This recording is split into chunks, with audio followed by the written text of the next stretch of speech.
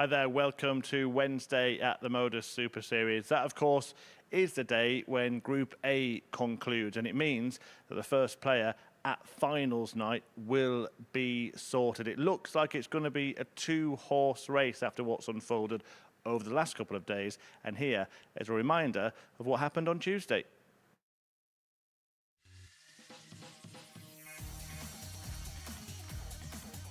ADC qualifier Nathan Treadgold endured a troubling Tuesday. 5 defeats, including this one at the hands of Scott Mitchell, who only picked up 2 victories himself and looks like he is set for the long haul this week. The same applies to Andy Bolton. One of his wins came against Scotty Dog. The pair are now both facing the prospect of playing in Group C tomorrow and Friday. Sweden's Anton Östlund sits in 3rd place after a hat-trick of glories on Tuesday. A winner in the previous series, Wanton is showing signs of a potential repeat success. Dom Taylor was a big mover yesterday. He won all 5 of his fixtures to force his way into the reckoning for the all-important first-place finish. 127 and game on for the Tower. He's trying to topple Tinkstrom at the top. Victor hoping for the victories needed to get qualification in the bag before he plays Taylor in their final game of Group A.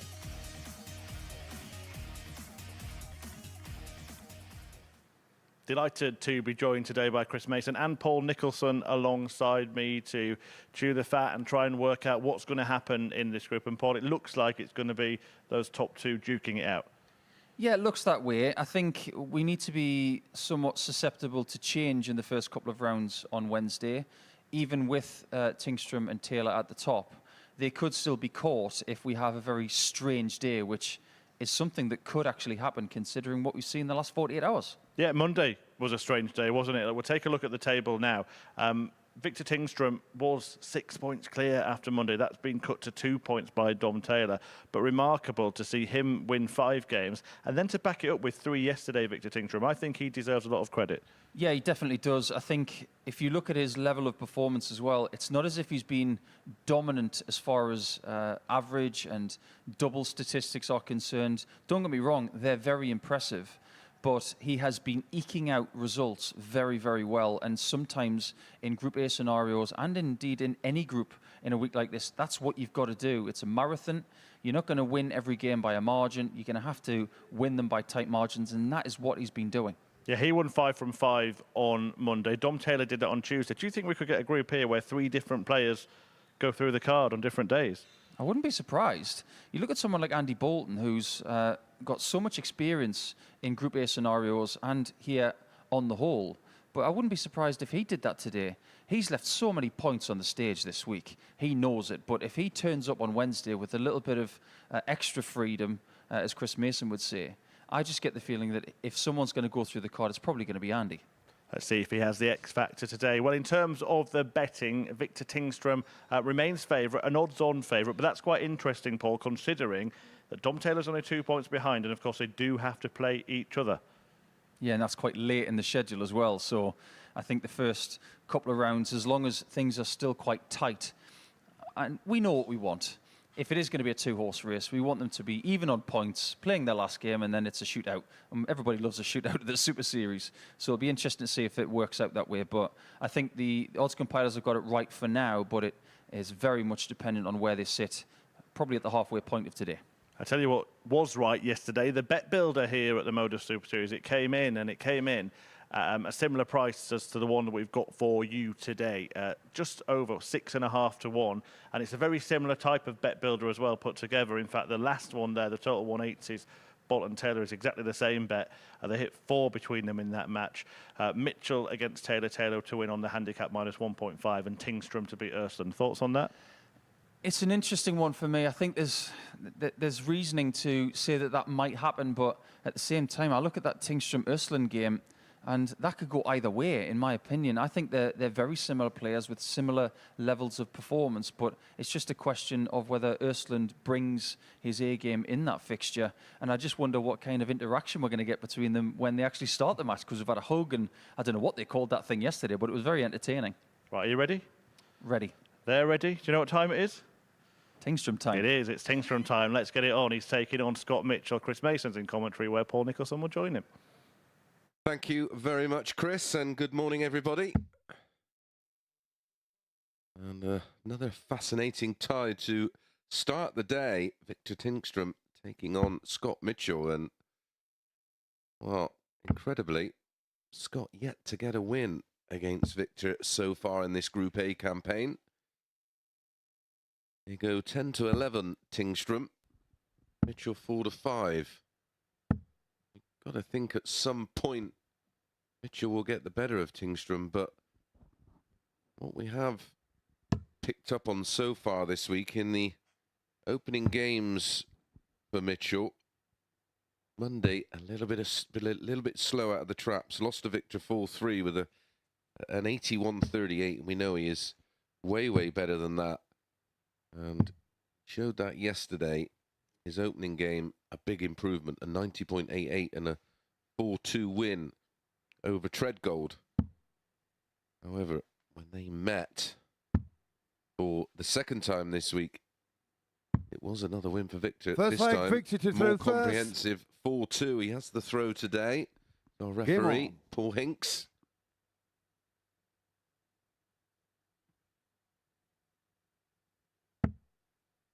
Incredibly, although the results have gone the way of Victor, 77. I'm not having it that he's a better player than Mitchell. What say you, Paul Nicholson? I have to agree with that. I think the development of Tingstrom from his first stint here in Series 5 68. compared to now, I think he's a better player than he was before. But on the whole, he's still not as good a player as Scott Mitchell. But this 60. week, I suppose that unpredictable factor has presented itself an awful lot when we talk about people beating players who are conceivably better than they are. Yeah, he's rode 60. that good fortune that's gone his way, and I mean good fortune because players have missed multiple opportunities, and I think you said it bang on regarding Bolton and Mitchell. 100. They've left a lot of points on that stage. It's a bit like Perfectly put. being in the Premier League and you're walking away with draws and narrow losses when you've had the majority of the possession. It's just not making the most of your chances. And that's what players 100. haven't done so far against Tingstrom. Listen, it's not of his concern. That's down to your opponents. If they let you in, their problem. Well, Mitchell this 97. week has been statting very well.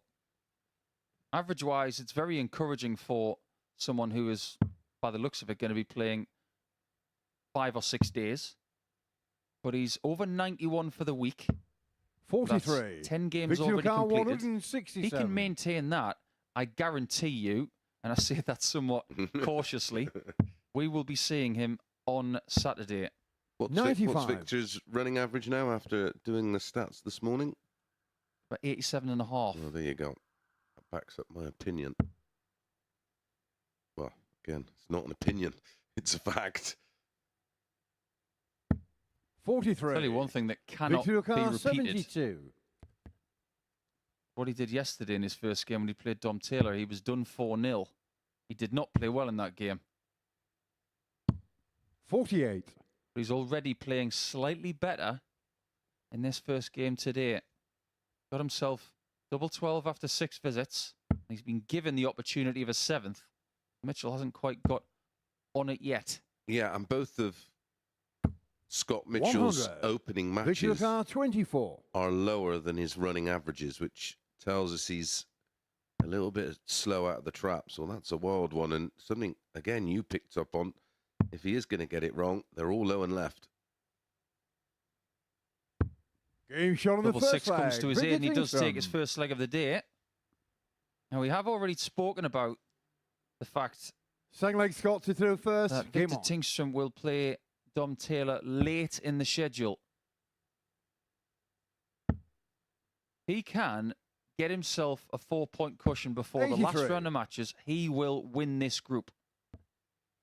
But if he's 2 points ahead and the leg difference is fairly similar, we could be in for a shootout. Like you said with Murph 60. at the very top of the show, what we want ideally is them on identical points, and it is that straight shootout. Winner wins. We very rarely get what we 140. want here in Portsmouth. We just follow what happens with the form. But 59. we did get some dramatic stuff at the Grand Slam of darts last night. Well, how about we get some dramatic stuff here on Wednesday? Sure was.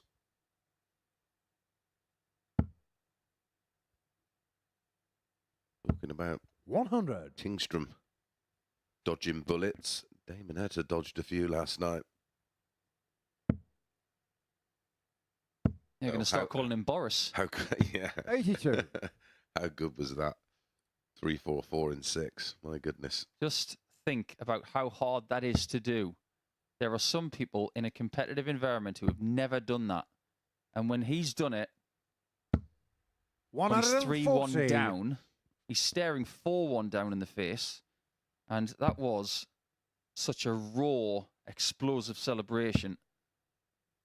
That changed the match for me. 59. And Scott we O'Connor, might just see 38. something of that ilk today to change this table. Yeah, I think we're gonna have to see either an incredible performance or a dramatic Game moment, shot on the second or a leg. Scott Mitchell. dramatic sequence of visits by a player that very much a game changer Third leg and a victory to table third changer. first. Game on.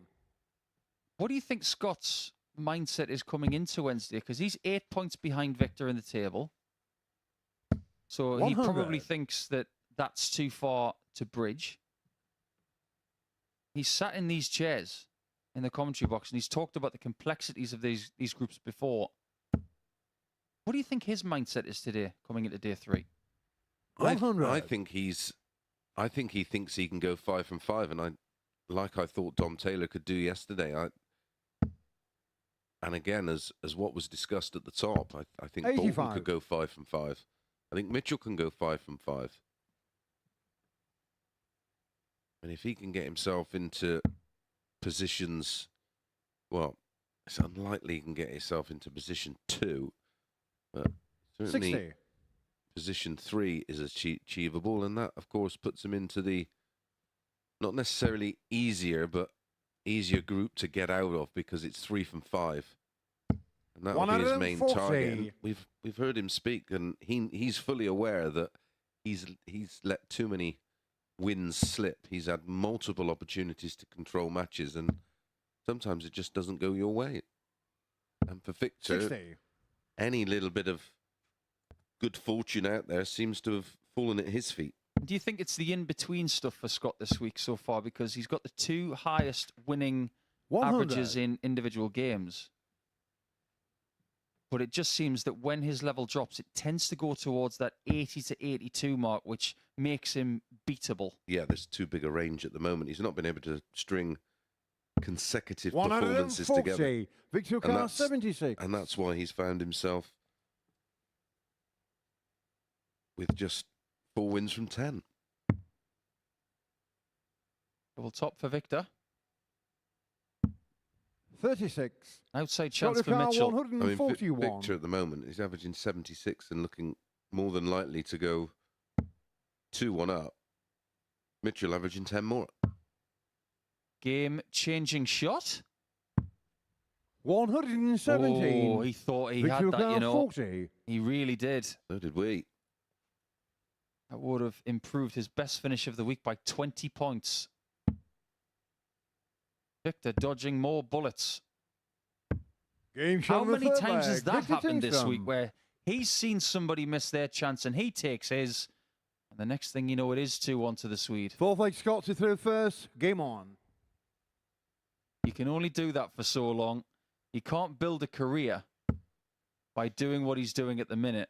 It might work for 2 or 3 days, 140. but it won't work for a period of years.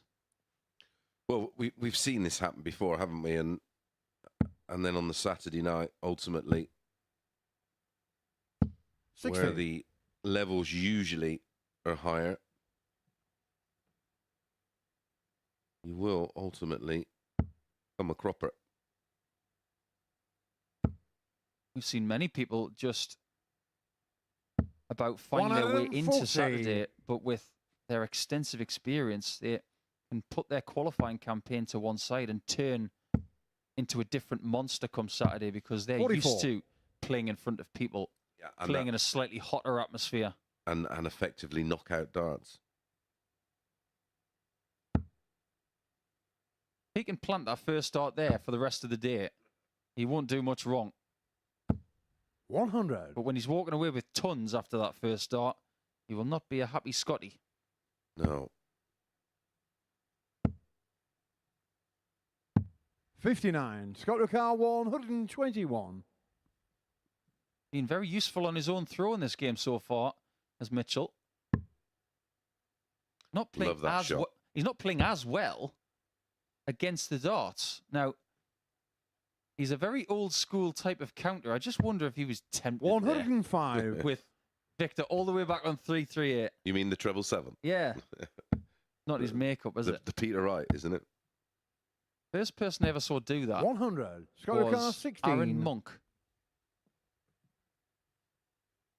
That was down in Southampton, wasn't it? It was. Game shot on the fourth Lovely leg. 14 Scott darter there from Mitchell. Scott. His Now- second of the match. Get a load of this. Now, this does Fifth leg Victor to typify throw first. their Game on. weeks so far. Ace in point. As far as 180s are concerned, we don't have 100. any in this game so far, but Victor's got 10 and Mitchell has 7. He's not really been noted as a maximum hitter in his career. 100. He's more of a ton machine, isn't he? Yeah, he sort of breaks you down with tons of 140s. 57.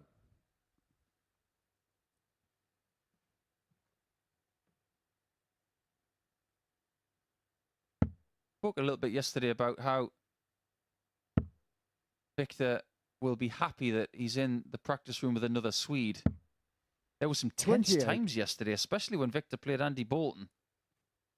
That was a particularly icy 4-3, but I think even when it's only one person trying to win 140. the Group A title this week, you still need allies. Here's another example of something you just picked up on the Kingstrom throw. Mitchell's just not able to 80. find the big scores. 208 scored in 9 darts. Here goes Tingstrom again. 140. On his own throw, finding more.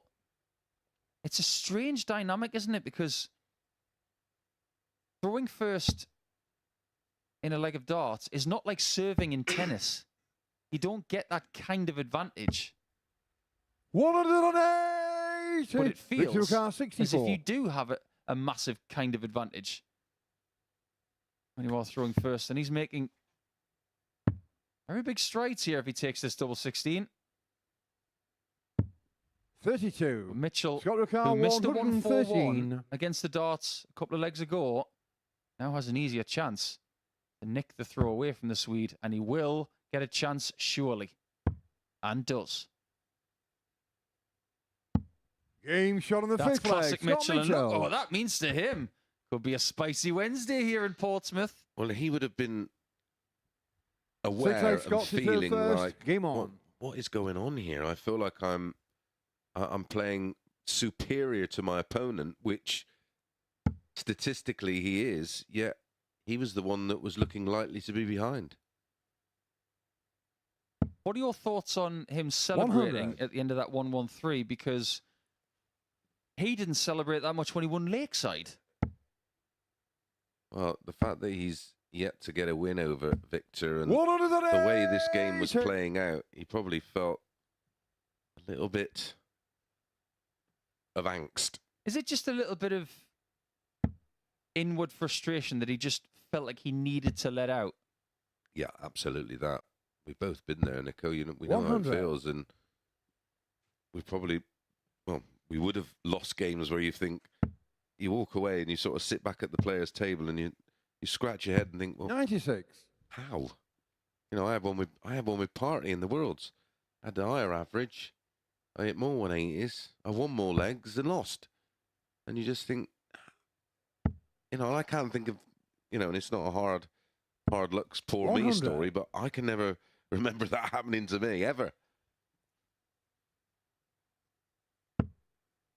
Yeah, losing hurts. And when somebody presents you with statistics that said you played better than the opponent, it 134. just twists the knife a little bit.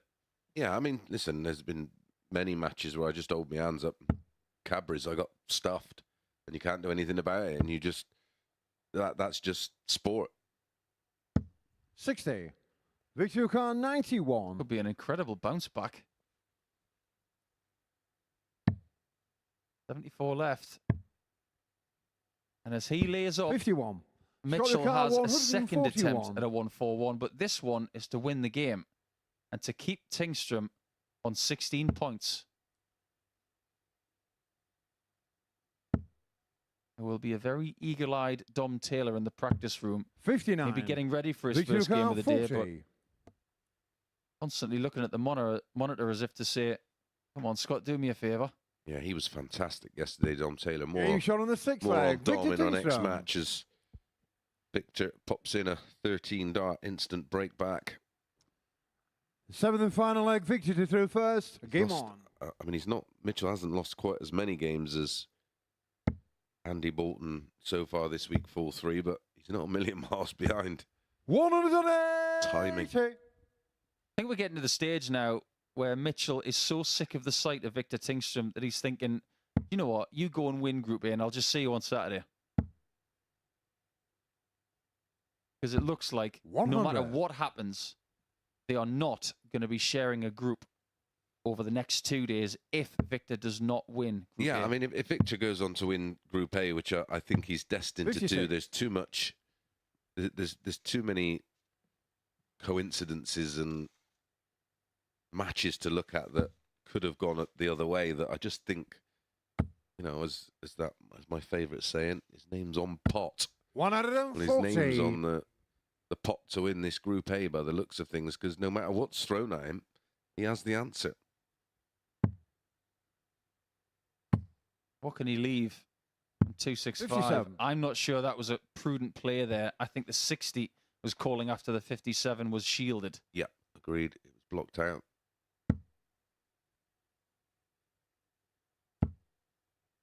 Or is it going to be a third consecutive break of throw at the end of this match? Beautifully done by 140. Mitchell. Show him some resilience here. Ton 140, 140 after the 180 start from Tingstrom. One more time before the end of this match. 82. There's been such Scott a gap McCall, between the averages the whole 121. time. But they are irrelevant because they are pretty much tied. And Mitchell might have the final say if he hits the bull. 96. A match start missed. Victor Khan And it could be the bull 126. calling for the Swede if he this time finds 419s. Yep, gets 2 bites of the cherry at the treble 19, and he needs one of them to leave bull. We had a reaction on the 113 from Scotty Dog. There'll be a reaction on this if he hits this. He's got the 419s. Visibly nervous. 101. When he let that Scott go, McCall, that 25. looked pretty useful. But now they cannot be separated at all. But Mitchell has only thrown 12 and gets a chance to break in the last leg of game 1 on Wednesday. Bends the wire. Hits the shot Game with shot an on the match, assist and Scott wins Mitchell. by 4 legs to 3 in a fabulous game of darts to start the day. Played in a fantastic spirit. That's good news for Mitchell and good news for Dom Taylor as well, because if he wins against Anton Östlund in game number 2, we will have a log jam at the top. After that, a little bit more of that, please, today, and we'll all be very happy, but maybe not Victor Tingstrom. It will be Taylor against Östlund after this short break.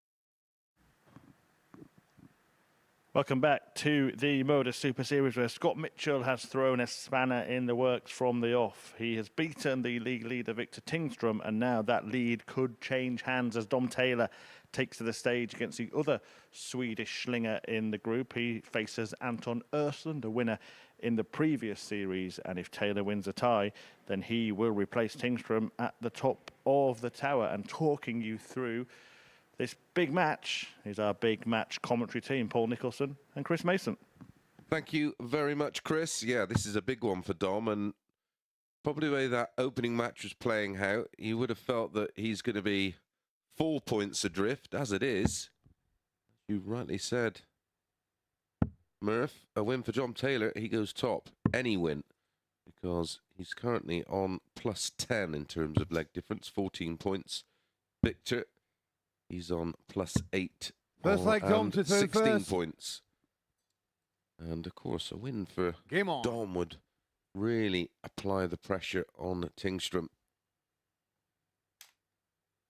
And his run today of matches, Tingström will be facing Andy Bolton in his next match. 140. And, well, the tone could be set, Nico. Yeah, very much so. I said in the first match today that Victor Tingström could 100. use some allies. One of them, and maybe the most important one, could be Östlund, especially in this game. After losing to Mitchell in that first game, Tingström could really use Östlund pegging back Taylor and stopping him 58. on this streak that he's created for himself, which is getting longer and longer. A bit like his inside leg measurement. Yeah, he was outstanding yesterday. He was a player that I 60. singled out with the idea of going through the card yesterday. He did just that. And he did it in some style, Nico. The numbers make good reading. Now, looking at his overall average yesterday, and it's not just 95. the overall number, it's the consistency yesterday. And first and foremost, let's pay homage to the fact that it was 95.55 140. for the day. That's Daryl Pilgrim style daily numbers. Having said that, Daryl did it over a week, didn't he? 96 for the week, which is a record. But if you look at Tuesday, 91 in his first game, 98, 140. 95, 96. That is a world-class day. Yeah, and we talk about range a lot. And the importance of 177. not having a big Dominic 68. range. He doesn't have that big range. He has that reliability. Yeah, it's 7 points between bottom and top, whereas some players have had as big as 25. 30 in some cases. We've had a 73 and a Game shot on the 103 first as leg. Dom Dom Taylor. Taylor holds, despite a beautiful 177 from Anton. It's a 15-dart hold. Second leg, Anton to throw first. Game on. Starting as he means to go on, and that was one of the points that I was going to make at the start of today. Your first leg can tell you a lot 100. about how you're feeling, and yesterday he started with a 12-darter. Yeah, today opens with a rock-solid 15 and under the pump after the 177 to leave 24 for Östlund. But yeah, it sort of... 134. Well, he started with a max, didn't he? His very first visit of the day was a max. And like you say, that's good insight into what's going on between the ears. He seems to be in a pretty good place thing here this week. And if we're going to talk about game of the week, I don't even think it's up for debate. That game with Bolton yesterday in game 15 was absolutely brilliant. Yeah, it was. Top draw. And the averages reflect that, don't they? 96.98 for Dom. 99.82 in defeat. But that 96.98 included 8 missed darts at the double for Dom Taylor. It's frightening when you think about it. If there is one element of his 60. game which, if improved, potentially yesterday his average for the day could have been a ton. Yeah, can I just prove that with numbers? It's something that I looked at this morning. All I had to do was laugh because he averaged 95.55 for the day. 95. He missed 37 darts at double. 37! Some people don't even get 37 darts at a double in a day. Victor Tingstrom only had 27. 95. And managed to stay out on top. I know it makes me a complete darts nerd, but looking at numbers like that, it makes me happy to just 99. research that and figure out what ceiling of performance is possible for somebody. And I've seen Dom Taylor play a little bit over the last year and a half, but what I'm starting to understand now is just why there's such a big fuss about it. 140. I totally get Dominic it. R. 78. And this is a player who had dartitis and literally has just went away and battled it on his own. And all credit to him. Most players 58. never come back to any Antonio kind of Carr, level. 58. Never mind playing 5 matches under the lights and averaging over 95 for the day. Could be halted in his tracks if Östlund hits tops, and Getting he shot in the does. second leg. Nice start Anton for him. Ufland. Engel was a little bit tight to the single 4 there, but he just about gets it. Third leg Dom to through first. It's Game not about on. leg difference at the minute because Tingstrom and Taylor are very close. It's all about just getting the wins, putting pressure on the person you're chasing. Well, Dom 100. Taylor's MO for today will be to make that final game irrelevant. Östlund currently sits in 100. 4th position in the table, and that will feel awfully familiar because in Series 5, when he played a Group A scenario, he was 4th. And then he was 2nd in Group C, and he ended up winning the week. So he may try and do it the same way. Well, it's been a fabulous 140. few months for Scandinavian darts here at the Super Series. No wonder there's a real big buzz over there, and a lot of the players' 85. scope going forward is to secure a place here at the Super Series. I'm going to have to start working on my Swedish.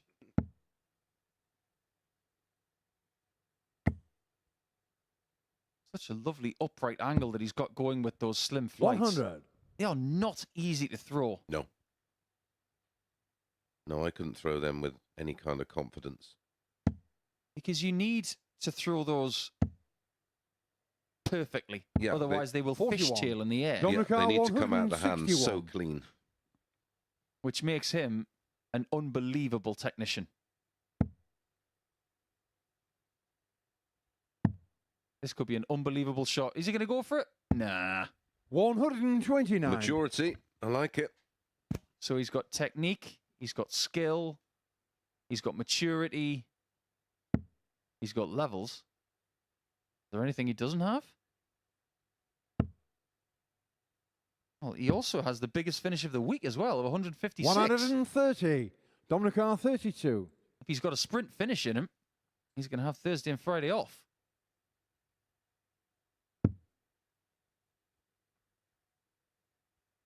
Still double 16 over the top of that one. Getting shot on the That's third such a leg. beautiful John dart. Taylor. I know he won all 5 games yesterday, but his attitude yesterday was much better than Monday as well. Fourth He leg looked and on to through almost, first. Game on. and I say this nicely, he looked a bit petulant on Monday. He wasn't happy on that stage, but my word, did he put that right. Yeah, he was a lot more stoic on Tuesday. And benefited 57. from that mentality and approach. And I don't think that being somewhat petulant is a bad thing. I think if you can learn from what you've done on day one and put it right on a Tuesday and then bolt yourself into another stratosphere on the 60. Wednesday, that's doing it right. There are players who come here, and I won't name names, but they can be 100. petulant every day and don't learn a thing.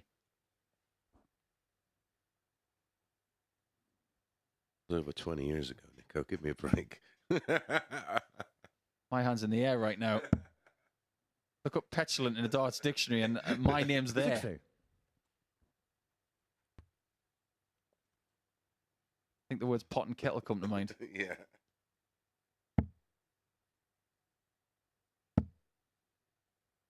They definitely got the same memo this 60. morning, didn't they? Dressed all in black, including the referee. Wondering where Will Smith is, starting to rap with Men in Black. be like a Gary Robson, Tony O'Shea, John Walton Gary exhibition. Anderson, yeah. 99. How all that started, wasn't it? Just imagine if you get a bit of AI going here and they all start dancing like Will Smith in Men in Black. That pen out. 140. I think there are people in this group who would like to have their memories wiped, but not Dom Taylor.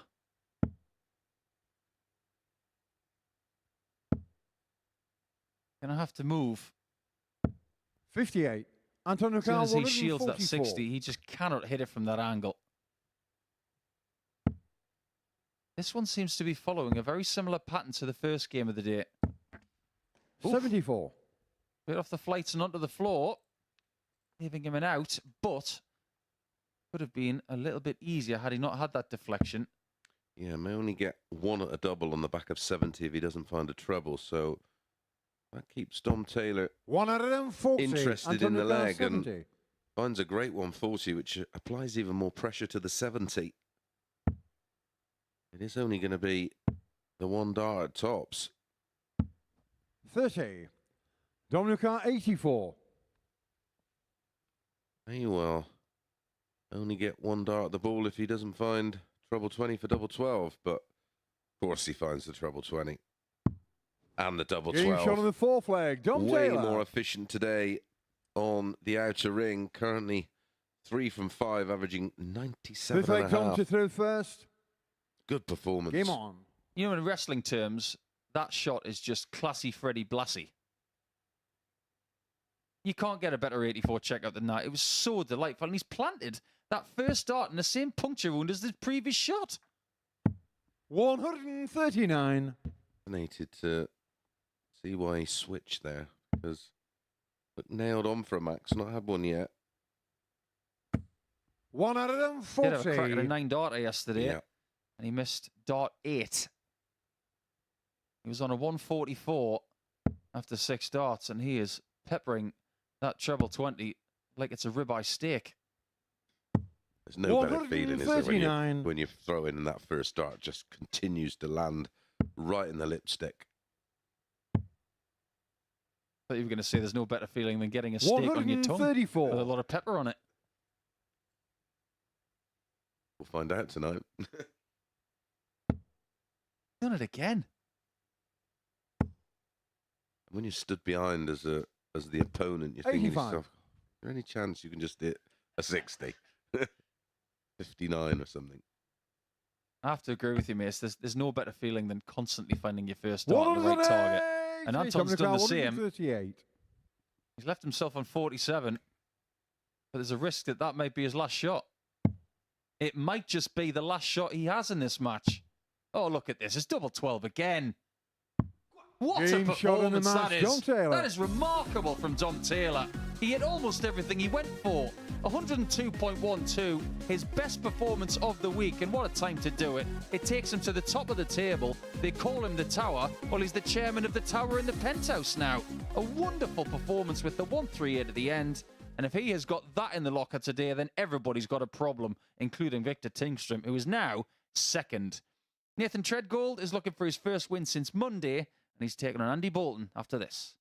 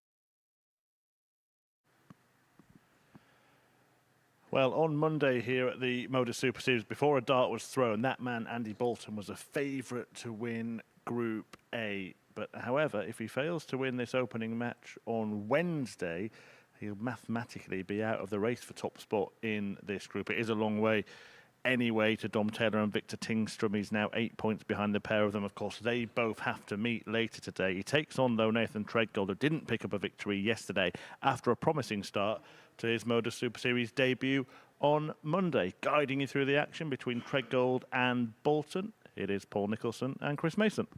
Many thanks, Murph. What a performance we've just seen from Dom Taylor. And now that he's on 16 points alongside Victor Tingstrom, we do have what looks like a two-horse First leg, Nathan race. to serve first. Game on. However, Andy Bolton, who finds himself in 5th position in the table. I can't quite believe I'm saying that on Wednesday, because he was a lot of people's pick to win this group. He's got a bit of a battle on his hands just to make the top 3 45. and get into a Group B place. Now, that is very gettable because Anton Östlund and Scott Mitchell are currently on 10. And 60. we might just have a two-horse race for the top, but the race for Group B as well is just as juicy. Yeah, and there's only one spot available, and there's potentially, if Bolton can get the better of Nathan, One out of We're them, gonna have 40. a 3-horse race for one spot and a 2-horse race for the other. But we've got a real big game coming up next. Mitchell 60. against Dom Taylor. Dom Taylor will be absolutely, well, he feel like he's on cloud 9 after that performance. Absolutely right. We have had a better average One out of than them, that this week, but 40. have we had a better performance? I don't think so. Well, more so because Anton himself was class, averaged over 99.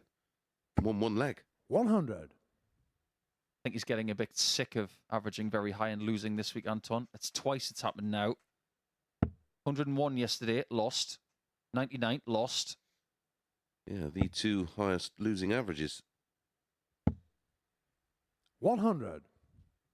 What have you made of Nathan so far this week? Because he got a couple of wins on Monday in games 2 and 3, but since then 59. has lost every Nathan game. Newcastle, So he is on a 76. 7-match losing streak. He'd like to break that at the start of Wednesday. Yeah, I think he's feeling the pace, or should I say, level of play. He was an unknown quantity, and Game shot on the that's first lovely. leg. Nathan Treadgold. And you know, when you're playing someone you know absolutely nothing about, it, you know, you need time to work them out. Second leg, and, Andy to throw first. and Game credit on. to him, during that sort of middle spell on Monday, he showed us what he is capable of. But I 58. think he sort of, when you do get on a bit of a run where you just can't find a win, it snowballs, doesn't it?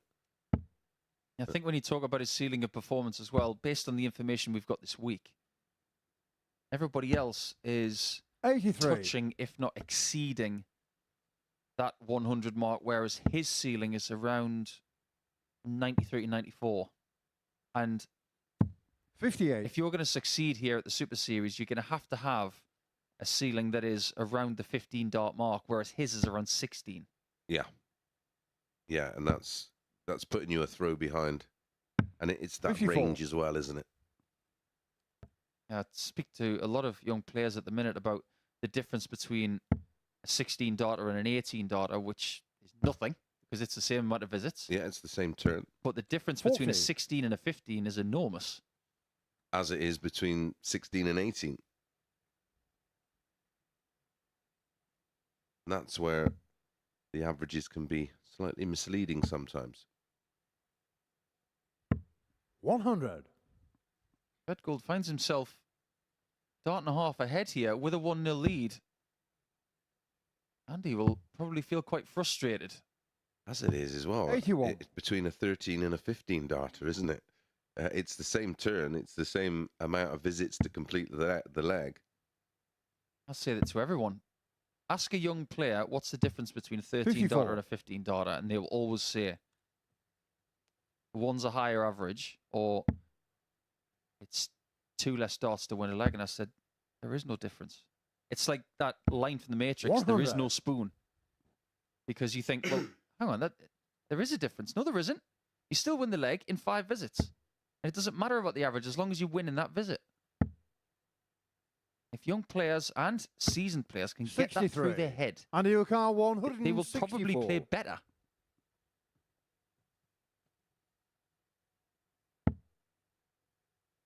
Go for the 54 here. Nathan on a finish. That was a lovely guide, wasn't it, to leave Nathan O'Carr 32. 147. Nathan is the only player this week who has not had a ton plus checkout. Well, blow me 76. down. It's a bit of Peter Andy O'Carr Manley in that 32. shot, wasn't it? I felt like Peter's attempted a 9-darter at Blackpool once. He actually hit the tops and just missed the ball, didn't he? No score. Andy's got too many there. Nathan O'Carr 71. You're absolutely right. He did hit the tops. That would have been one of the best 9-darters ever, that. For sure. Double 16 for Nathan for 2-0. Game That's a shown break the of throw. second leg. Nathan Treadgold. I'm a little bit shocked by this one so Third far. leg, Andy has Nathan not to got third out of the first. blocks. And Nathan's played very Game steadily on. to start Wednesday, and he's taken full advantage. Yeah, 85, 89.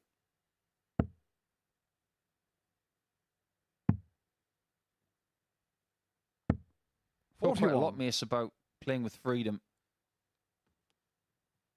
Is Nathan the only player today who's actually got that already? Because he's already in the knowledge that he's going to be playing 99. in Group C by the looks of it. I know he's 4 points behind third position and fourth position for that matter, but based on what we know about him and 45. the other players, it's very likely that positions 2 and 3 are going to be taken by the person who doesn't win the group and one of Mitchell or Erstland. One out of them, 40. Especially, there's a bit of a gap between those players in the middle and the bottom 2. But funnier things have happened.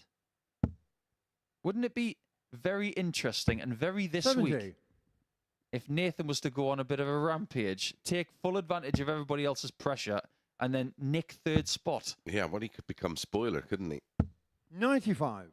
And it was something you said early yesterday. Will tomorrow, as in today, be a day where he can play with freedom? The pressure is off. The expectation 60. levels Andy should have O'Carr lowered. 167.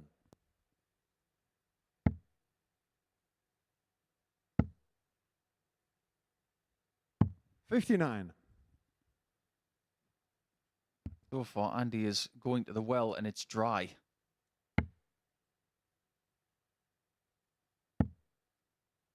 The treble 20 to leave a finish.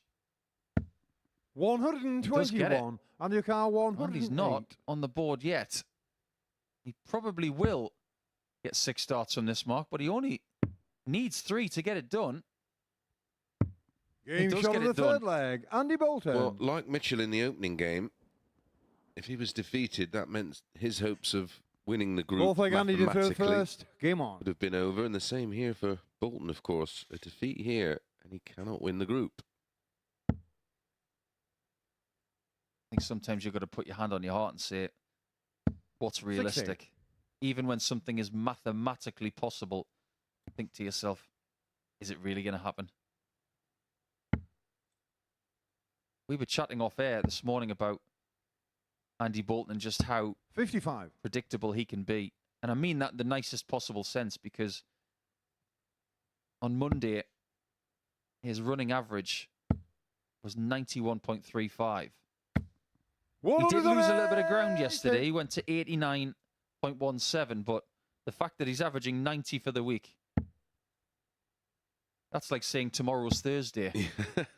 And he's bang on his 55. He's bang on his seasonal numbers, which is why we love to look at the bigger samples to give us an indication of what we expect and the level of which they expect to play at. 61. You're averaging 90 for 11 months of a season. You're going to do a fair bit of damage if you're not on the Pro Tour. 45.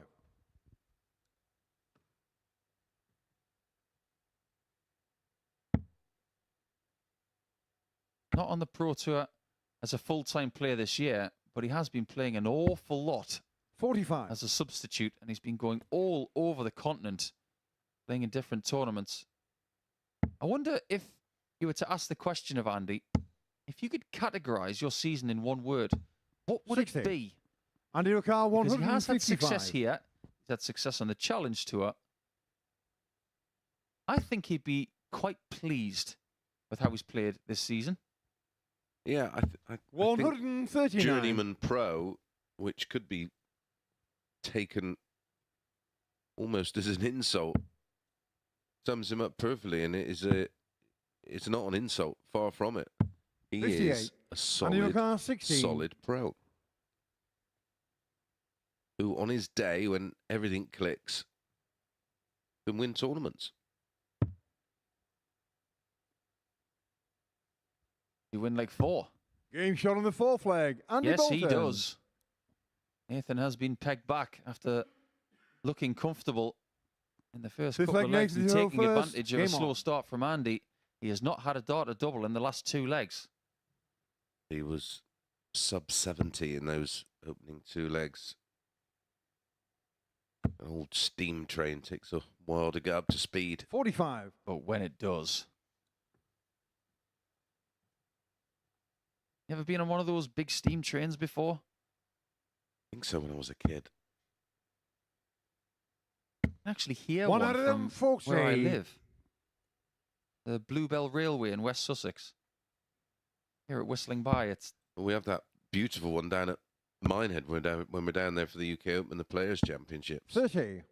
We often, as we stay outside of Minehead, we're often stuck at the level crossing while we see it go past, and it's quite incredible. It's quite a sight to see. 99. You may not want to be caught at a level crossing in Australia when the Garn is going by. Yeah, That hour train's later. about a mile long. Takes a long time to go by.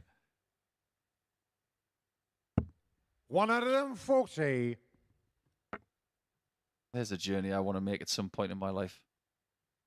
Go from South Australia to Northern Territory on the Garn. Would be something. Sounds like a Geordie train, doesn't it? I'm going on the Garn. Gannon. Bad dart from Andy. That's missed by a good inch and a half. He's just trying to figure out what's going on. And at points this week, Chris, he has been clenching certain parts of his body and trying to free something up. I just wonder if there's a few twinges going on. Yeah, I wonder if he's carrying a. 81. Well, it's been a long season, hasn't it? Like you say, he's been doing a lot of travelling, playing in the associate member qualifiers for the Euro Tours with success. They have pasties in Australia. 1 out of them, I don't 40. think they call them pasties, but they have them in Butte, Montana. You're going to like this factoid because there were a lot of people who moved from Cornwall to 99. Montana Nathan for Ricard, work, and they took the 146. pasties with them. And in Butte, Montana, they have some of the best pasties in the world.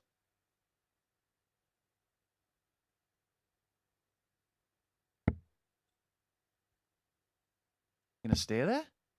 Of course, the design of that was so you had something to hold on to with dirty hands that you didn't eat the pastry on the outside. 84. Andy Ricard, 82. Is there anything better on a cold winter's day than a beautifully crafted Cornish pasty? Maybe an 82 checkout. Game He's shot putting on the the 5th ketchup on the flag. top, isn't Andy he? Bolton. Just like that, it's 3-2, and this one's been turned around. Not playing his best 6th flag, darts, Andy to but throw first. finding Game a on. way. That's what Yes. journeyman dart players do. Exactly that. They don't take any notice. Sort of me back in the day, and even now, I'd be thinking, what on 1 earth out of is them, this 40. garbage I'm throwing? And of course, that affects your ability to go on to win games. You spend too much time being conscious of your level of play rather than being focused on just 100. winning the match. Winning the match was never enough for me.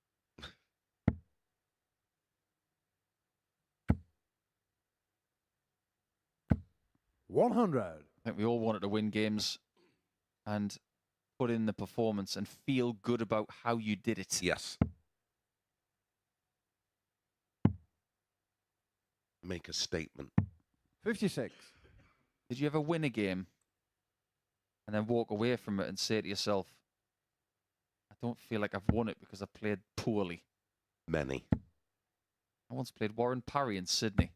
and 140. Still very embarrassed about the performance to this day, and I still won. It didn't feel like a win. But the way that Andy has plotted his way through this game, and in best of 7 darts, 58. you do need a measure of patience, and he had that in the first couple of legs. He didn't panic, and he has owned this game ever since. Well, we've referred to him as a grinder. And again, 89. that's not a critique. It's a great quality to have. A grinder's one of the best sandwiches you can get in the world. A wonderful thing. If I'm comparing Andy to a sandwich, that's a good thing, because I'm a big fan of sandwiches. And it's only Wednesday. All he needs to do is put the cocktail stick through the sandwich to finish it off, put it on the plate. No score. I don't know how that hasn't gone in.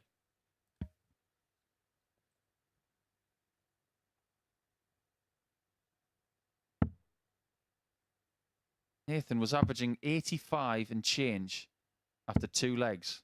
80. That has gone down by 8 points, whereas Bolton's has climbed by nearly 20. Shot and the match. And he does climb in the table as well. He's gone from 5th position into 3rd after the end of round 1 as well. So he provisionally is in a position to qualify for Group B, but there's still a long way to go. Still 4 matches per player to go, and that's how Andy Bolton won his first game with an 86 average and a high checkout of 108. When we come back, it will be a big game between Mitchell and Taylor. You do not want to miss that.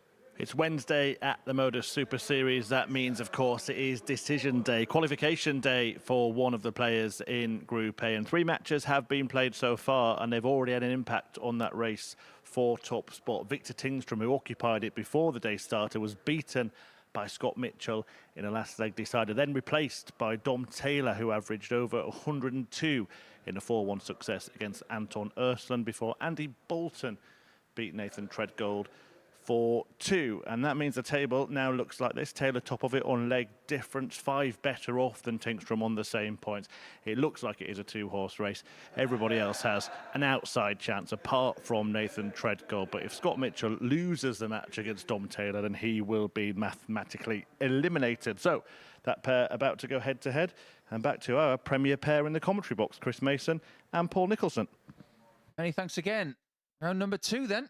And Mitchell will now take on Dom Taylor, who had an almost perfect round 1.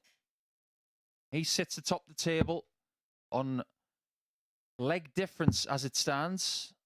Plus 13 is what he has over Victor Tingstrom, who has plus 8. Tingstrom plays against Andy Bolton after this. A really intriguing section of our draw on Wednesday, because we do have a battle for the top spot, including many players at the minute.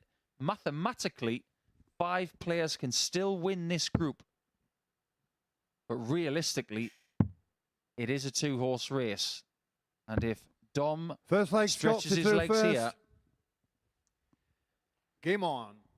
it's going to be bad news for Sweden's Victor.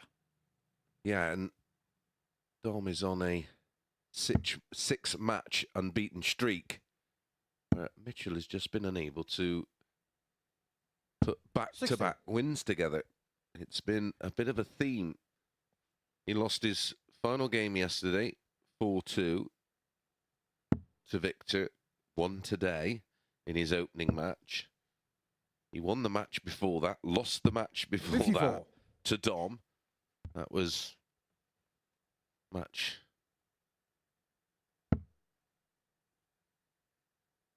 number 7 yesterday. Wasn't a 100. happy hunting ground for Scott. He lost 4-3 on Monday to Dom Taylor and 4-0 yesterday. Just wonder what will happen if Mitchell brings the kind of level that he had in game 1 today. It was an average of 93. 100. Taylor turns up, he could rip that apart. Round 2 is always going to be different to round 1. It's very rare that you see here in round robin format somebody 100. putting in back-to-back worldy performances. I remember in Southampton watching Mike Warburton put in a 115 average, and he followed it up with 108. And you thought to yourself, that doesn't happen very often. And it just so happens that in Series 5, where most 59. of our records tumbled, Daryl Pilgrim went 118, 122. Well, it's a bit like Gezi in the Slam, isn't it? He went 110 and backed it up with 112. That's a fascinating tie tonight. 140. In the Slam, as Gezi Price takes on Gary Anderson. They got some history at the Slam. Just a little bit.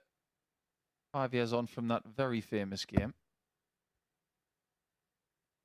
Actually, 15 years ago today since I made my Shot the TV car, debut 101. against Gary. Yes. And that was your actual TV debut, Yeah. wasn't it, in the Slam? But I'd known Gary for about 9 years prior to that, so maybe playing someone that you were familiar with, 49. maybe it Donna works. Carr, And 148. I get the feeling that these two know a little bit about each other because they're not that far apart geographically. No, and I'm sure at the many sort of unranked big open events, their paths would have crossed. 94. If Scott not Carr, 52. on the actual board, I'm sure they would have met and shared a Game shot on cold the one. first leg. As Scott Mitchell. Mitchell holds in 17. Second leg, Dom to throw first. Game on. Dom doesn't have the darts in this game. Just looking at his schedule today and trying to find any sort of encouragement 177. for his opponents. Taylor won that game against Ersland in game 2 with the throw. For the rest of the day, he does not have the throw 140. 3 times. Oh, we'll see a lot of games where the throw is broken. People win when they throw second in the odd-numbered legs. But hold the phone. He's on it again. He missed the 144 yesterday. His second dart did not register the treble 20. But with his tail up today,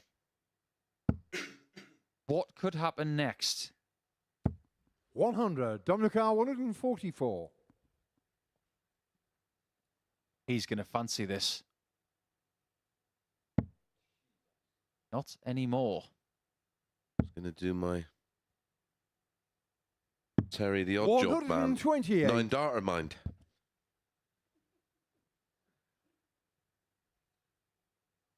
On a 10.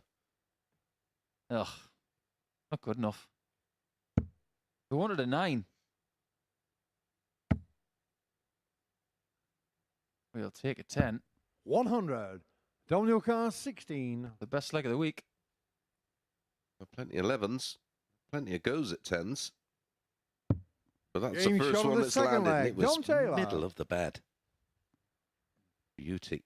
That was so middle of the bed Third leg That was Scott like to a third slow first. ball. Game on. that Brendan McCullum smacks out the ground from the middle of the bat. He likes his darts. Coach of England cricket team, 60. Brendan McCullum, loves his darts. Most cricketers do. A lot of them play because when they get rained off, got dartboards up in the changing rooms and they'll just sit and play darts or stand and play darts all day. Alistair Cook and James Anderson famously 59. played each other Yeah, on stage. at the Ali Pali. Freddie Fintoff, another keen player and fan. I think it's always interesting just digging a little deeper into what players 81. like as far as other sports are concerned and what other sports people like our sport. For instance, Scott Mitchell, as everybody knows, loves Speedway. And he does actually commentate on it too. He does, yeah. And a lot of golfers 40. like darts as well, of course. Darren Clark likes his darts. Graham McDowell, who lives in Florida now. Beef.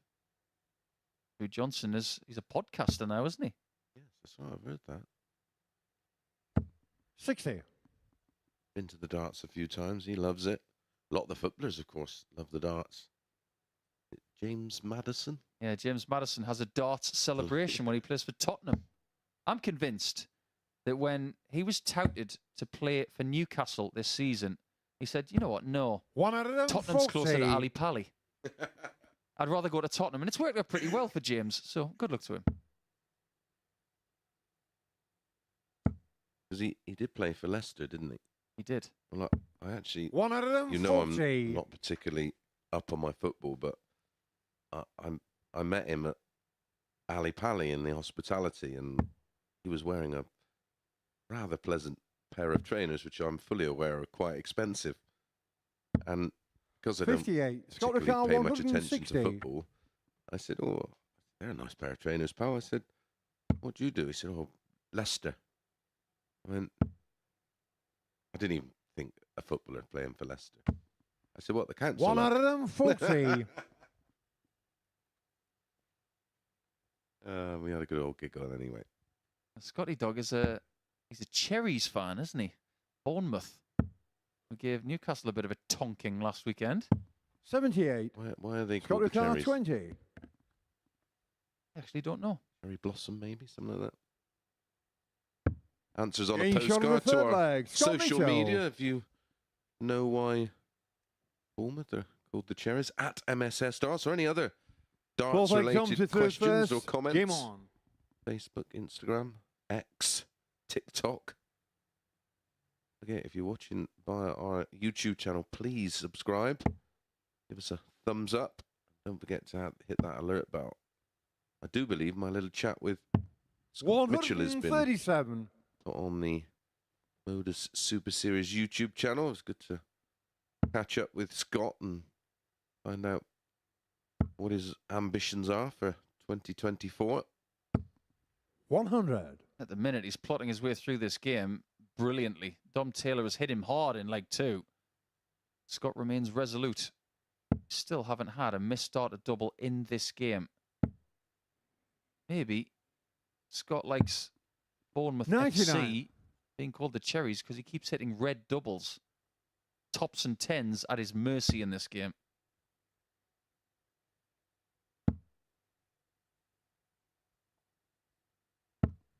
$100. It is. I've just been reliably informed by our very own Owen Binks that the stadium was built next to cherry orchards. That makes sense. They're also very good for your cherries, Oh, I aren't love they? cherries. Arnold Schwarzenegger 81. puts cherry juice in his protein shake with a little shot of schnapps. Says it's the protein into the bloodstream quicker. True story. 100. Solid. That's what this game is from Mitchell. 3 tons to lead 201. And Taylor, at no point in this game has he been feeling comfortable. He's still averaging 100, but it feels like he's chasing Mitchell. This is like 100. the leopard chasing the tortoise. And the tortoise is saying, "You're not going to catch me."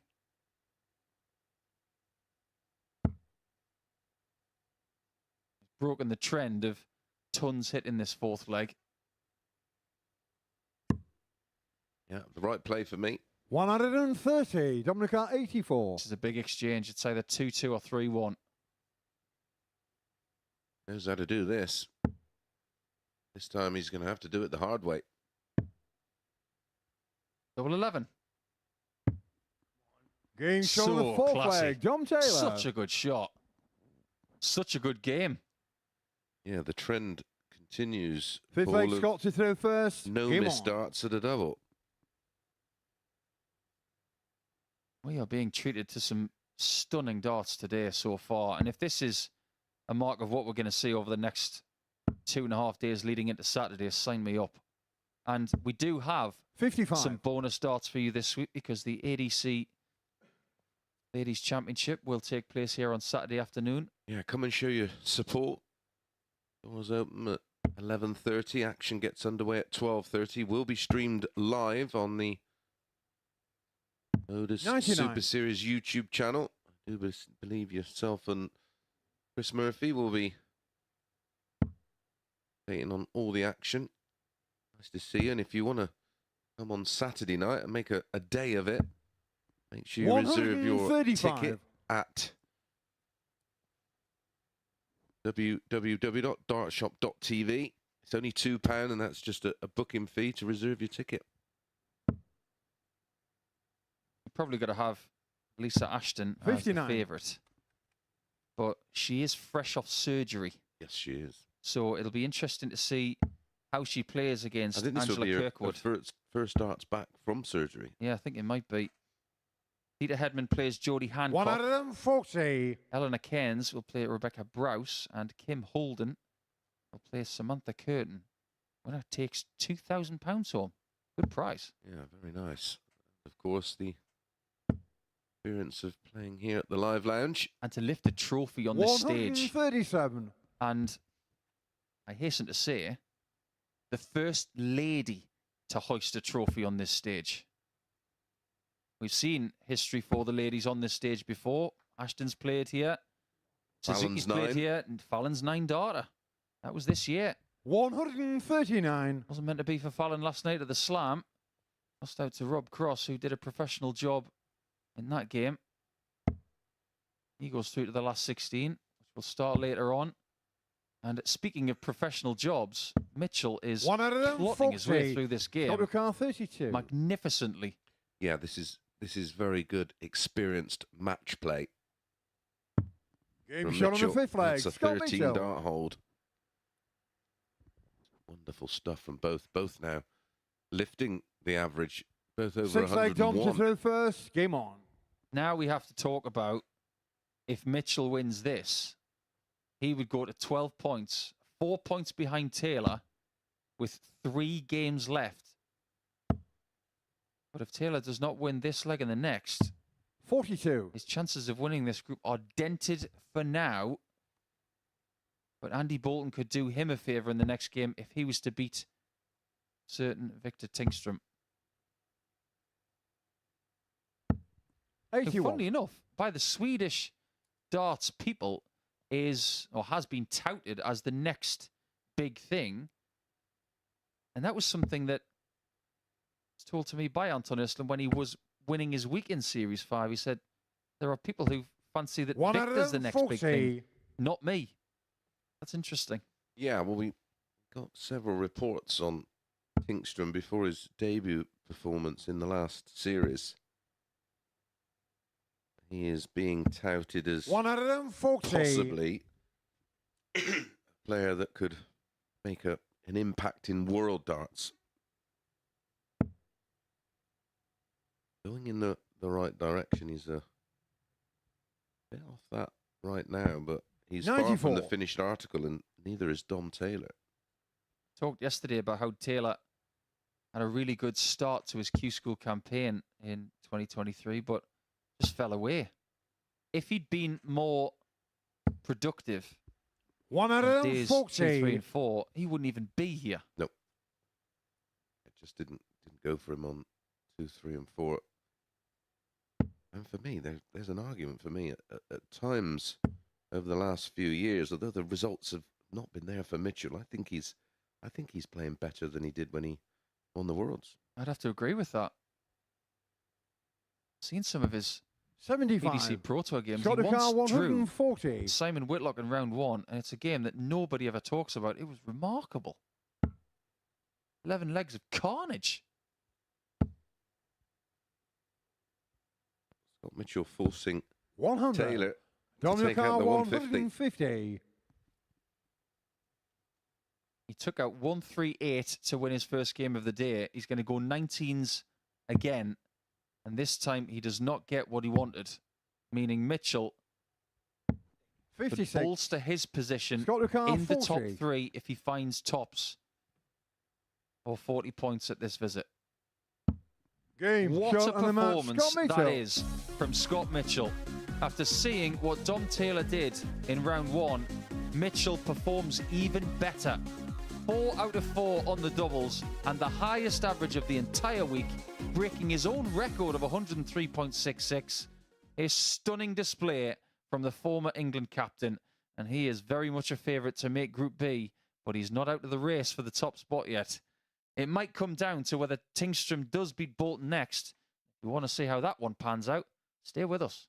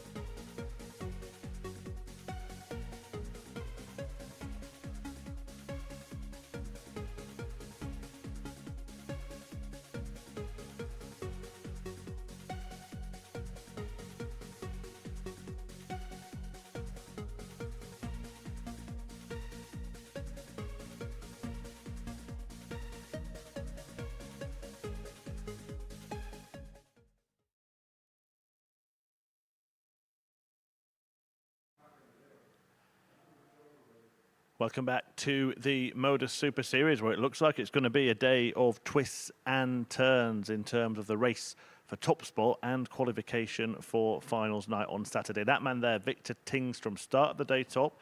He was then replaced by Dom Taylor, but Taylor has just been beaten after an inspired performance by Scott Mitchell, meaning that Tingstrom could take back control of the group if he wins this match against Andy Bolton, who himself won his opener. And Paul Nicholson and Chris Mason are your commentary team for today. And guys, it does look like it's going to be a real close run thing between the top two. That way, Murph, and it could be a close run thing for Group B qualification as well. At this stage, it's very hard to say where everybody's going, apart from Nathan Treadgold, who is going to be going to Group C. First leg, Andy it's to so throw tight first. in two different quarters in this table. And things seem to be changing after every fixture. Isn't that right, Miss? Yeah, that's exactly how it's playing out. I'm looking at the table now, and well, 59. various permutations are a possibility. You would think the way Dom Taylor is 58. playing, even in defeat there to an inspired Scott Mitchell, would think if Tingstrom has a bit of a wobble 137. here, then, well, it's in Taylor's hands because he plays Treadgold next, who 100. we've seen is in the best kind of form right now. The match with Tingstrom, depending on the 140. nature of his victory over Treadgold, could all be irrelevant, especially if Bolton gets the better of Victor here. The way things are going today, 43.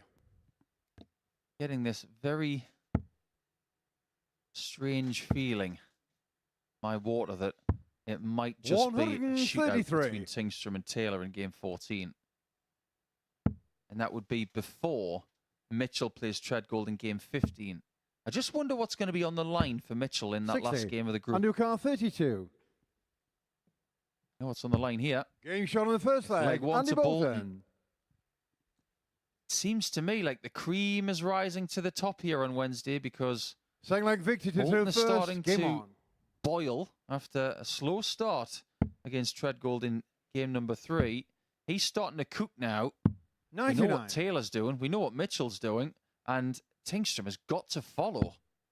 Well, the key match could be the one that you mentioned, Mitchell against Bolton. 100. I think the most impressive thing at the minute, I've got my sums right, we've now had 7 darts at a double hit 48. in a row. Bolton finished the game off against Treadgold, obviously, with a final dart double. 96. Then we had 6 perfect doubles in the previous match, and now we've just seen it from Bolton, so 7 in a row. 45. You see what Ricardo Pietreczko did in Germany? The amount of darts that he hit in a row to win the title. Yeah, wasn't it? 14. Yeah, 14 consecutive 92. darts that didn't miss a double from the, I think it was a double one in leg 2 in the semi-final, and then the remainder of that 95. semi-final, perfect, and then in the final, perfect. He didn't look too happy when he left the stage last night, though, did he? 177. Hang on a minute. What's Bolton up to here? This is prime A5 Wagyu Andy Bolton. 100. He doesn't Andy play any O'Connor, better than 36. this. Had a misstart at double.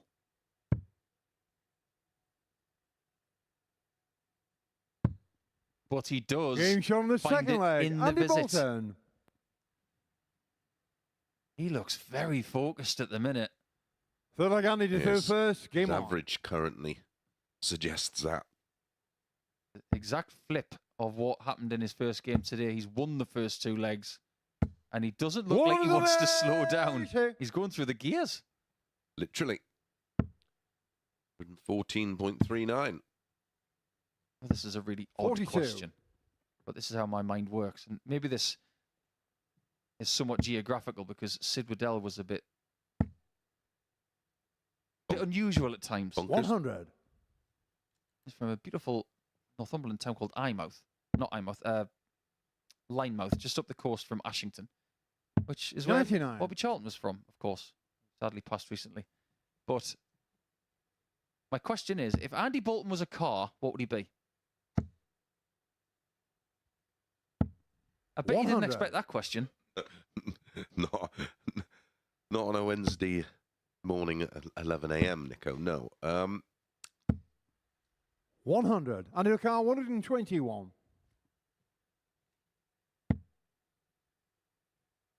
Doesn't have to go for the 51 and Bolt, as 85. Mason mulls over the question. But one thing is for sure. 3 legs played. 3 times he's left the 60. double after 12. Andy O'Carr, 36. This is destructive. Getting shot on the third It leg. might be Andy even more Bolton. than that. This is 110. What's happening on Wednesday? It's a wicked Wednesday. Fourth leg victory Very to wicked. first. Game on. Wicked Wednesday. And Andy's not the fastest player in the world, but he's won 3 legs in less than 5 minutes. So maybe he's not a classic car. 58. He's turning into a Ferrari at the minute. I think it'd be one of those Mercedes C63s that look like a fairly normal Mercedes, but 125. they're over 500 brake horsepower. He's one of those cars where there's an extra level on the accelerator. Yeah. So if you put it to the floor and then press it again, 45. there's a turbo under there. And at the moment, that nitrous oxide's been pressed. 99. This is such a good performance, and this is such good news for Dom Taylor. It couldn't possibly be any better for him at this point in time. 134. If Dom was to write a letter to Santa Claus and ask for Andy to put a job in on Victor Tingstrom, this is what was delivered on December 25th. 140. Spectacular. There's nearly 40 points in the average. And if he scores 97 with the next visit, he'll have left the 100. double after 12 Andy in O'Carr, every leg 137. of the match.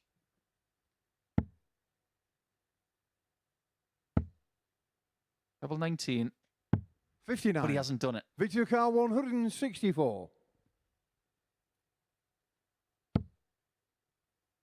Victor is shell-shocked. 140. Andy O'Carr, And he's played some 78. good darts this week. He's left points out there, but my word, this has been amazing. Getting shot in the Absolutely match. Andy Bolton. unbelievable. He averages over 109, and I'm not sure what was in the Weetabix this morning, but I want some, because we are being treated to some rather remarkable levels of darts here today. The performance of the week on the back of the previous performance of the week, and he's bettered what Scott Mitchell did in the previous match by 5 points. And the scary thing is, it could have been better because he missed 2 darts at double. Well, there we go. We're into the last match in round 2, and it will be Östland against Treadgold as we watch on as everybody's playing well at the minute.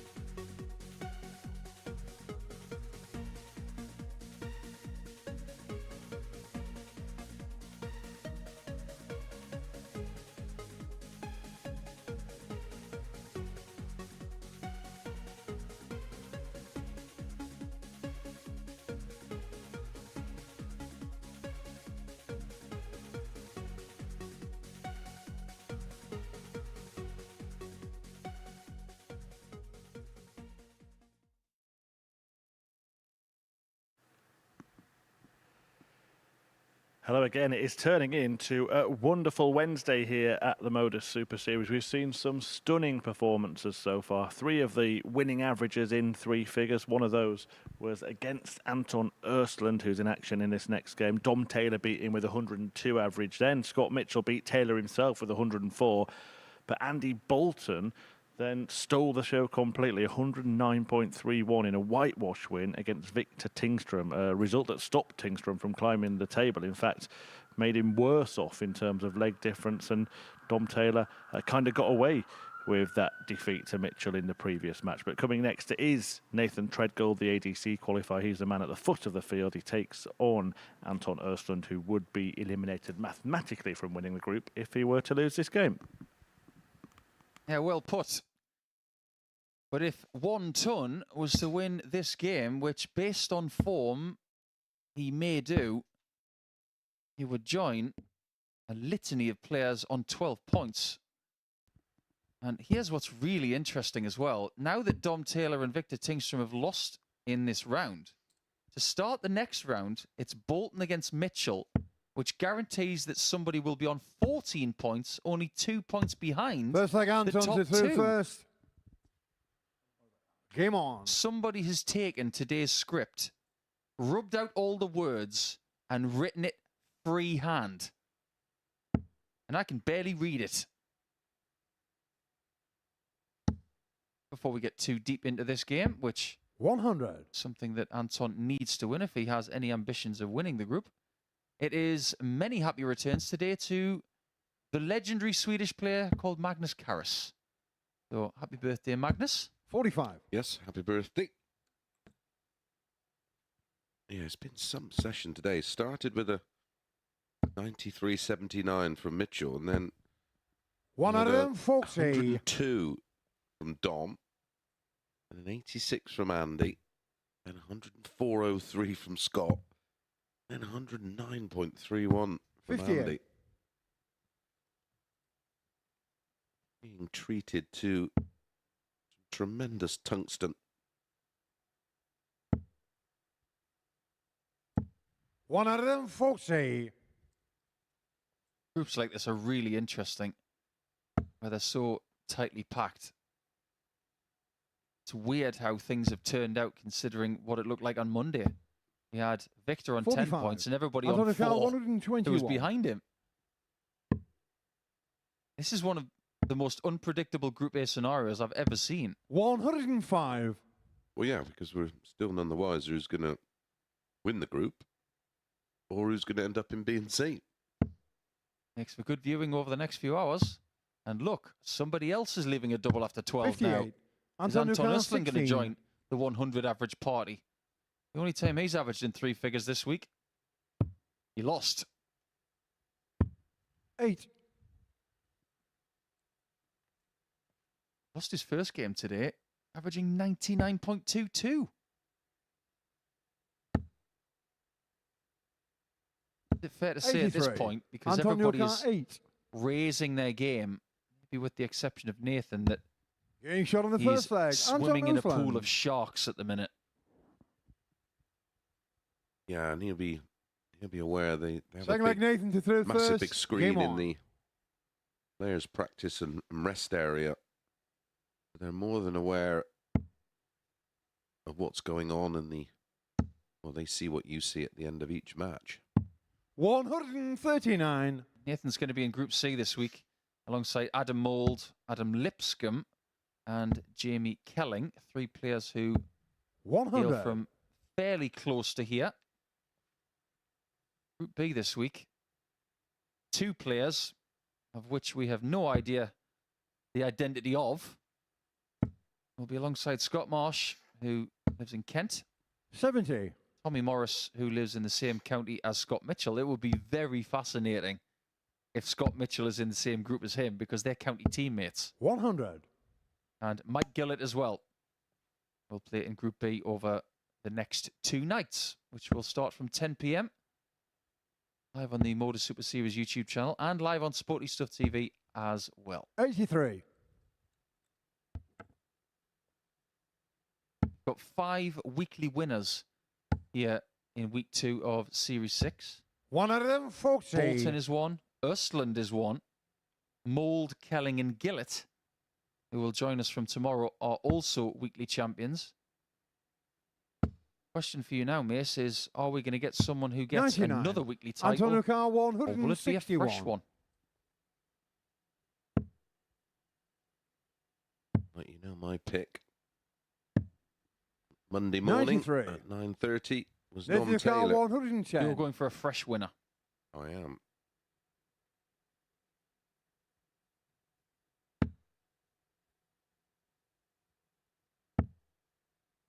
There's a lovely dart for double 18.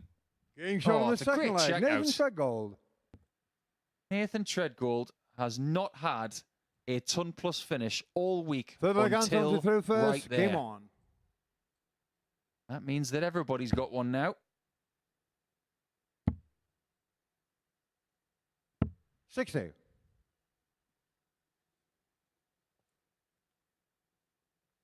If Nathan's been making friends in a practice room that we can actually hear, it's just on the other side of the wall. And it has been 60. a great spirit today. Well, there were a few spicy bits yesterday, but I think that was just in-game adrenaline. Testosterone. A bit more boisterous today. They seem to be 140. fine voice and a good bit of banter. I think some of these players are getting a second wind. Something that will happen when you're playing day in, day out. Well, you just get more comfortable, don't you, in your 135. surroundings and then often express yourself a little more.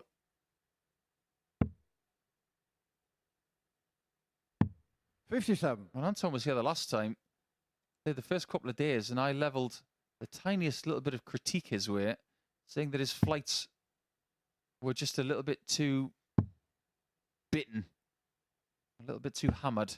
77. I implored him to use fresh equipment, and next day he did. And this week he's been using fresh equipment pretty much every day, by the looks of it. Take care of your kit and it will look after you as well. 180. Just like that. First one of the game. Average now up to 102.82. Is that all? Happening to everyone.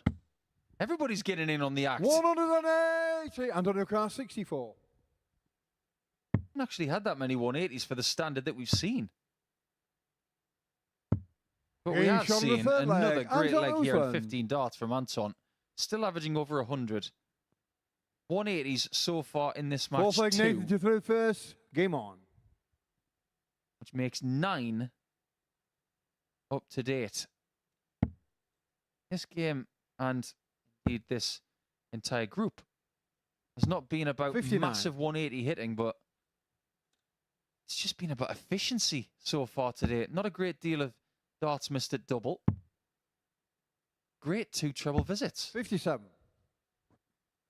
Yeah, the finishing has been exceptional, including that 4 from 4 in the 104 average by Mitchell. Had a couple of 4 out of 5s. 99.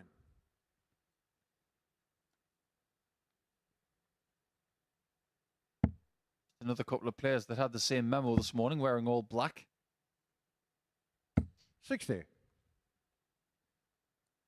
Very coordinated, you see. Just need a little bit of yellow trim. Tommy Cox wouldn't be happy. If you're not aware, Tommy 57. Cox used to be the tournament director for the PDC. He employed a rule that you can't wear the same colour shirt as your opponent. You have to have a home and away shirt. Though he'd be loving what's going on at Newcastle right now, wouldn't he? 121. Good point. I never thought about that, actually. Massive Newcastle fan. Lived in Whitley Bay, didn't he? Beautiful did. part of North Tyneside. 85. Gonna get some fresh sea air. Go to Whitley Bay or colour coats up on the North Tyneside coast. Yeah, he used to run a tournament up there. My goodness, it was fresh. 120. That bit of a hat stand. Anton is laughing right now because I am befuddled. I'm not even sure how that was dangling. 139. Or where it was dangling Anton from. Lucar, 143. I have a suspicion that maybe it's bounced out. It's either dangling from his flight or he may have cut one of them and it was dangling from the cut. 93. They look like Nathan pretty Lucar, fierce 62. flights. I'm not sure how they get cut, but I wouldn't mind seeing that in slow motion again.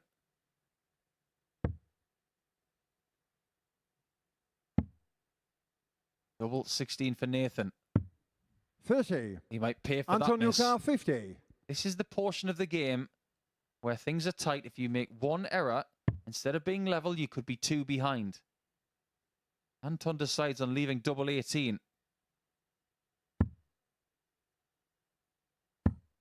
14. Misses on the Nathan Lucar, outside 32. even further with his second attempt.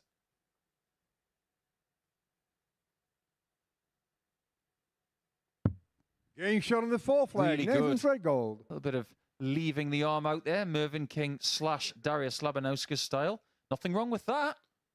I'll get to the Fifth end of leg, your Anton throw. to throw first. Game on. That is something players should practice.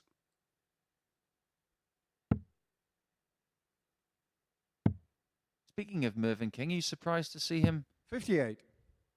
having to go to the last chance qualifier for the World Championship in a couple of weeks? Yeah, a bit of a surprise, but been plagued by injury on and off, really, most of his career. And this year, it's 99. got the better of him. You remember the last year he didn't play in a World Championship? There's a quiz question for everybody watching today. 1997. That's Chris Mason's answer. We will give you the answer to that question in the next leg. When was the last time Mervyn King was not in a World 96. Championship? And bearing in mind that he could still be part of Ali Pali this year, he will be one of the favourites to come through that qualifier. 180. Actually, I think it's before that.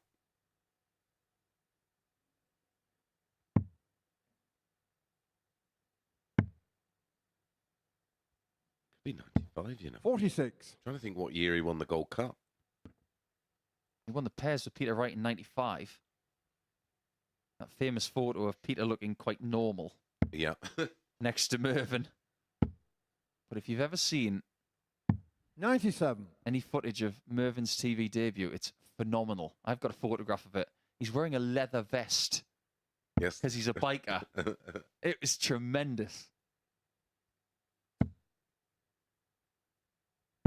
85. Anton Lucar, 66.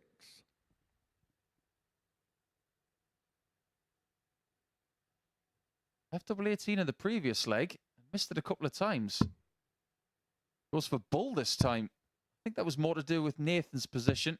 34. I think if Nathan was on something smaller, he might have gone for treble 10 or treble 14 there. Yeah, agreed.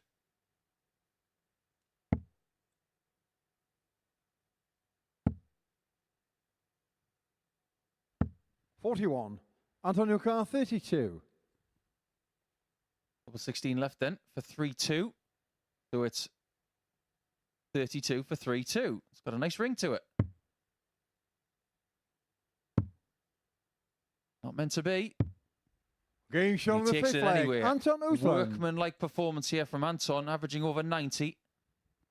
Being made to look pretty mundane compared to Six some of the leg stuff Nathan that to we've third seen first. today, but Game it's on. still an excellent performance. Now, if you are very curious to find out the last time that Mervyn King was not in a World Championship, he made his debut in 1997. 96. The last World Championship he was not in was 1996, the year that Steve Beaton won Lakeside. 60. On debut, Mervyn made the semi-finals and lost to Les Wallace, the eventual champion. Beat Roland Sholton that year. He beat Ronnie Baxter. 46. Also beat a world master in Graham Hunt.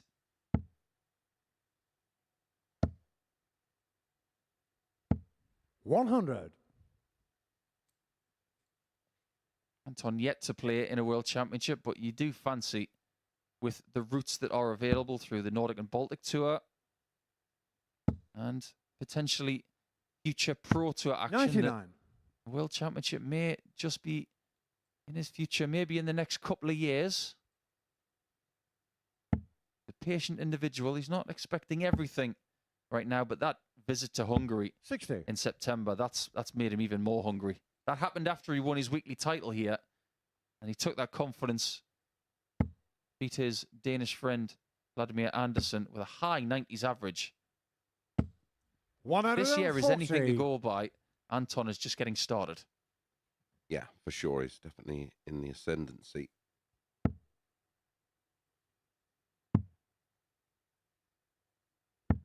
$57. Nathan Carr, 120.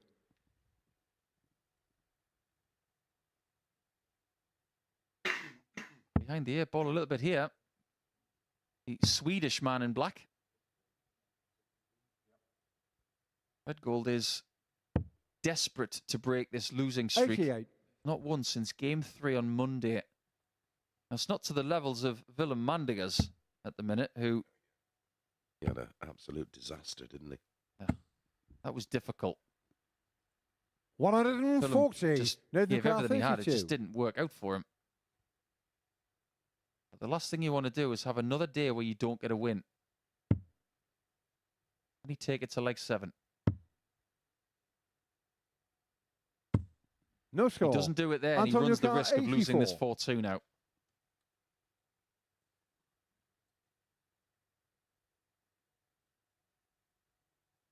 '84 has been hit today by Dom Taylor twice, 2 different ways, and he got it on double 11. And Anton does it as Game well, shot on the match. and that Anton gives us Usland. a log jam in the middle of the table. Anton Usland does not go up in the table, but does improve to 12 points. Mitchell has 12. Bolton has 12. Tingstrom and Taylor do have 16. And with that 4-point cushion, it will be interesting to see what happens after this break, because Mitchell will take on Bolton, and all of a sudden, someone is going to be only 2 points behind the top 2.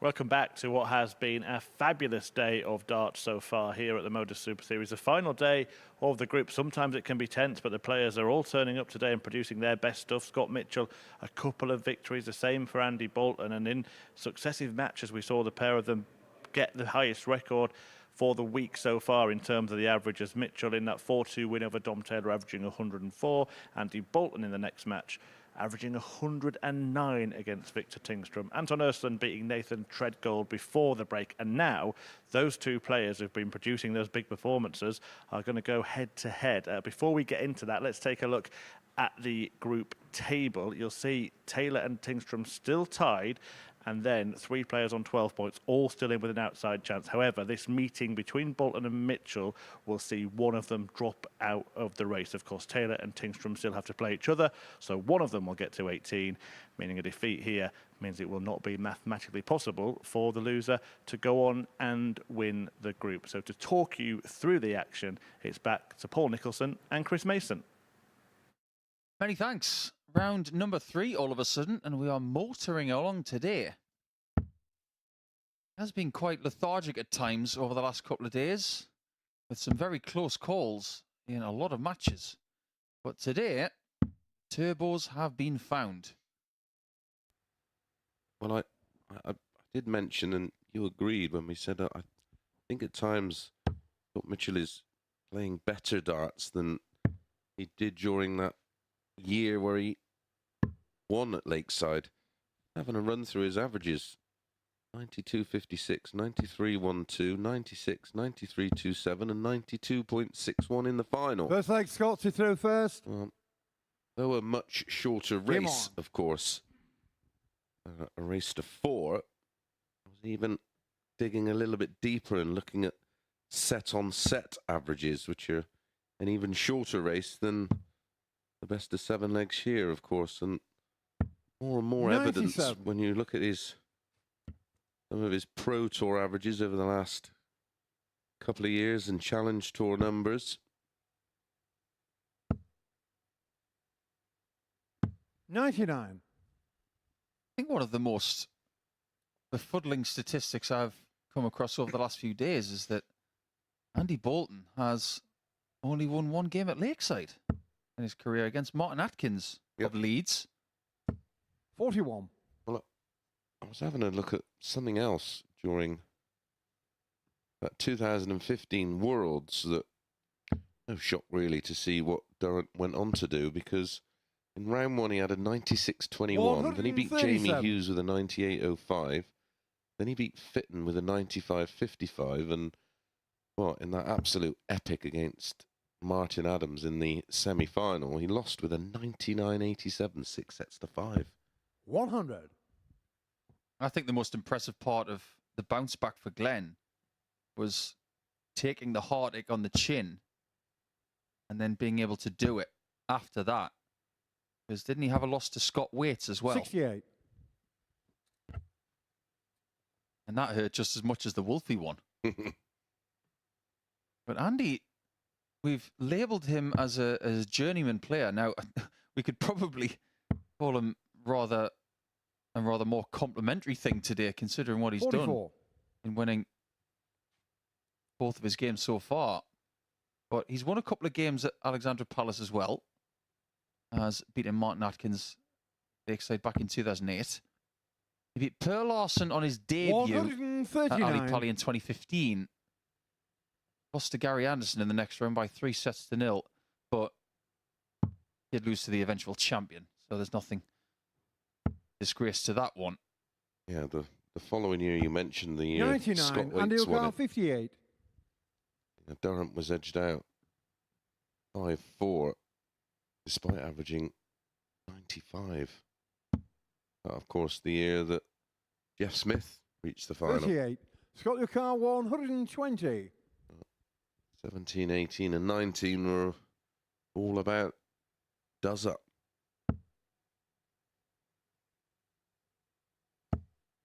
Lovely second dart. He didn't even know if it was in.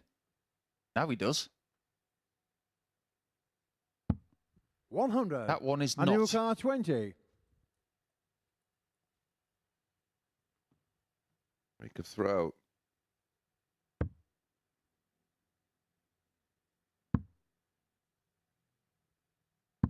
Game shot in the first leg. Not Andy surprised to Bolton. see that one go in, because these two are playing better now than they have all week long. Second leg, And Andy this to is a serve first. great Game battle on. to have at this point. Someone's going to be 2 points behind the top two. Someone is going to be out of the race and hoping that they can do enough to get in the top 38. three, which might be very difficult. Yeah, both on the back of Super Series PBs. I've actually had, speaking of Scottish dart players, we've had a post this morning on X from Gary Stone. 1 out of them, Says he's very impressed with the new look here at the Super Series in Portsmouth, and he's looking forward to joining us in the new year. If we don't see you, Gary, have a great winter period, and we'll see you in 2024. Look after yourself. 60. He's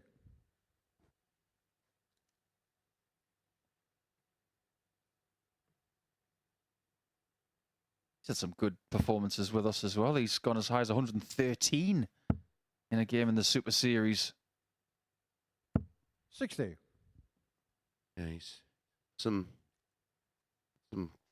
great performances in this year.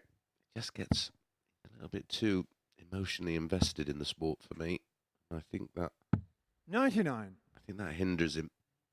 If he allowed himself to play with more freedom, get more pleasure. He's got levels.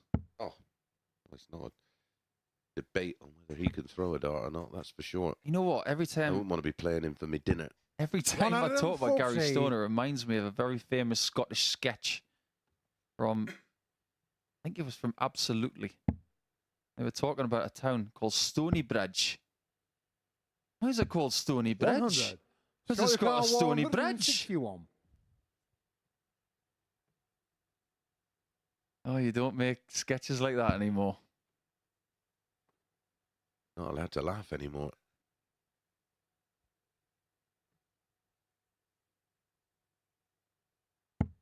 Sense of humour is banned. 130. You don't see many people laughing on the oche these days because it's serious business, isn't it? A lot of money on the line here this week. 84. And there are people Got the car, in the 31. field this week who have not sampled what Andy has, which is lifting that weekly trophy. Double 8 for Mitchell. Get on your guard, Scott, 15. because Andy Bolton O'Carr, will 120. fancy this now.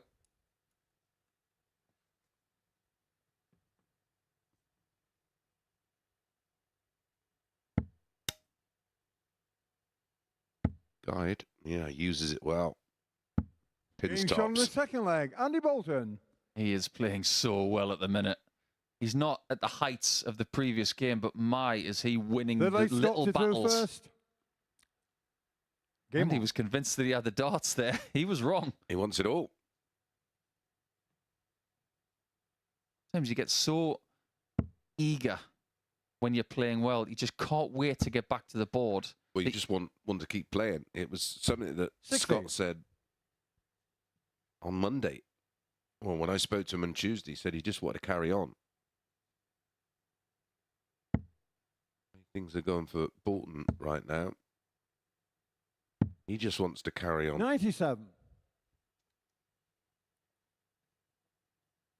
The wins on the World Championship stage for Andy Bolton. Beat Martin Atkins. His sole 100. win on the Lakeside stage. Beat Per Larson on his debut at the World Championship. That was in a prelim. He has one other win. It was in 2021. 100. Who was it against? It was against somebody who's playing here this week.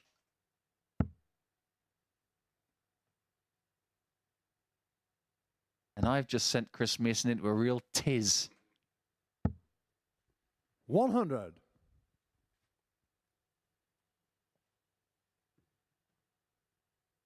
It's 3 sets to 1.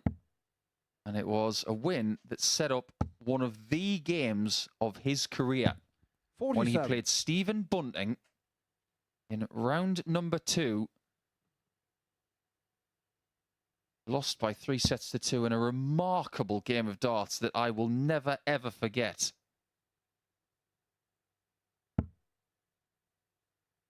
I went all the way to the very last leg 45. of that World Championship match. There were 5-ton-plus checkouts in that game. There were 11 180s, and they both averaged in the mid-90s. But who did Andy beat in 58. round number 1? Her name was Dieter Hedman.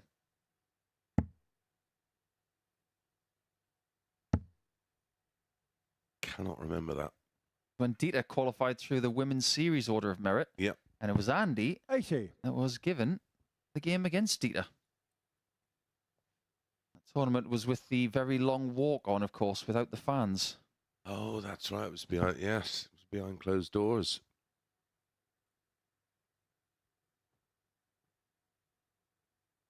There were some great walk-ons in that tournament, especially from the guy from China. You must have done that game 43. on TalkSport. Scott Ducal, I think must have done. 116. He's still exercising that right arm and elbow, isn't he? Yeah, it's like he just want to keep it moving.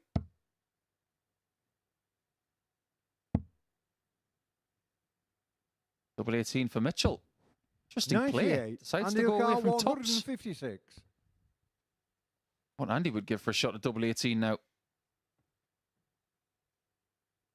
think this finish has been hit more than Barneveld over the years. When a dart player throws a dart like that and they think it's in, you get 100. Scott Ducal, you get 18. the ice cream headache face. The brain freeze face. Game Double shot on 9 the found third by leg. Mitchell. Scott Mitchell. Game is just not at the level that I thought it was going to be at. But that doesn't decrease the amount of Fourth leg, importance Andy on to it. throw first. Game on.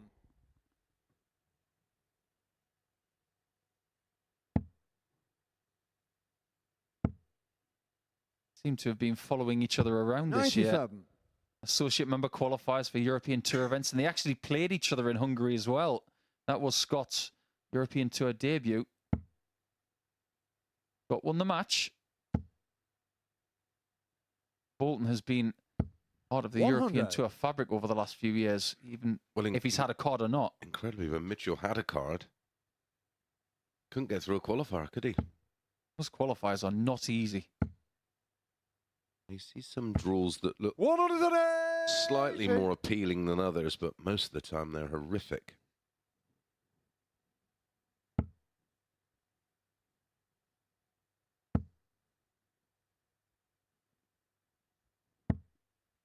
$81. You look at them and sometimes you've only got to win 2 games, but you've got to beat people who are just outside of the seeds. People like Raymond van Barneveld and Ross Smith. 100. And interesting to see who's not seeded at the start of next year's European Tour, because at the minute, I do believe Joe Cullen is on the biggest active streak 100. Andy of Ducal, consecutive European 124. Tours played, and it's approaching a record of Ian White, which is 80 consecutive European Tour events. And if he's not seeded at the start of next year, 92. might run the risk of not being part of the first event. Andy has found himself more productivity here in leg 4, much better scoring.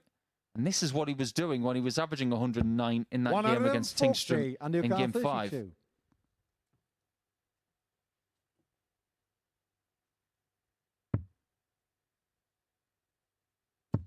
Game shot on Beautiful the fourth 14 leg. darter Andy for 3 Bolton. legs to 1. He's not done yet. He seems to be climbing this table incrementally. Fifth And if leg, results Scott to go third his first. way Game on. in round 3 today, then it may just be the case that he might sneak the win in this group, but he does still need help. 100.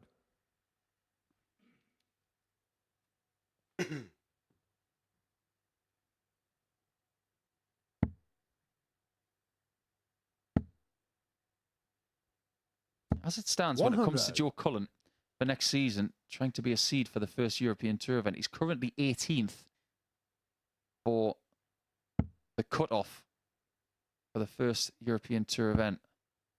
Now, he's going to keep that streak going. He might have to go through qualifiers 60. for the first time since the middle part of 2016. Yeah, just having a quick look at the dart ranker when you were talking about those outside the seeds, and right now it is Ross Smith, Doby, Gilding, 60. Anderson, Bunting, De Souza, Clemens, Ratajski, Rock, Schindler, Gurney, Barney, Rids, Hybrids. The list of players that you have to navigate through. I think the biggest name on that list at the 41. minute for the start of next season is Peter Wright. He's not a seed for European Tour events next year. He's played more of those events than anybody else. But as far as next year's concerned, 100. people are only starting to make plans for 2024 now. They might even not know what their plans are for next year. If you want to know more about Scott Mitchell's plans, you can see the interview that Chris had with him yesterday. 43. It'll be on our social channels. Very interesting stuff. But Mitchell's plans for the next 2 days might be, at best, playing Thursday and Friday night, courtesy of Andy doing the job here, which seems to be the case. 140.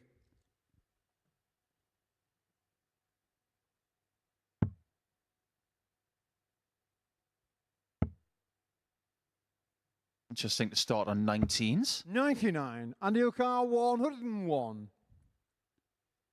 He does have a very famous 158 checkout in his career. Maybe he's going to need another one. Does he even get a look at it? He might not. And he Game, doesn't. shot, and Andy a match. Bolton's Andy at it Bolton. again. This time it's only an 88 average, but he's still alive in the race for the top spot. As far as Scott Mitchell's challenge in Group A is concerned, the best he can do is top 3, and even that might be too far to go if Andy's got anything to do with it. A decent match, but I suppose when you compare that to Andy's previous performance, he's reduced his average by 21 points, but he has still won. When we come back, it will be Dom Taylor trying to have a go at Nathan Treadgold to try and get a little bit of gap between himself and Victor Tingstrom in the Group A table.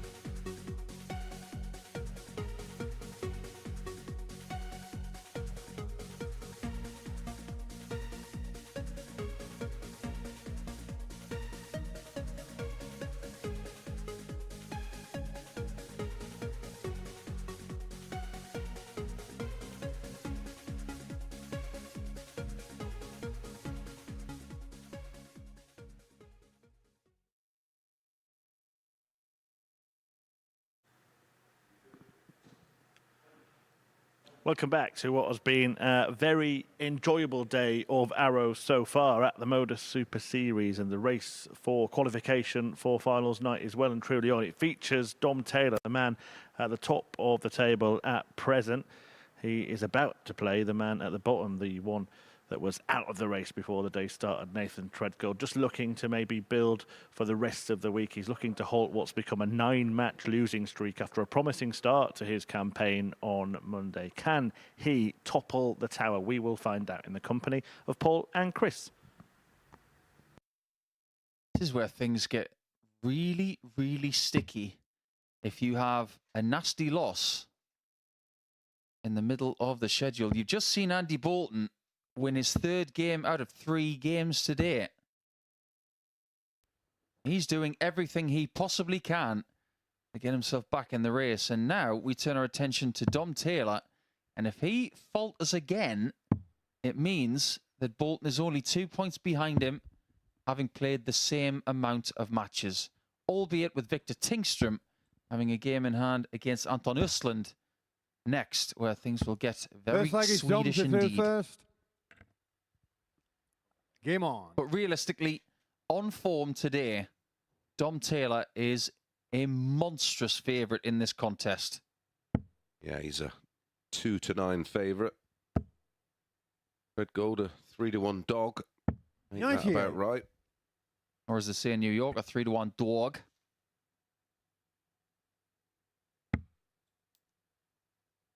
We've been doing a little bit of checking into who we could potentially get here next year.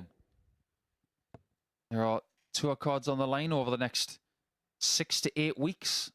See who will survive through world rankings to January the 3rd. Then Q School is in January.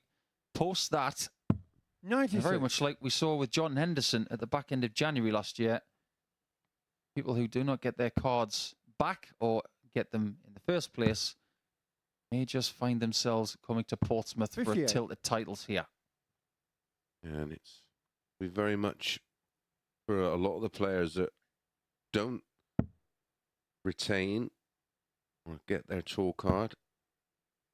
I think we're going to see a big shift in mentality as well next year. There'll be a big group of players who'll be going to Q School just to 140. Make sure they can play Challenge Tour. And then maybe have a tilt at competing in this, the Challenge Tour, and then get on the reserve list for the Pro Tour, so they get the best of both worlds, because there's going to be a lot of spaces where people just won't be able to navigate around the schedule in 2024 with the Pro Tours being midweek. That's where this 58 is so interesting, Dominic because 157. Players who are coming off the Pro Tour, players who haven't made it, but you've also got people like Nathan who look at this project, this tournament, as their Graceland. This is what they've been shooting for. This is their WrestleMania, their cup final. What a cup final moment this would be.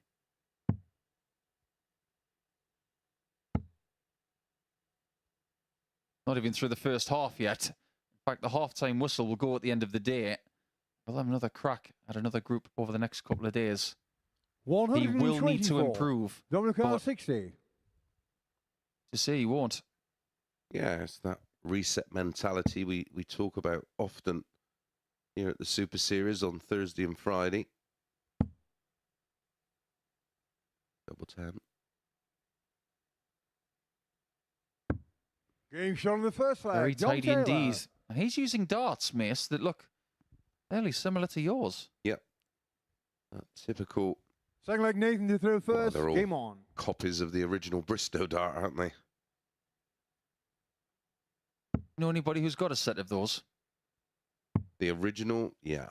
Yeah, there's a few 58. knocking about. Of course, then when he went to Harrows with the cock finger ones, but the ones before that, I think they were made by Durrow. They're as rare as hen's teeth. But 140. sets about. Rod Harrington was with them for a long time, wasn't he? Yeah. Yeah, he was good friends with the... I can't remember his first name, but it was Durant. 60. Ironically, that's where the name Duro Darts came from. They were probably the most I want to say fashionable Paul flights. Durant, but I could be wrong. They were probably the most fashionable flights Yes. in all of the 1990s, those Team Duro flights. Yeah. 97. I think I've still got a set, mint condition in plastic at home. Just they don't see the light of day. No. Every now and again, I just look at them, think, oh, yeah, they remind me of Rod. 40. Rod Harrington, of course, who has retired from the sport in every capacity. Just sits back and... Enjoys his golf. Indeed, Efficient. he does. Good luck to him. Worked hard enough for it, that's for sure. 140. But he used to throw a dart that was about as long as Dom Taylor's belt. They were so long and so upright that you couldn't see the top of the flight in the camera. 134. Dominic 124. The Prince of Style. Not the worst nickname in the world, is it? Have the worst career in the world, in fairness. Double 8. Game And he's shot at on it the second again. leg. Dom Taylor. 30 darts for the first 2 legs, and there's a gulf between these two. Third leg, I'm Dom to impressed third with the first. response after Game on. being beaten for the first time in 8 matches against an inspired Scott Mitchell last time out, when he did average 97.5. So 99. it wasn't like there was a collapse in form. It was still a defeat, and still bounced back from it. He's averaging 100 in this game, and he's averaging 100 for the day. Statistically, he's playing better 59. than yesterday. Yeah, where he averaged just over 95. And he's already which lost was a match. impressive enough. Yeah. We're talking about looking to 2024. We were having a chat on our way in this morning from the hotel, and 125. of a worrying trend of where especially players who are involved in the Premier League, a non-ranking event, are prepared to drop the opportunity of playing 46. in ranking events. It's like the elite end are have a different mindset to those outside of the top 16, maybe. Going to be a fascinating debate that you have with Alan Warren a little and Jackie Oatley come Minehead next week. 139. Yeah, well, it has to be discussed, doesn't it? Well, if you don't, people will ask why. So I think you better talk about it. Yeah, probably Alan won't touch on it. He's in those kind of discussions, he's in a bit of a precarious 68. position, being the Dominic chairman of the 138. Professional Dart Players Association, where I have no allegiance to either the PDPA or PDC. 86. Although, as you know, we're both huge fans of how they have changed our sport for the better, and well, they've changed people's lives, including our own. Absolutely. I don't know where I'd be right now without the PDC 93. or the Dominic MODUS Super 52. Series. That changed a lot of people's lives, didn't it, in lockdown, Didn't it just? Double 16 for Dom Taylor. including just fans of the sport and 36. sport fans in general. Yeah, there was a time, if you're not aware, I'm going to take you all the way back to when this project started, as Dom gives it the old practice shot in the background. But I don't know how many days it was exactly, but there was a time where 140. our Dominic darts 16. were the only live sport in the world. Correct. Sounded like Jeremy Clarkson there, wasn't it? In the world. Game shot on the Oh, third that's a leg. great Dom double hit. Taylor. He is cantering towards the finishing line here, and he's doing his leg difference the world of good as well. Now, Andy Bolton has Fourth done leg, a Nathan great to job third today first. of Game on. elevating his leg difference to plus 11. However, Dom Taylor at the minute, if he wins another leg without response here from Nathan, he will go to plus 15 and be 4 points 27. ahead of Bolton, and he would only have 2 games left. Yeah, I think the table is for the first time starting to take some shape. Bolton is ahead of Mitchell by 2 points, but the leg difference is 84. 13. One of the damaging factors today for Tingstrom. Losing to Bolton by 4 legs to 0. Yeah, because Dom Taylor on 99. well, the live table, as it stands, if Dom goes on to win this, which we expect him to do at 3-0 up, he's on 18, currently plus 14. That's 10 ahead of Tingstrom. 140. Making this mid-90s average look so normal.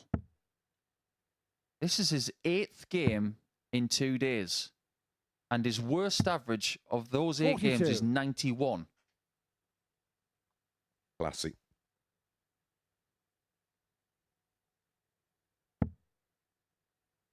First start has been outrageous. Like a magnet. 137. It's not replays we're showing you, by the way. Feels like it. The way he's been finishing his matches off, I would not be shocked to see him have a tilt at this 140. 57. Maybe a bit of Rob Dominic Cross. R, 140. 54, 54, 32. The way he's been hitting the 60. Let's find out. Well, this time he has a bad first start.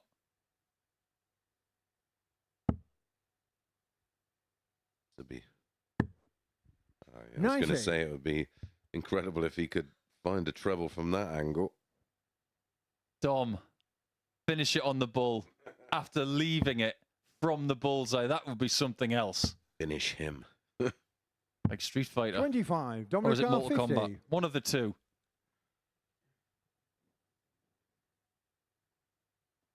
Tell you what was a Mortal Kombat. Get over here. He says it is double 16. He's talking to the board. I wonder what he's saying. 18. It's not thank you because the game's not over yet.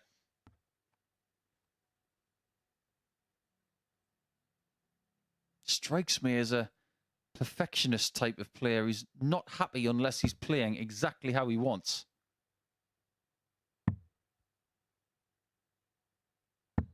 55. On the bright side, Dominic R, 32. very little resistance coming your way from the Welshman, who seems to be a little bit devoid of positivity today.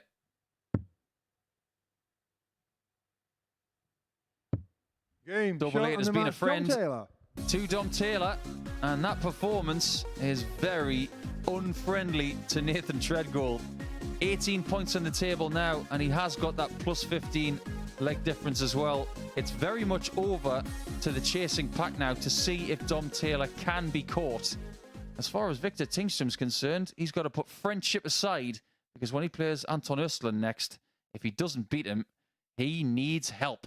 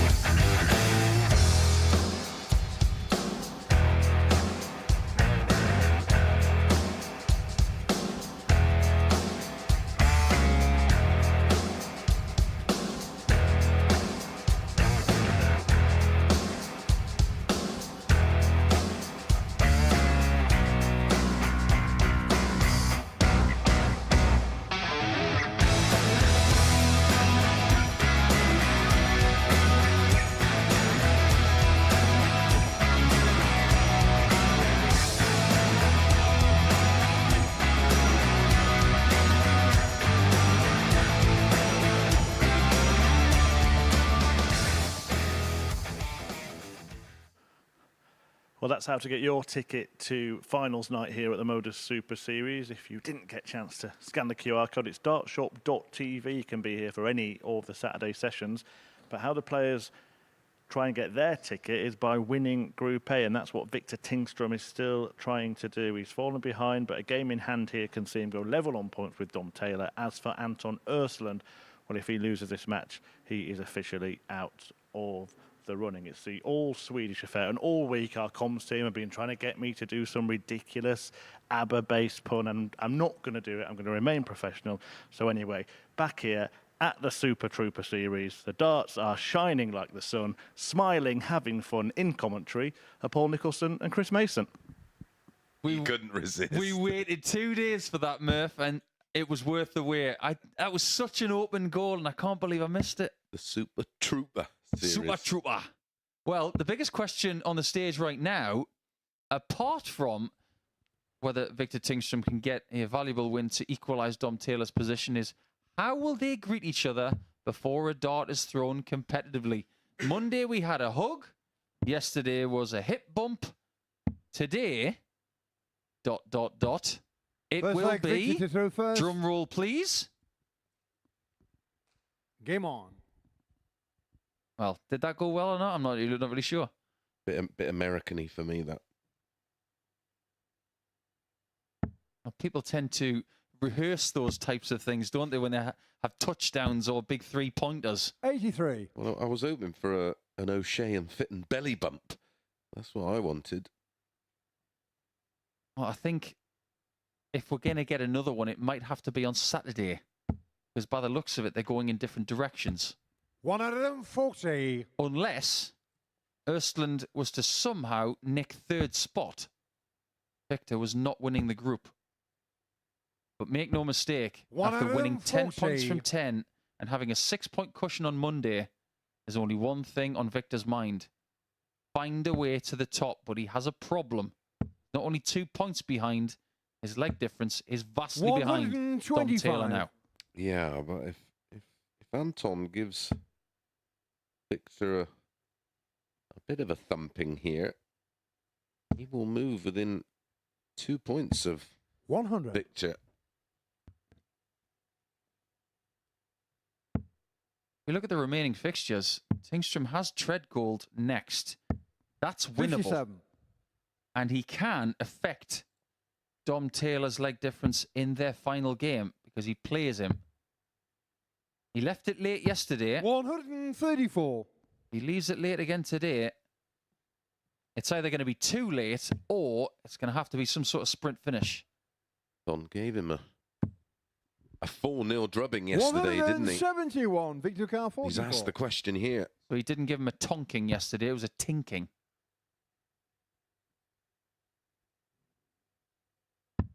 Game shot on the first That is leg. the first Victor leg in Tingstrom. 14 darts to Victor. That's the start he wanted. Yeah, that's Second leg Anton to Especially throw after first. the Game on. beautiful 9 count on the 19s to leave double 4. He dealt with the pressure brilliantly. 131. I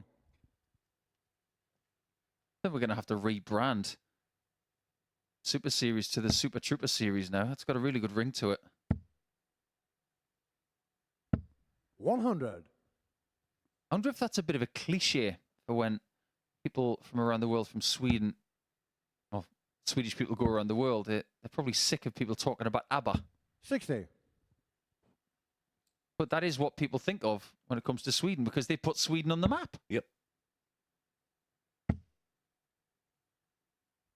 60. There are other famous things about Sweden, I'm sure. But ABBA is definitely top of the tree.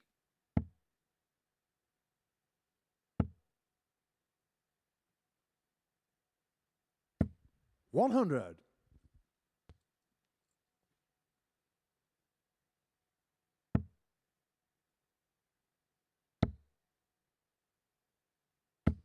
$85. Didn't we have a little segment about things you didn't know about Sweden the last time we were here?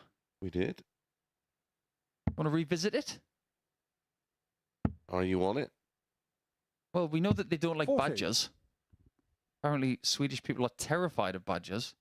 And it's a somewhat cashless society. One of the first in the world. 60. Antonio Carr 170.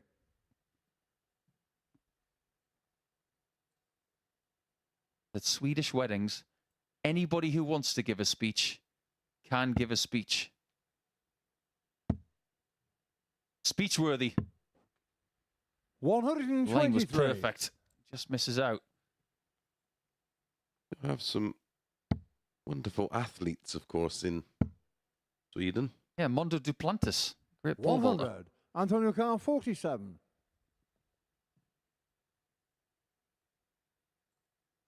Maybe one of the most famous footballers of all time is Zlatan Ibrahimovic. He doesn't lack confidence. Double 8. 39. Chance for Tingstrom to get a 2-0 Victor lead. Carr, This should not have 96. happened.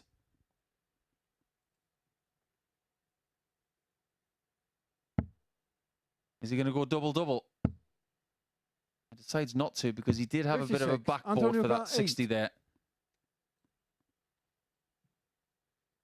Belkin boy is seriously hoping that Anton has a bad Game day shot on the on the second doubles. leg. Not Anton there. Uslan. It is 1-1.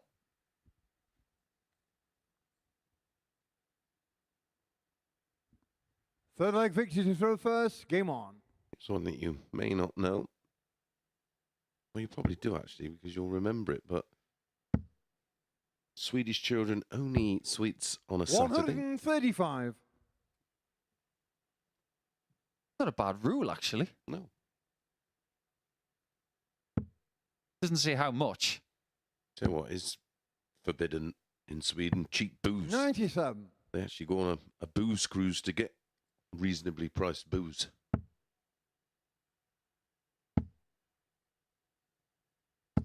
$60. They're a stickler for time, I know that, which is a good thing. I like a bit of punctuality, that's for sure. And they have this incredible student 45. tradition of shouting. Did you know about this? I have heard that, yeah.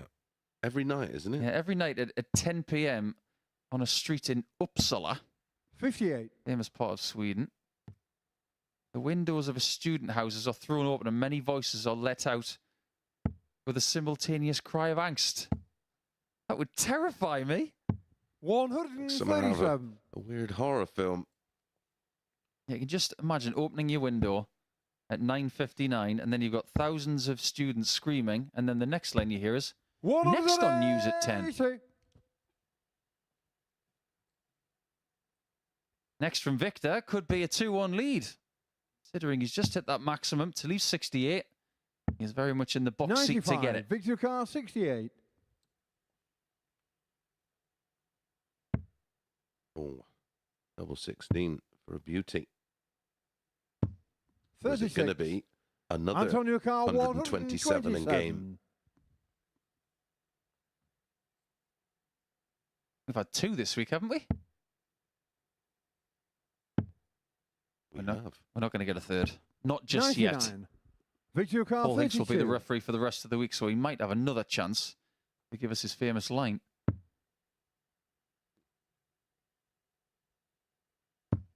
Game shot on the third leg. Another thing you Victor may not know Tingstrom. about Sweden. Do you know what they did about COVID? Fourth leg Exactly. Anton to throw first. Absolutely Game on. nothing.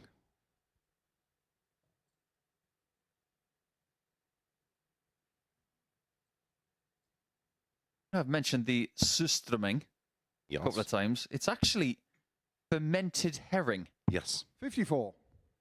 It's probably some So people's fermented, idea of hell. Fermented is another word for rotting. That's what kimchi is. It's fermented 54. cabbage. That's what cider is. Fermented apples. It's a way of preserving things. And people in Scandinavia, particularly in Norway, Sweden, and Finland, they 81. are masters in the world at being able to conserve food that's out of season. They pickle it, Well, you ferment think with it. how cold it is there, they'd have just buried it. 41. Because of course curry was invented as a way of preserving meat, wasn't it? Absolutely. In a time where food was not so plentiful. So you had to preserve what you had in season 140. some way so that you had something for when the snow came. And a lot of these Swedish and Norwegian practices are still 59. done today.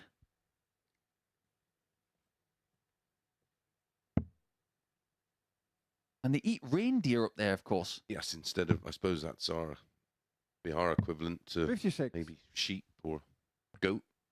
Curried goat is wonderful. Plenty of them. Reindeer, that is. 140. Antonio Carl. Well, he's missed a 170 in this match. He's going to have another crack at it.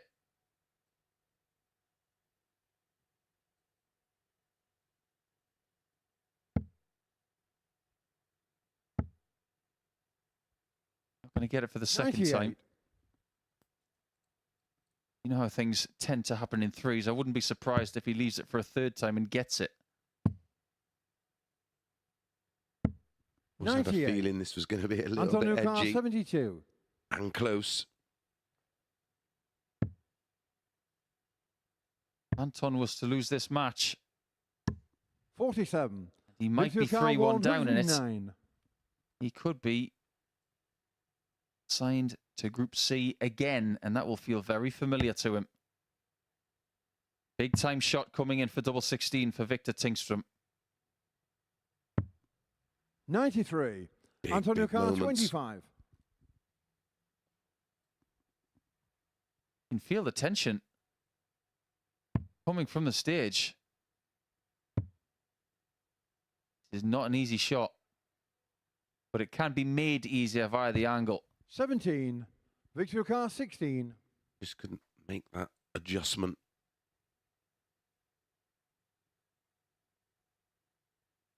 Taking a bit more time to get to the Yoki than previously this week. That is complete horror show. Oh, it's got to go high. No score. Antonio Carl, 8. The edginess typified by what you've just seen. A double that looks easy and sometimes feels easy, not found with 3 darts for 3-1. Going around the houses like he did earlier in the week. This is one of the main reasons why he's in the bottom half of the table. Game shot. He on does the find the fourth leg. madhouse because he Anton spent more Ullstrand. time there than anybody this week. Yeah, he seemed to have spent double 1 and double 5 more than anybody else. This leg, Victor to throw first. Game on.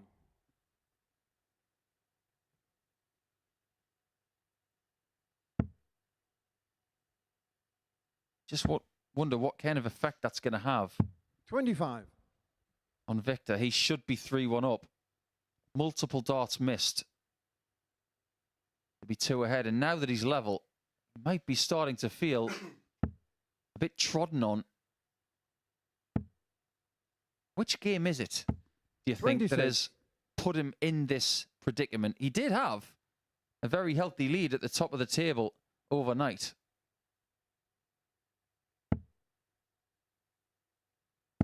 But I go back to yesterday when he lost 4-0 to Dom Taylor in the first game of his day. He lost by the maximum amount of legs, and he did not play well.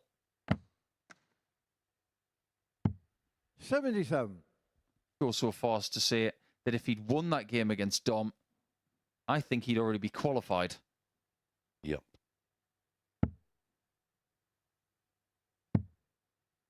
Yesterday we did say 96. the phrase of Rome was built in a day, but you can't win Group A in a day. Have to be able to do it over the 3. Very rarely do we see somebody in such 140. a zone of comfort after 2 days that they can just take it easy. I remember Jared Cole won all of his games on Monday, all of his games on Tuesday in a Group A campaign, and all he had to do was just turn up, 140. and he would have won the group by quite some margin. He ended up just winning 2 games on the Wednesday, but he did all the work in the first 2 days. That doesn't happen very often. No. 98. Victor Carl, 140.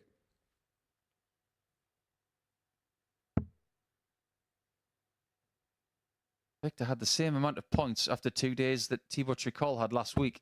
60. Antonio But the Carl, difference was- 160. Thibaut had won 8 games in a row going into Wednesday morning.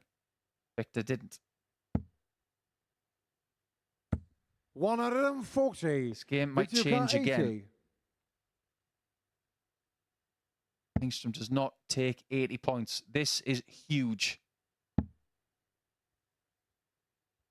Got to be top left corner.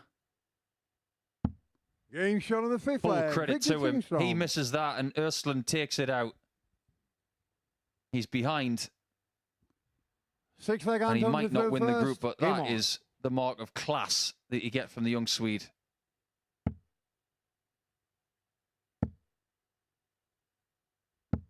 $140.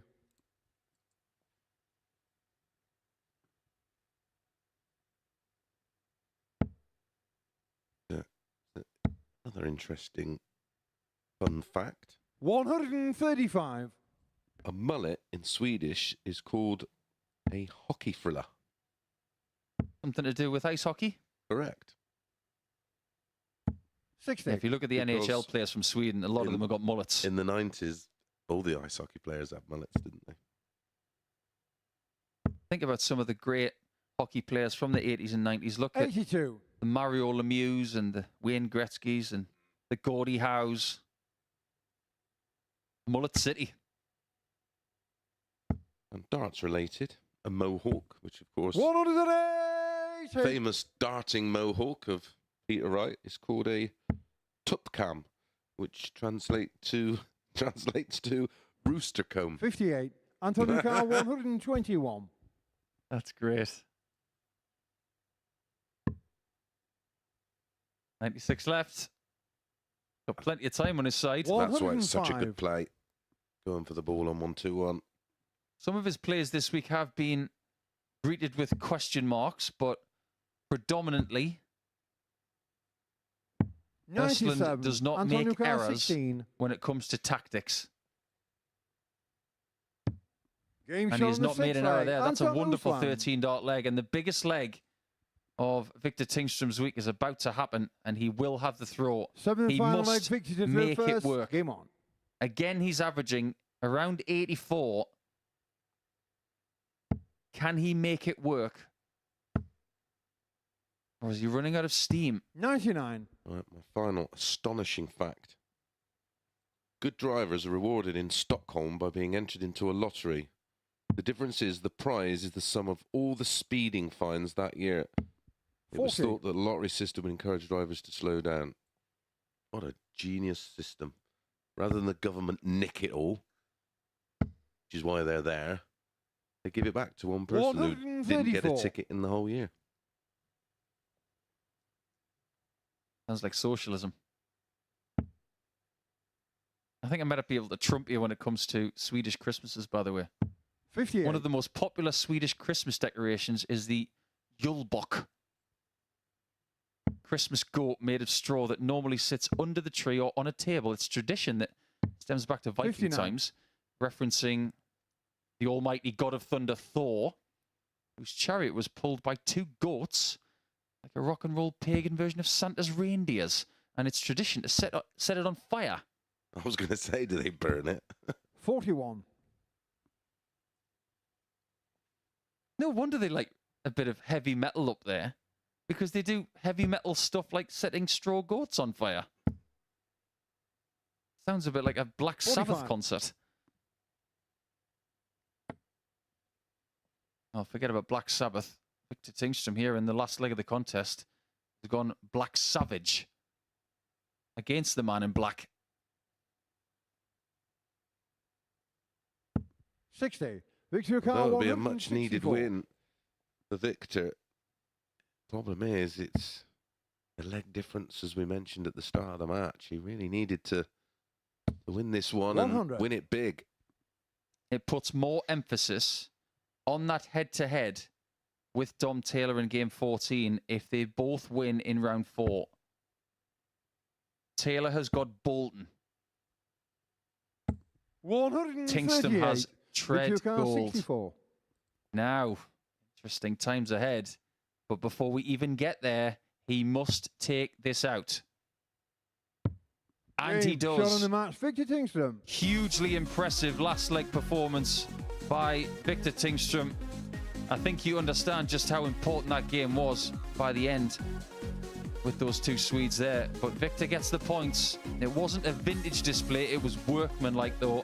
4 out of 11 on the doubles and an 85 average is enough to get the points, and that's enough at this stage as he equalises Dom Taylor on 18 at the top. That's the end of round 3. We're going to see Bolton against Taylor next as we see the next chapter in Group A.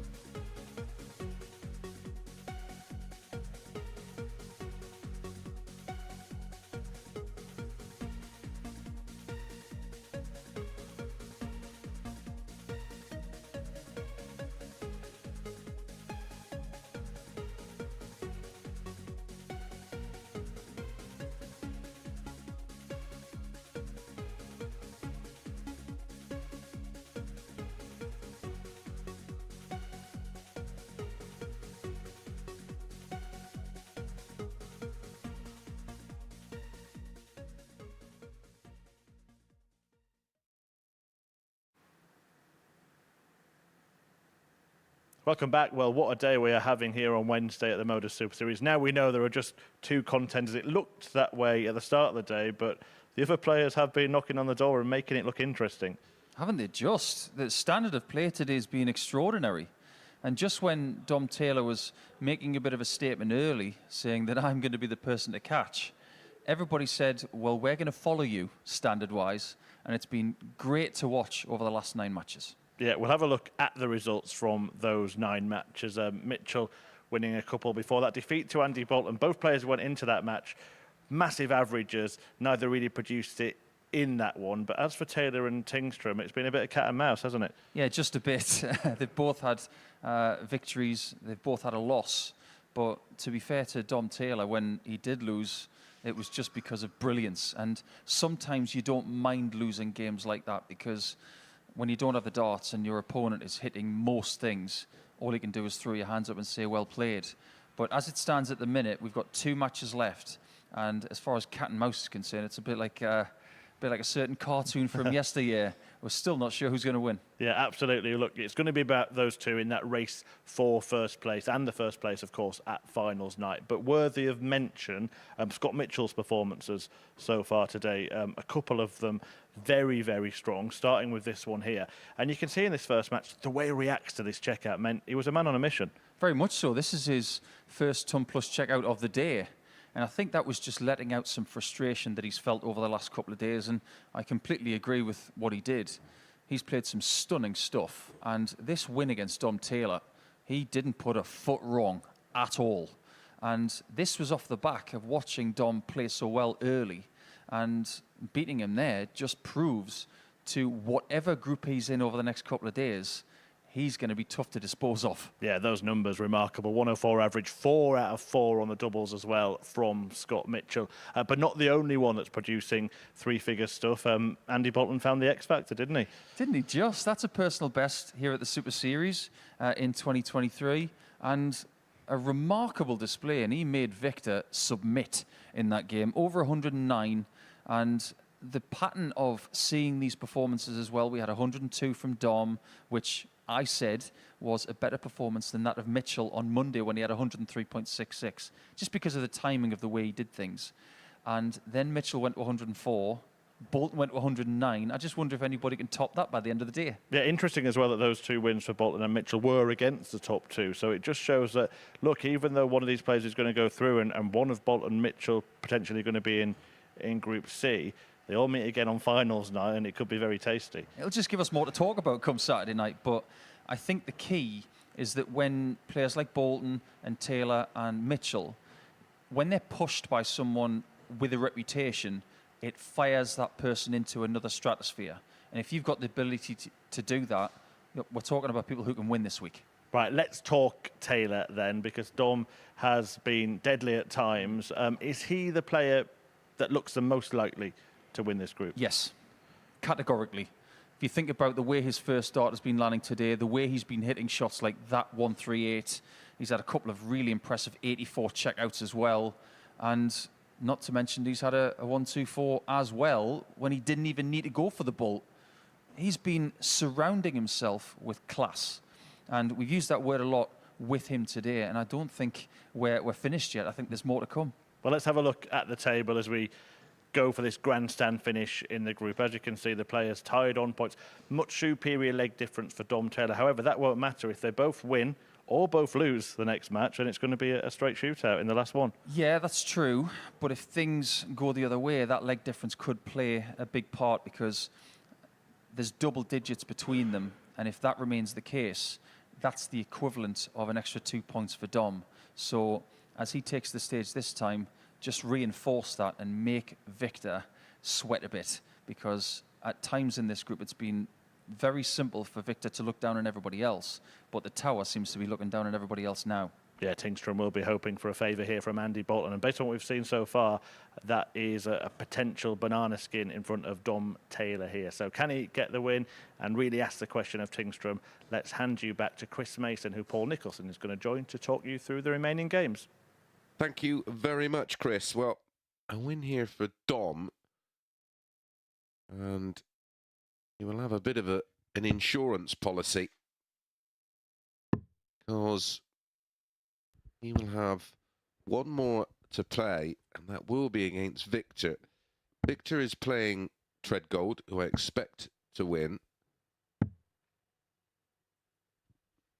So a win here, and Dom Taylor will force the hand of Tingstrom to have to beat Dom Taylor First in leg Andy to throw a first. sudden, well, a one-match shootout Game on. to win the group. Both currently on 18 points.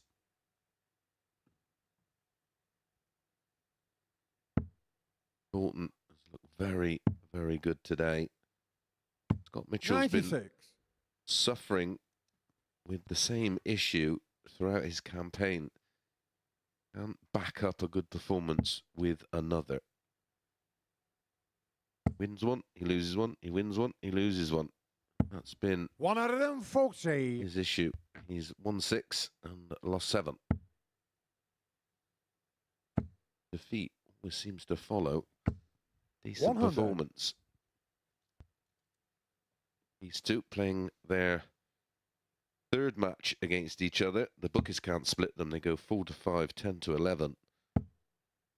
It's a 4-2 win for Andy on Monday, a 4-3 win for Dom yesterday. Is Dom, who is the first impact in terms of 98. big scoring. The max and a 140. This is the way to start the match. 100.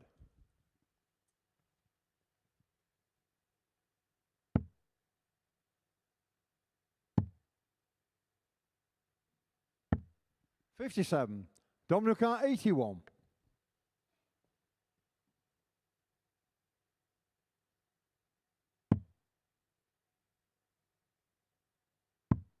Game shot in the first leg, Dom Taylor. That is an 11 darter. Had a 10 darter today against Second leg, Dom to throw first, game on. Scott Mitchell. Game incredibly on to lose.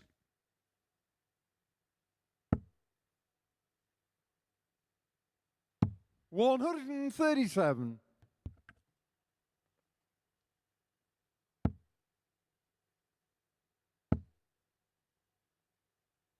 Paul Nicholson 99. That's the question. If the 109.31 by Andy Bolton could get trumped.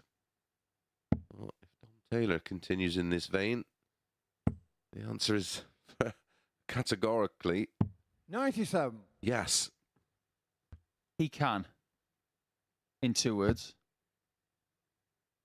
He'd said to me that Andy was going to average 109 this week. 100. I would have said, wow. Because as far as his best average ever is concerned, you can talk about him being in that range very rarely. Yeah. 131. Whereas someone like Dom and a lot of these young players coming through, throwing 110 average plus is becoming more regular than ever. When you got to look at Cam Crabtree's 98. debut, Domino car 136. 115.62.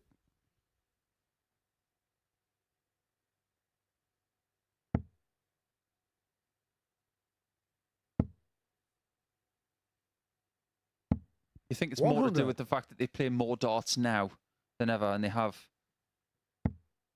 Yeah, yeah, and I think the opportunity to produce 59. those numbers are Domino car 36. available frequently, where it wasn't the case, and they're not. When we used to count darts, we Game shot all on do the it at second Super leg, League Dom and Taylor. county when we're on the cusp of producing something very big. Third leg, Andy to throw first. We're game put on. off because we know what's happening. I wonder if Dom Taylor knows what's happening right now, because 11 darter, 13 darter, and he's sky 59. high, skyscraper high, not tower high. But one thing that seemed to evade me with that Andy Bolton performance in Game 5 is that not only was that a personal best at the Super Series, but that is a personal best 100. anywhere. His previous of 108.5 against Simon Stevenson in a Players' Championship in 2019 has been beaten, albeit with a 96. slightly shorter format, but for me it counts. Absolutely, it's on record. You can watch it back. So we can realistically say at the minute that Andy Bolton is playing some of the best darts of his life, but the person he's playing right now 139. is maybe playing some of the best of his career, albeit at a younger age. Put that into 100. perspective, Nico. He's averaging 24 right now. 2.5 legs deep.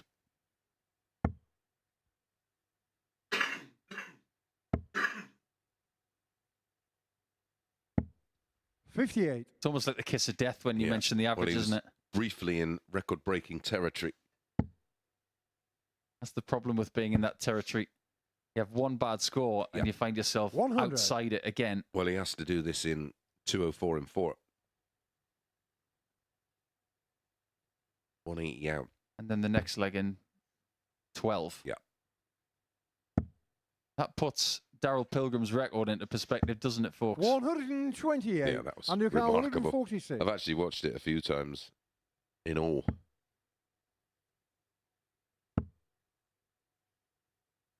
Andy sits in third 100. position at the minute, Domino car 76. which is position for Group B at this point. Last time he was here in Series 5, he won Group B. He'd love to be back in that group again. But Game that shot on is the a third 14 leg, dart Dom leg. Taylor. And Dom's average is huge. It's not record Fourth leg, Dom huge, to throw first. but game let on. us try and figure out what he needs to do to break the record in this leg. If he can find another 11, that'll do it. What's he up to? Well, Are you and watching, Mr. Pilgrim? A 9 would do it. If he hits a 9 here, Mace, because he's been the one person who's been more likely to hit one than anybody else, he could just say, complete the darts. This would be the most complete game because he's already 3 from 3 on the doubles. He would probably, in fact, he wouldn't probably, he would outdo that performance of Graham Usher in Southampton, who had a 9-darter, 4-ton plus finishes and a 167 in the same game. 60. Only 60, though. Gonna have to get that in 6. Or 5. Oh, 59. a maxi, an 81 in 2. Already got 2 maximums. Not going to get another. Has to go to the 18s now. Or the 20s. 57. Should have got the 18s. It was an open bed. And he could have left himself on 170 to win the game.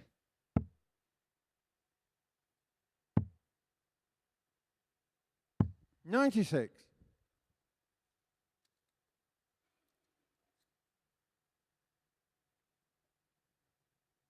What more is there to say about this young man over the last couple of days? His level of performance has been remarkable.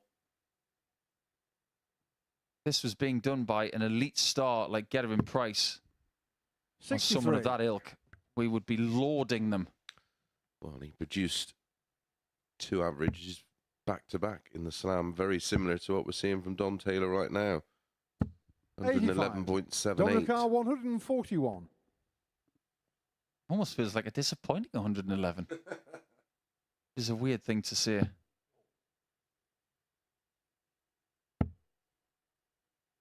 That leaves 74.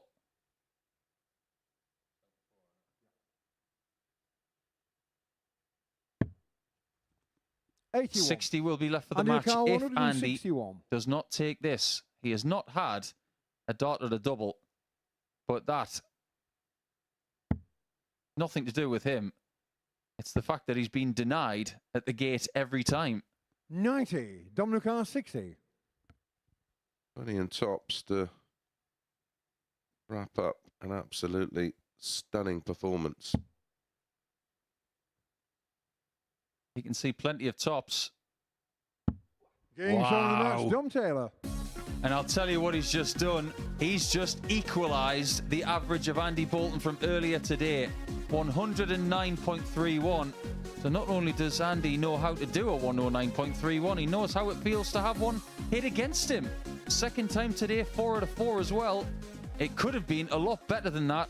But I'll tell you one thing, Dom Taylor will not be perturbed by the fact that he's only averaged 109.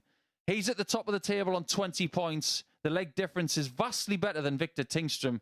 He's got a big, big task ahead of him against Nathan Treadgold in game 12. If he loses that game, he is not going to win this group. But before that, it will be Mitchell and Ursland next.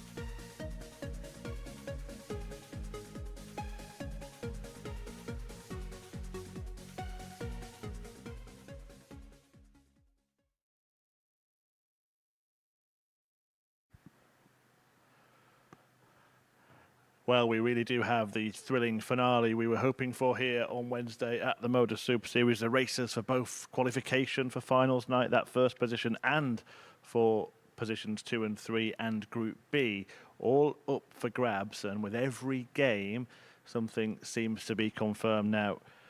And between now and the end of the day. And Scott Mitchell and Anton Östlund are two of the players in that battle, both currently in provisional Group C spots. But I can tell you that whoever loses this match will not be able to scale the mountain and make it into Group B. So a huge game for the pair of them. And talking you through it, it is Chris Mason and Paul Nicholson.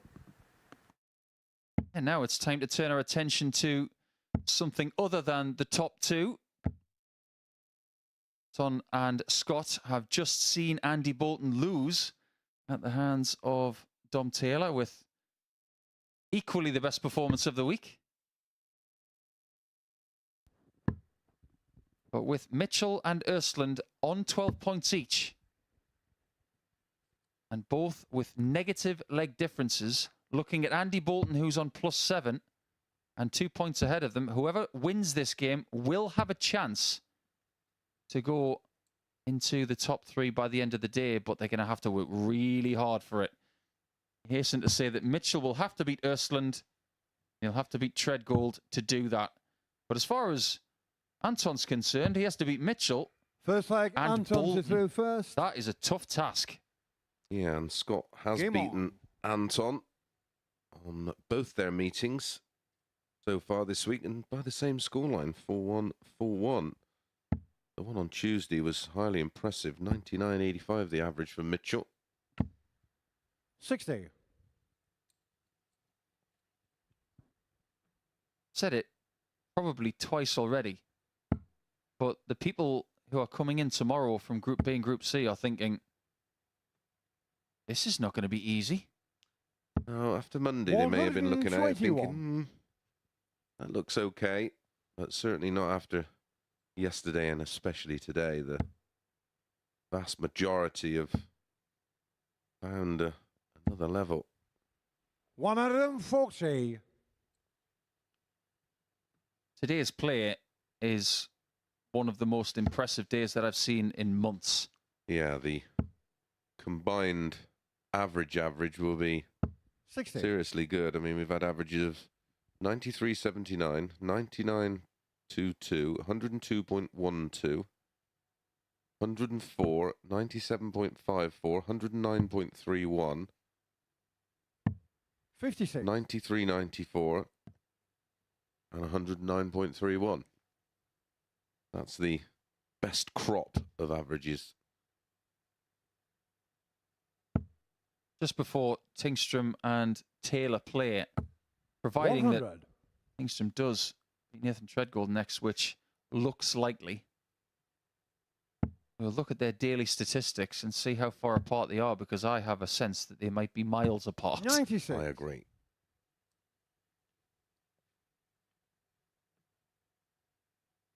You're going to have to stay with us to get those numbers, though, because I'm not going to give everything away immediately. I mean, if Tingstrom doesn't beat Treadgold, then it's done.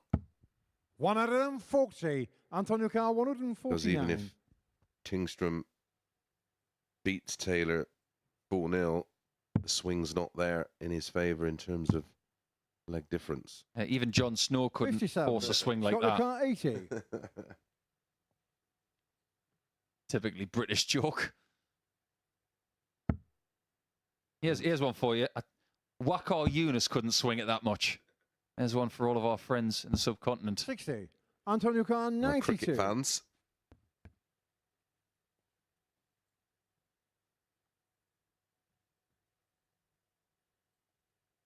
Looking at the 25. Or the bull. And the double 16. Anton Östlund. Great shot. A leg dominated by Mitchell. That's Second been a leg, bit of Scott a through theme, first. Game on. has to be said.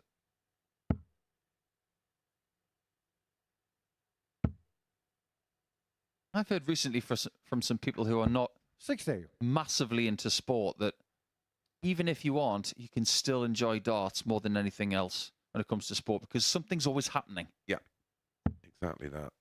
Such a quick, rapid fire 38. game. I think that's one of the reasons why it's so popular at Christmas time.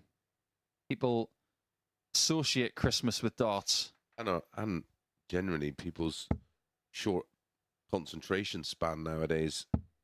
140. People want things yesterday. You're seeing young players doing very well here over the last couple of years. 60. And there was a young player that won last week in Willie Borland, beating another young man in the final, Nico Bloom. He was a bit of a hit last week, doing all sorts of shenanigans on the bullseyes. And probably the best young player in world darts. Luke Littler, of course. 100. Back to back.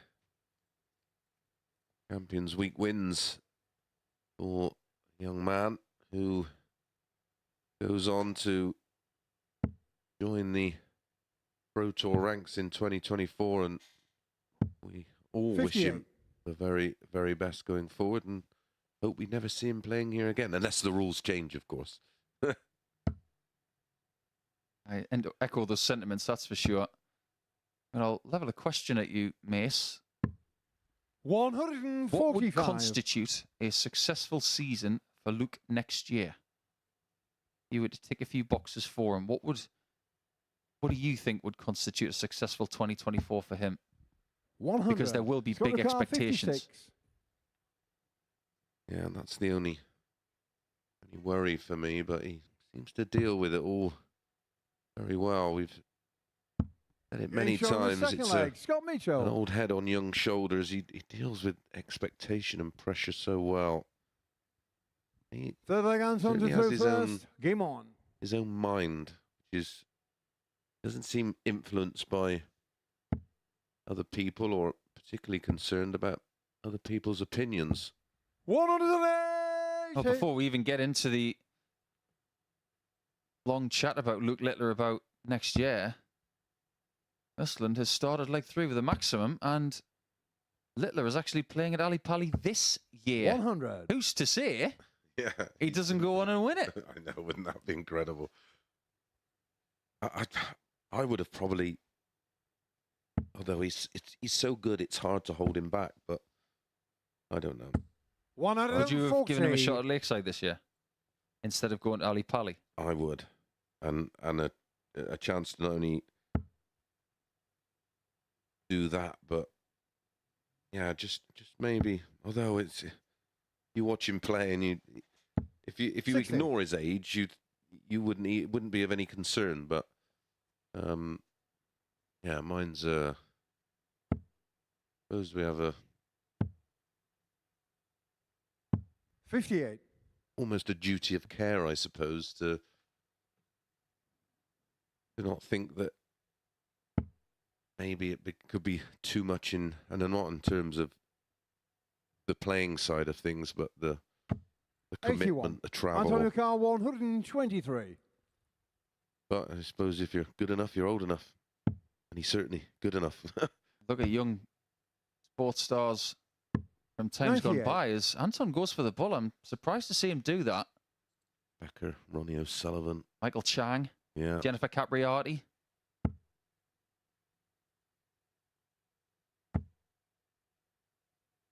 Nelo Alvarez is fighting against Ben at 100. 15. Antonio Carr 25. Ouch.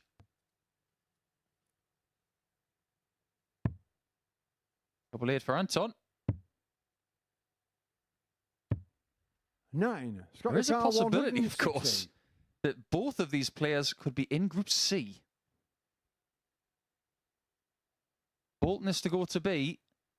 Mitchell and Ersland in Group C is real problems for everybody in that group. 100. Antonio Carr 16. Second go at double 8 now for Anton.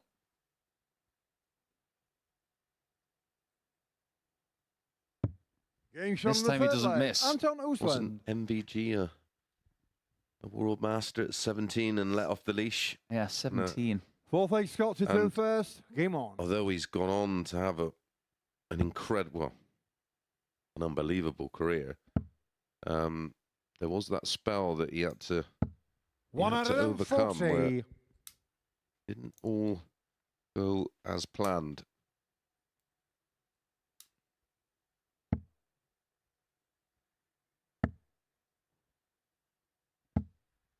$100. Just reading right now about a US professional footballer who made his debut at the age of 13. Well, Wayne Rooney was very young, wasn't he? Yeah, I think he was 16 or 17 when he scored against 100. Arsenal in the And Premier Owen. League. And Mike Lowen was just a kid. Goes to show, doesn't it? If you start young and get the right footing, you can go on to greatness like Rooney and Owen did. 100. Going to be a fascinating few years ahead, that's for sure. 100. Fully, well, he has my full support and backing. Yeah, me too. I can't wait. I can't wait to see who he draws at Ali Pali. Doesn't matter who it is. Glad it's not me. It's going to be prime time. And everybody here at the Super Series is going to be glued Scott to it. Car 161. The finish that we have not had this week. It still remains at 156, the biggest finish of the week. But for how long? John Taylor.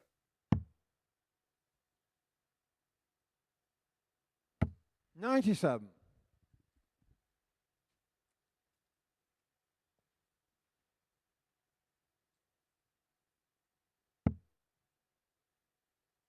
This is following a very definitive pattern. Balls of throw. 60. It's Scott not Car lighting 64. up this place the way that some games have today. Not a bad game by any means. But it's being made to look that way because of the brilliance we've already 32. seen. Mitchell, Antonio prior to that Carr, miss of 148. double 16, was averaging 99.64.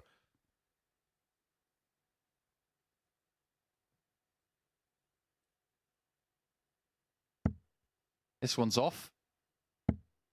Bit like the fermented herring. 83. Scott Car 32. That could be our next challenge when our No, next. I'm allergic to fish. Oh Dead yeah, Andy. so you're out. We'll get someone else to do it with you. Game shot on the fourth leg. 2-2 it is Scott in this Mitchell. one, and that would be an interesting challenge. We're always looking for social media content here at the Super Series. If a Swedish player was to make Fifth leg, Champions Week, Anton to throw first. they have Are to you do gonna some eat some- systroming and see who can do the systroming challenge. I'll bring the sick bucket.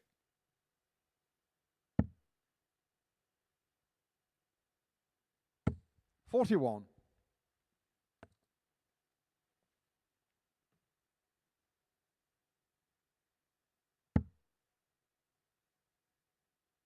If anybody can top that 109.31 that we've seen twice today. 100. Looking through the players that we've got for the rest of the week.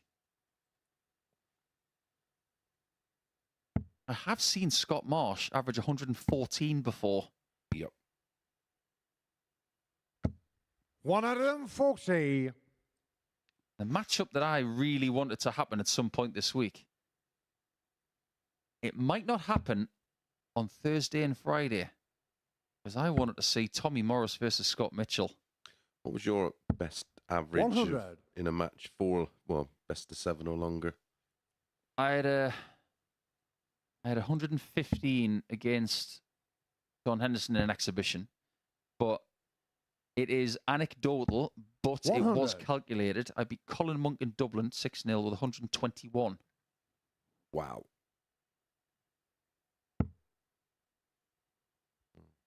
The way I can beat that is a best of 5, which I'm not including. 112.52 was mine in a 140. 19-leg thriller against Adrian Lewis. Stage 2, UK Open at Bolton. I think stage-wise, I had a win against Terry 60. Jenkins at the Scott Car 161. German Darts Championship. 2009, 108. And I think it was 5 consecutive 14 darters. Whoa. A bit bananas.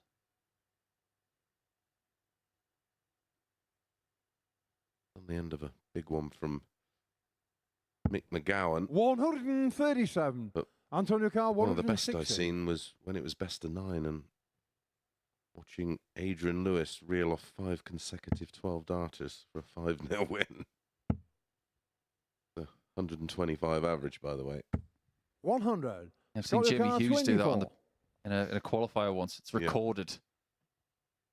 One of the best averages of the last 10 years. Now, a break of throw is imminent. Only if double sixes hit. 18. Ouch. Antonio Carr, And 60. again, Mitchell creates the opportunities, unable to take them. Almost like he's been caught with his hand in the cookie jar there. He just takes his hand out without getting a cookie. We follow his sequence. Game shot on the 5th leg. Anton Oosland. Should win this one, Mitchell, because he lost last time out. By the way, I love the way that Paul Hinks 6 leg. says Scott to throw first. Game on. Anton's second name. Oosland. Bit like our favourite pronunciation of our friend Patrick. Boogard. I love the Yorkshire 100. accent, don't you? So honest. Great referee, doing a fabulous job this week. First 3 days of the week, he's doing 45 games, and he will do a heck of a lot more on top of that 100. over the next 3 days as well. Hall of Famer referee. Not just the players and the promoters and organisers that get Hall of Fame status. 140. Referees in the Hall of Fame, like Sir Freddie Williams, Bruce Spendley.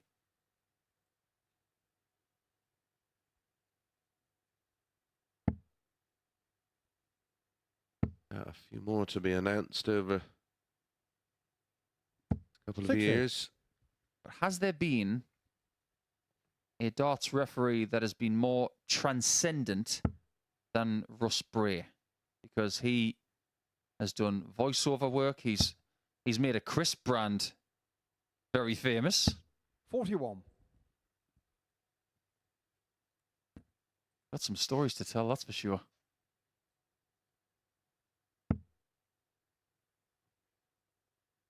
Mitchell should have been 3-2 up, really. 60. This could have been a really good spot to get the game won. The more I look at this fixture, the more I think that they are both destined for Group C, because that leg difference is not going to change.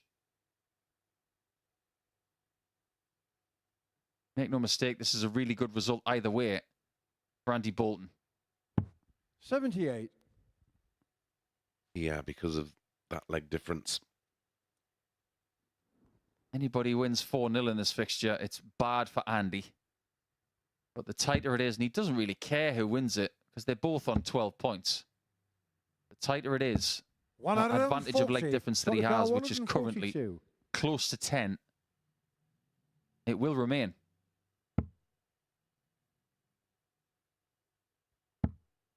The trouble. He's got to leave this low.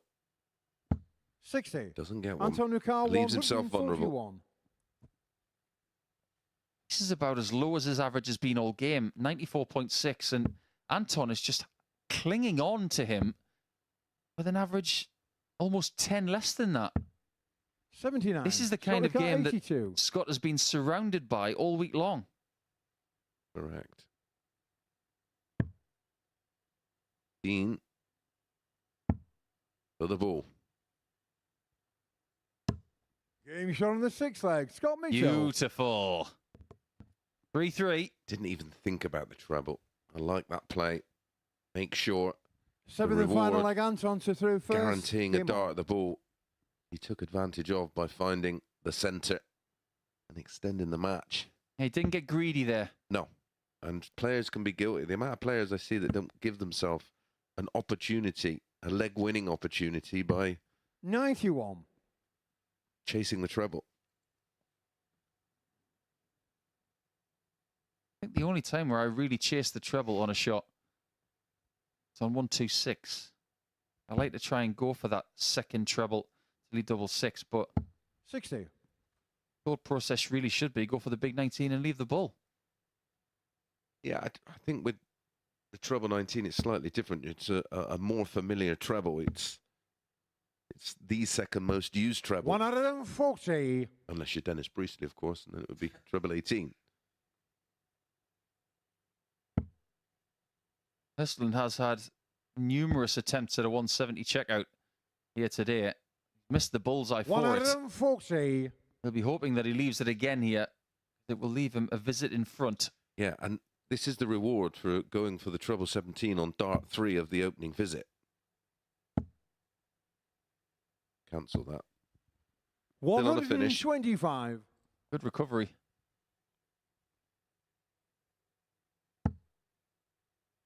Adam Mould, Adam Lipscomb and Jamie Kelling await in Group C.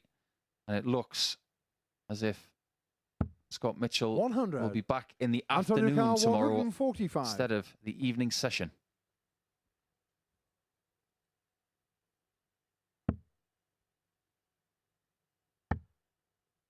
It's another nice recovery. Can stay there, can't he? 109. Oh, wow, perfect. Almost did a Nico Springer there, didn't he? You see that leg last week in the German Super League? No.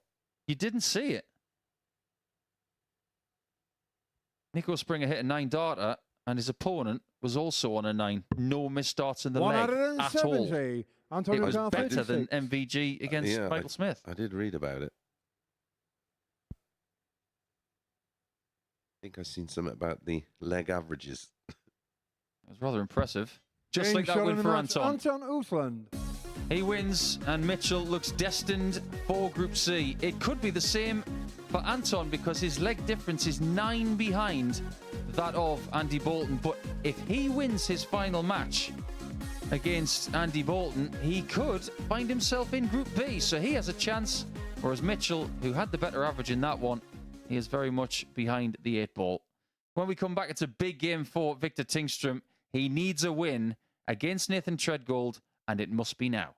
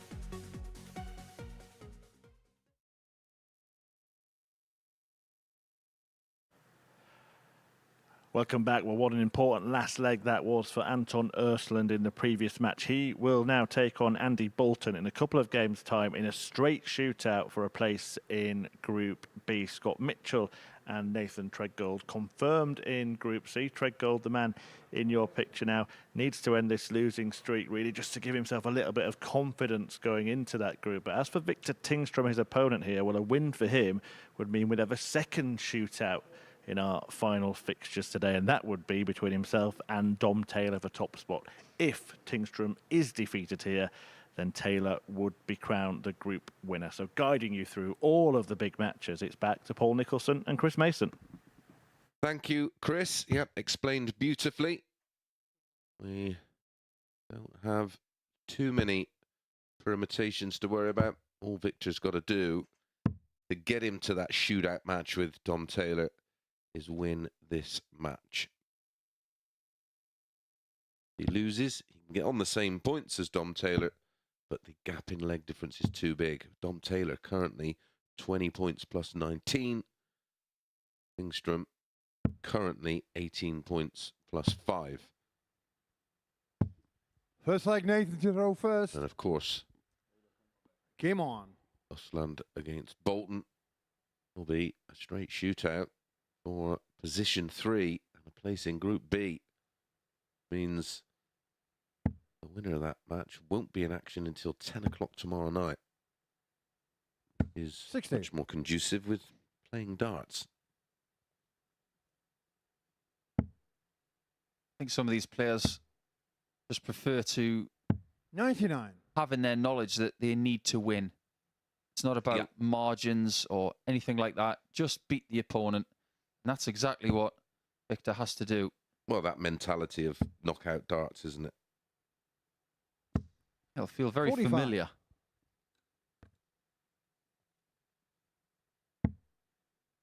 Been a very, very up and down few days for Victor. 100. But even when he was winning 10 points on Monday, we all looked at each other and said, yeah, he's 6 points ahead, but he can be caught. Because his statistics told us that he was 60. not dominating the group with performance game on game. He was just picking off points when other players were giving him opportunities, on top of the odd performance where he dominated. 98. Yeah, there was always that feeling of vulnerability about him that he could be caught. And credit to him yesterday, he was caught and then steadied the ship very well to re-establish a 140. lead. And it would be typical of his week. He went on to lose this match, lose the group. 134. with a game to spare, that game being against Dom Taylor. Make no mistake, Dom would like to have this done before he plays Victor. That is for sure. And that 180 108. might just be a sign of it. 70.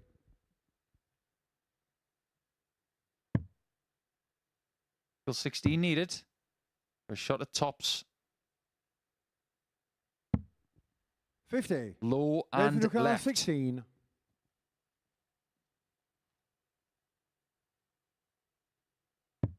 Game shot on the first Middle leg. of the Nathan bed. Treadgold. Nathan's looking to snap a losing streak here. Dates back to Second leg, game Victor to 3 throw first. on Game on. Monday. So it's pretty much about 50 hours now. 84. But the odds compilers had Nathan Treadgold as a bit of an outsider in this one. They might be changing their mind because that's a second maximum. Shackles look to be removed from the Welshman's hands and ankles. 76. Yeah, he's just playing with freedom now. We've seen some good performances from him, haven't we? The highest average so far this week, 93.94. And he's starting to speed up, 140. which suits him. Not thinking about it too much and just allowing his game to come to him. 60. He'd have thrown a lot of darts over the last 3 days. Yeah, Mike Gillett's a player that will start quite sedately and measured, and then he slowly 85. but surely sort of warms up to a pace that suits him. Yeah, Mike Gillett's a great player, and if he was French, he'd be Mike Gillet. 96. Nathan O'Connor, 96. Isn't that like a waistcoat thing? Yeah, it's a Warmer. body warmer. Double 9. Make Victor feel very cold. I was No going to say score. cold. Well, slips into the double 14 and has to go back to 96. He's not struck gold there. He's struck 85. Nathan O'Connor, 96. soil.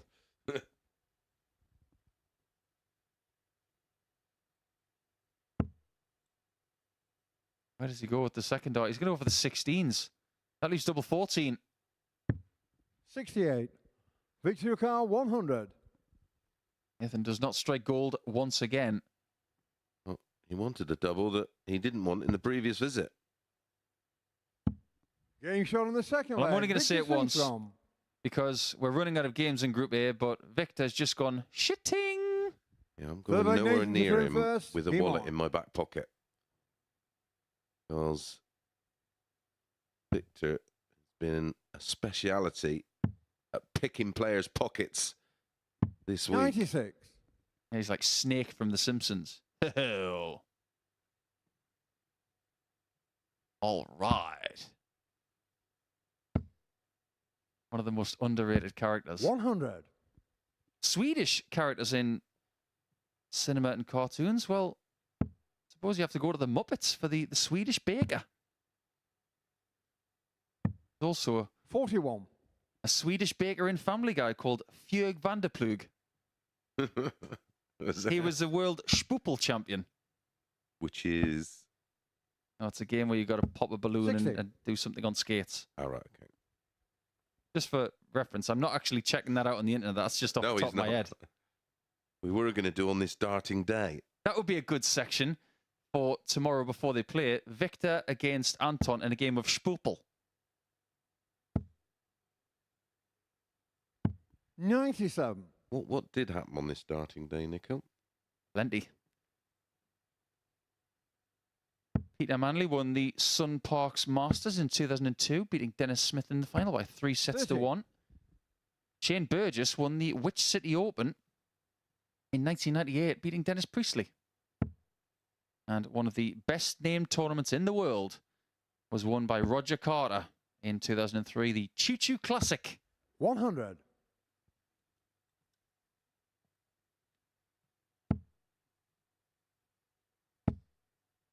I do believe Kim Huybrechts won his first 57. ranking title in Nathan Carr 2008 as well at the Flanders 167. Open. Howdly doodly. I got that one. Does Nathan get this one? 99. Going to be a few jokes like that next year because one of the Belgian European tours is called the Flanders Open, I believe. Or the Flanders Darts Trophy or something like that. It is. 135. Nathan O'Connor, I'm not working on 68. that tournament. I'm going to be very mad.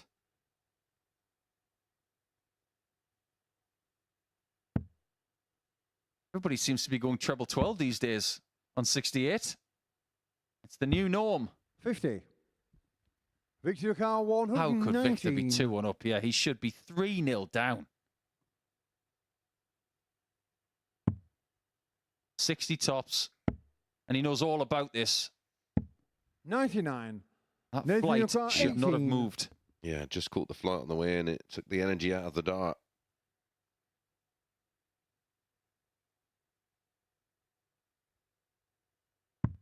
This time he Being does shown get the double third 9. leg. Nathan Threadgold. It's 2-1, and Victor is dicing with group death here. Fourth leg, Victor to throw first. Game on.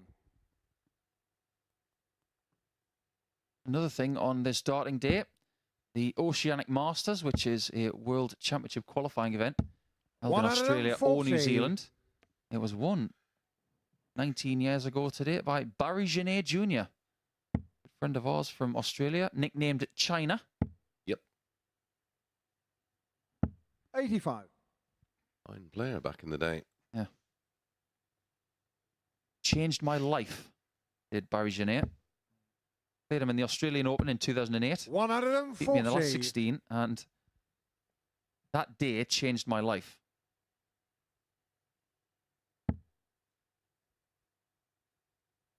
By advice and encouragement.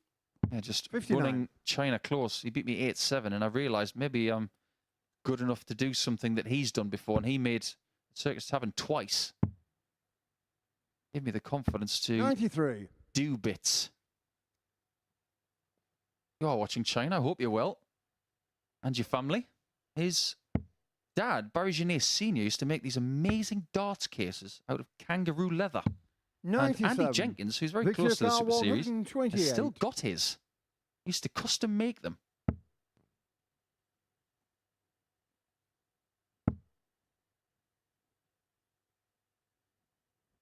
$88. Ups after 12 for Victor. I think Scott Mitchell's going to be disappointed that he's going to be going into Group C. Absolutely. 100. Victor Carr, 40. Though he will probably be relieved to Game be shot on the fourth leg. Victor playing in the Tingstrom. afternoon rather than to get here around 7:30 a.m. for a Fifth leg, 9:30 Nathan to throw start. first. Game on. You know, he won the Jersey Open on this day in 2014, Scott Mitchell, beating a certain Glenn Durrant 6-5 in the final.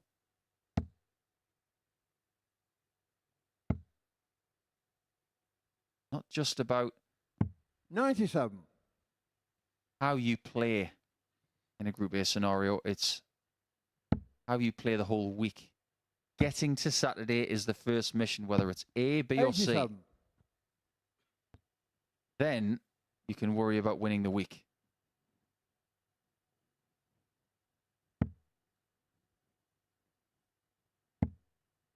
As Treadgold had his golden spot 40. in this game, he really could have been massively ahead had he not missed as many darts at double as he has. I know he's only missed 4, but they are 4 key misses. 90. Realistically, had he been a bit more accurate, 3-1 up for the Welshman wouldn't have been out of the question. So I'm averaging 93 in this game so far. Is one of his better efforts this week. 140. He's having to work very, very hard for 2 must-get points. 140. Very well done. Keeping pace with Nathan is a must at the minute. Not that we can see him because he's covered in camouflage. Like a floating head. 132. He's just head, darts, arms and legs. 100. Nathan Carr, 92. How key will this be? Red Gold is currently 2 hits from 6. Does he get 7th dart at a double? That's a no. Question changes as to whether Victor 60. gets Victor a Carr, 5th. 84. But from his position, he should, when Nathan's was never a guarantee. Perfect opening dart. What he was looking at. He wanted to see what his opponent was on, which is irrelevant. And there's that low and left dart that me and Nico have spoken about often. 81. Nathan Carr, 32. It's very hard to hide your disgust when that happens. And look at him in the background. He is bereft. Is he behind again? Game He shot on is. the fifth leg. Nathan Treadgold. 2 legs straight needed. Well, Dom Taylor wins the group. 6 leg, Victor to throw first. Game on. But fear not, because the drama's not over. Because in our next match, Anton faces Andy. Winner of that 59. one secures a berth in Group B. Get onto that one in due course, but I have a philosophy about that one. 140. Nathan just wants to win a game. Big 90. That's a good effort, considering his 85. running average yesterday was under 80. He had two averages on Monday that were either around the 90 mark or well above. He had a 93.94 average on Monday, which got him his best performance. Since then, he has 100. been hovering towards the 80 mark or under more often than not.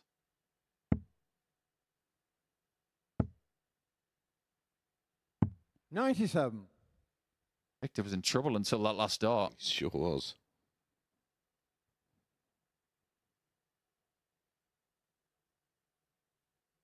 Quite a deliberate player, is Nathan. He takes a bit of time to get to the hockey and take the pace out of the game, which 44. won't suit Victor at all because he likes to get on with it.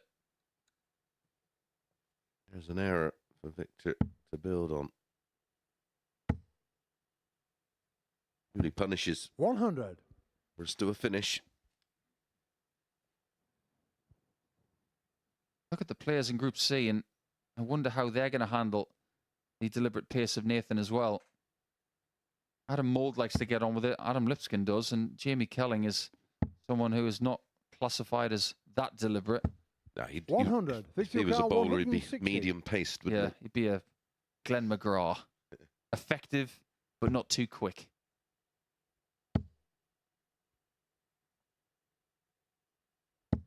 $100. Nathan Carr, 117. This is to put Dom Taylor into Saturday without throwing a dart by the man nicknamed the Tower, and it's not going to happen.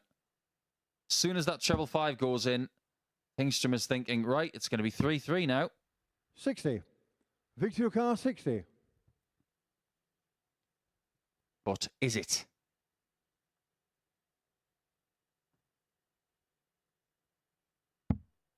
Time to find out. Does the match continue?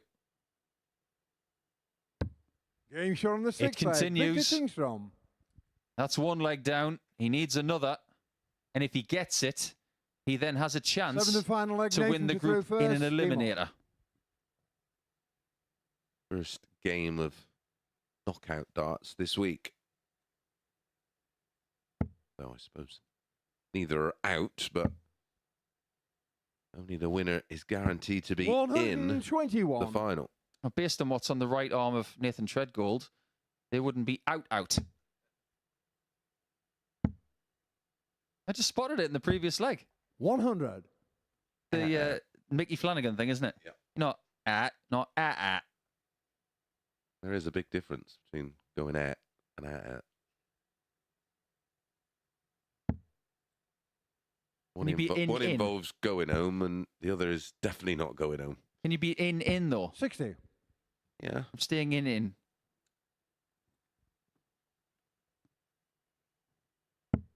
Depends if you own a pub, I suppose. 45. When I'm in, I'm out. This is getting If very I'm confusing. out, I'm not in. It's like a sketch from Morecambe and Wise, isn't it? 32.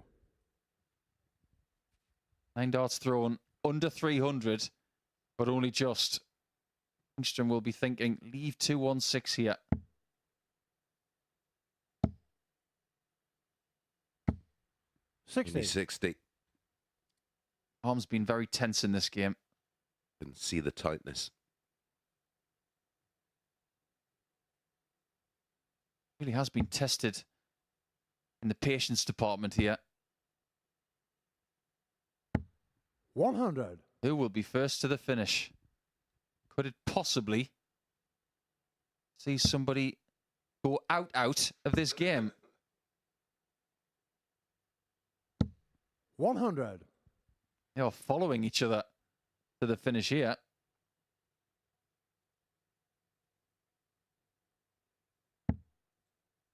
Feel like the Brownlee brothers in a triathlon.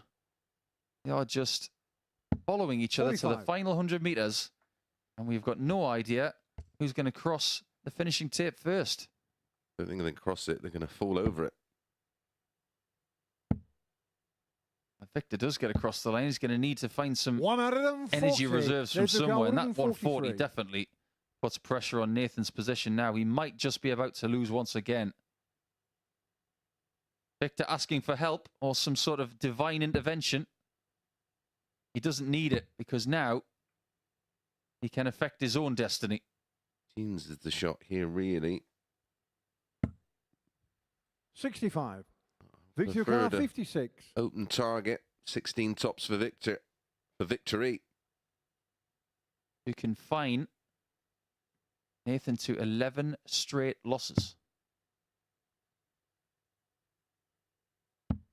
Game shot on Monstrous. the match. Victor Tingstrom. Because now it is a one-on-one shootout between Dom Taylor and Victor Tingstrom.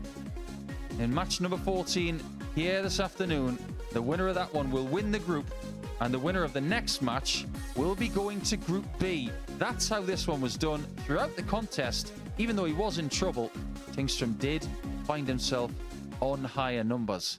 Without fail, it's going to be match number 13 coming next, and it is an eliminator to see who goes to Group B.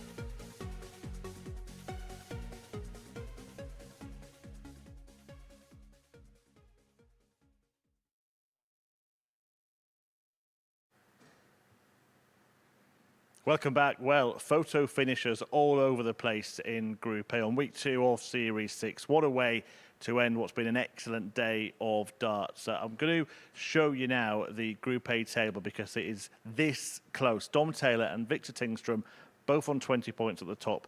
Andy Bolton and Anton Ersland both on 14 points, battling it out for that last Group B spot.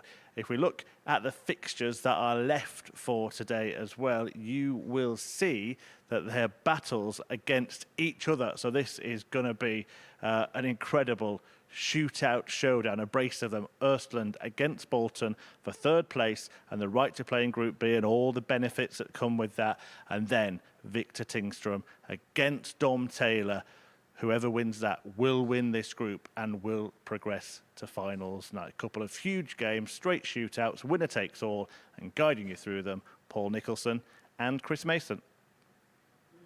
Thank you very much, Chris. It doesn't get much simpler than this. And I have a theory about this one. I think Anton is going to be okay with whatever happens, because if he makes it through to Group B... First leg, Anton to throw first. Game on. It will be a group he's never played in before. And it will be an easier out, because there will be 3 spots available from 5 players. One out of them. But 40. even if he doesn't, he will have familiar territory, because the last time he was in Group C, when he was in a qualifying week like this, he got through. 44. Yeah, it didn't work out too bad for him. So he doesn't have any negative memories of Group C.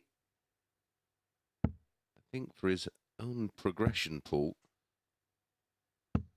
121. qualifying out of a Group A into a Group B is a step forward, of course. Did finish 4th the last time he played in One out of them. 40. Group A. So again, we've got a bit of symmetry there. If he does go on, in fact, to lose this match. Who do you fancy in this one, based on what we've seen today? 100. Depends which version of Bolton turns up. I've been super impressed with him. He had a bit 60. Antonio Carl, of spite about him, 140. hasn't he? He's really found something I've not seen from him before, this close up. 100. Also, Ton's a dangerous competitor. 180. Antonio Great Carl, response 40. from Bolton. Where's your 10 pence? Can't stay in Getting your shot on pocket. the first leg. Anton Oostland. It's on the floor. It's a great start from Anton, isn't it? 13 Second leg, data. Andy to throw first. Game on. Now, I don't want that first leg to influence my choice, but I just get the feeling that this week, if Andy's going to make Saturday 60. for the 4th straight time in a qualifying campaign this year, he's going to have to do it the hard way. And I sneakily suspect that Andy might have to do it through Group C. 98. And if he is in Group C, I think he will qualify with Scott Mitchell. Yeah, you're thinking 85. they will go in, if they both ended up in Group C, they'll both go into it warm and ready to go. 180. We've got 2 180s in this one. Preston's day started with a loss of 4 legs to 1 against Don 97. Taylor, averaging 99.22. And he was all smiles at the end of that game, because I think he understood that he was just drilled into the ground. Yeah, and his response was a good one. 137. Winning 4-2 with a 89.75, couple of 180s. Then lost with an 87 before beating Mitchell with an 88.73. So he's in and around that 90 mark for the day. Yeah, he's 91.24 for Antonio the Carl, day. 86. If you compare that to yesterday, very similar, only half a point between them, but it's just a mark of how competitive this group is, that a 46. 91 average is not good enough. But it's consistent.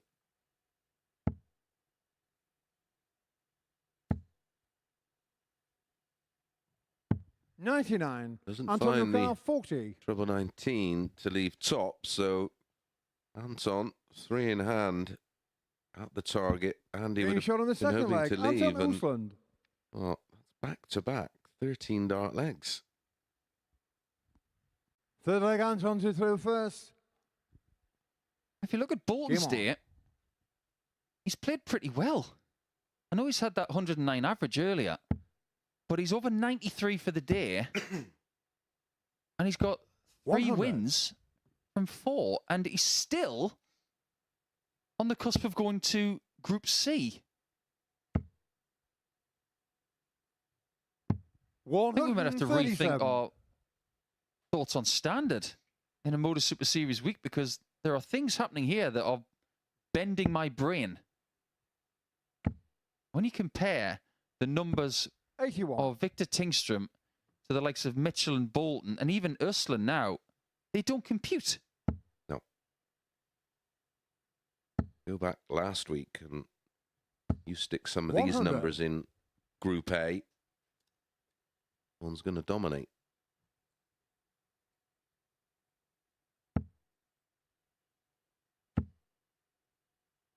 Don't forget, we follow this straight shootout 60. for a place in Group B with another straight shootout to win this Group A, take their place in Saturday night's final and enjoy getting their feet up Thursday and Friday after a real tough campaign. 132. When a player is completely dominant and is around that 26, 28 point mark in a Group A, I'm not sure they benefit from having 2 rest days, but I think in a group like this, which has 60. been super Under your car, competitive and 132. not only physically draining, Paul, but emotionally mind-bending. Yeah, I don't think Thibaut Tricol benefited from 2 days off last week. He 100. didn't really turn up until the last couple of legs on Saturday night. That's something he will learn from. But I think you're right. This has been so competitive, this group, with the exception maybe of Nathan at the foot of the table. Everybody else has been part of this. 100. Under your car, 32. Nathan, though, the only debutant and always going to be a little bit out of his depth, we felt. Getting shot on the third leg. Nice assist Andy there from Bolton. Dart 1. Cushions it in. Ruined the run of 13s. It was a disastrous 14. Fourth leg, Andy to throw first. Game on. I would categorize these 2 games that we're seeing, this one and the next one, a bit like that famous Craze movie that Tom Hardy was in. Time for a proper 100. shootout.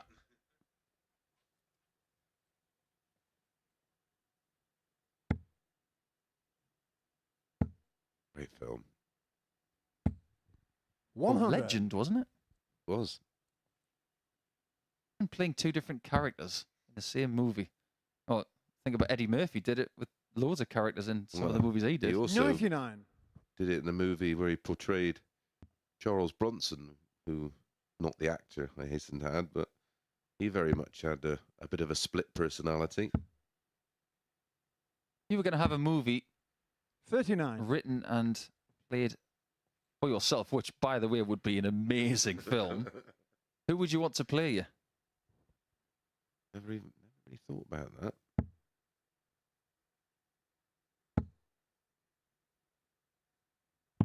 $97. Got you thinking, haven't I?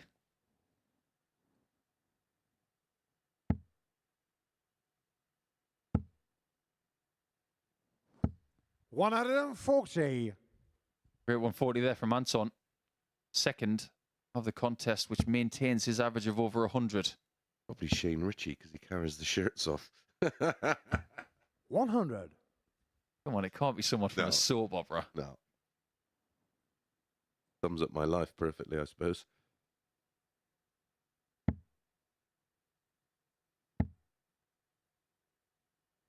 $58. Under your car, Jason 105. Yeah, good shout.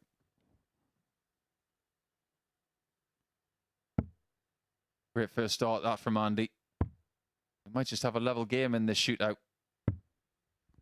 73. It's been a great response from Antonio Bolton Carr, 164. after a stunning start from Anton. Oh, hello. Well, he actually moved it. 132. Antonio Carr, 32 himself. Don't flinch. This is for parity. Alongside. Getting Gets it shown this the time. fourth leg. Andy Bolton. That's what dart players like Andy Bolton do. They give you the tiniest little bit of Fifth leg, hope, Anton to throw and then they first. say, Game but we on. don't want to give you that. Yeah, they extinguish that hope.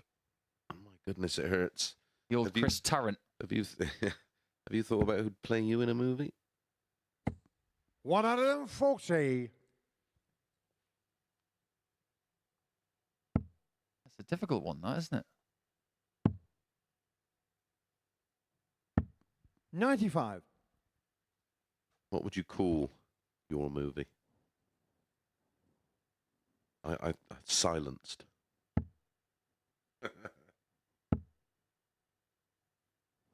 I thought 57. about that. I thought about it. Maybe something to think about when I'm mulling over my thoughts before I go to sleep at night. Don't do it, Nico. Unless you've got a bottle of red. 99.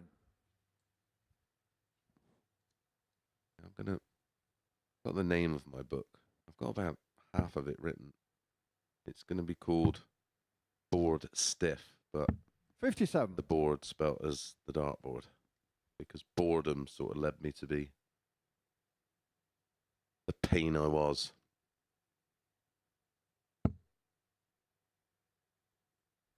$59.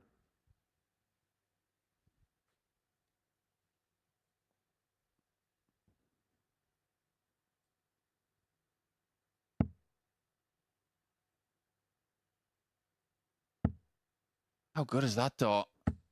83. Bent it around, but unfortunately, he only gets a treble one with the next one. Which means that Bolton, if he gets a 140, finds himself on something a lot easier. 100. Not quite. Antonio Carl, He'd see what he wanted. 164. Yeah.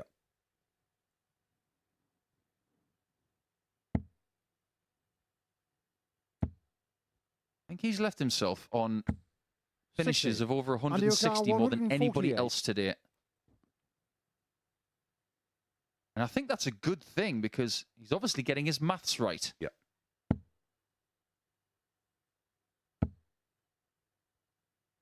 I'd love another, but 48 is okay because 100. 104 Antonio Carl, 104. can be tricky, especially if you stray, although he does start low.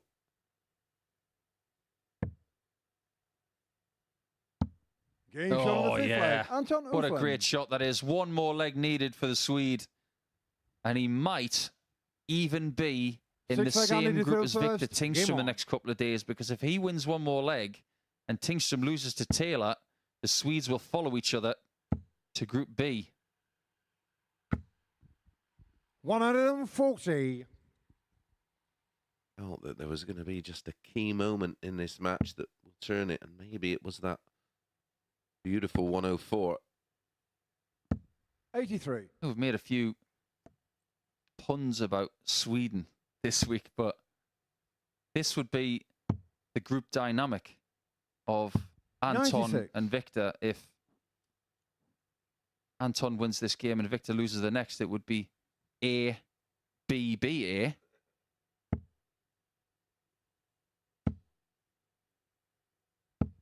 $140. Very clever. Very clever. I just look at Group C, if it's got Andy Bolton in it, and I think, 134. what on earth are we seeing this week? I think with all due respect to last week where Willie Borland won, there were people who maybe got away with a few things. This week, you're going to 60. get away with Andy nothing. O'Carl, 131. Incredibly, the top three in the betting, two of those three will find themselves in 99. potentially positions 4 and 5. Bolton's not finished yet, though. Still take that double 16, win the last leg, be in a group situation that he has been in before and had 60. plenty Andy of O'Carl, success. 32. Needs that cushion dart again, Game just shot like on the that. sixth leg. Andy Bolton. but he needs a break of throw on the last leg. Go back into Group B. Seventh and final Last time leg. he was in that Anton group, to he throw won it. first. Game on. And it was fairly comprehensive. The averages in this one, very, very good. 94.74 Anton. 95. 57. 56. Andy Bolton. On a day where he set himself a new personal best televised average. 122. Only got one more job to do here on Wednesday. Win this leg.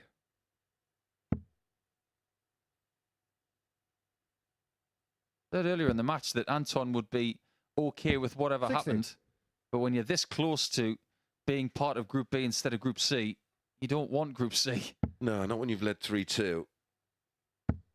He's had, Well, he's not been behind, has he? 100. and he's had 3 times as many shots at double as Anton because he hasn't missed one. Seen that multiple times today. Seen it from Dom Taylor when he beat Andy Bolton by 4-0. Saw it from Scott Mitchell in that game 59. with Taylor, where there was 6 attempts at double and everything was hit.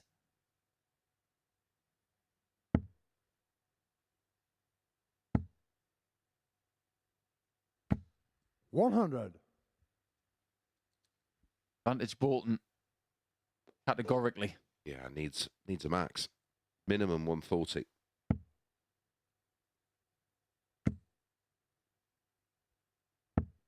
$98. Not enough. Half a dot behind.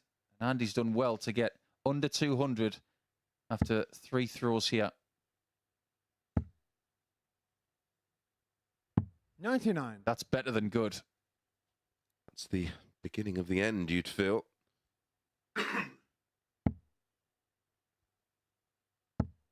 Unless there's another twist in the tail. 100. Andy O'Carr, It may 80. be a case that the Swedes are split up.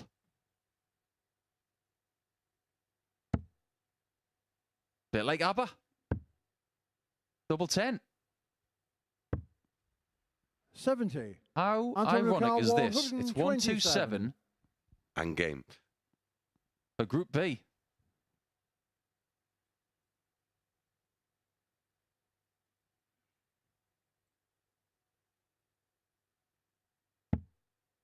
$57 needed. Not found. So Bolton's on double 59. 5, which seems to Andy be O'Carr, Anton's 10. best friend this week. We can find the Swede to the sea.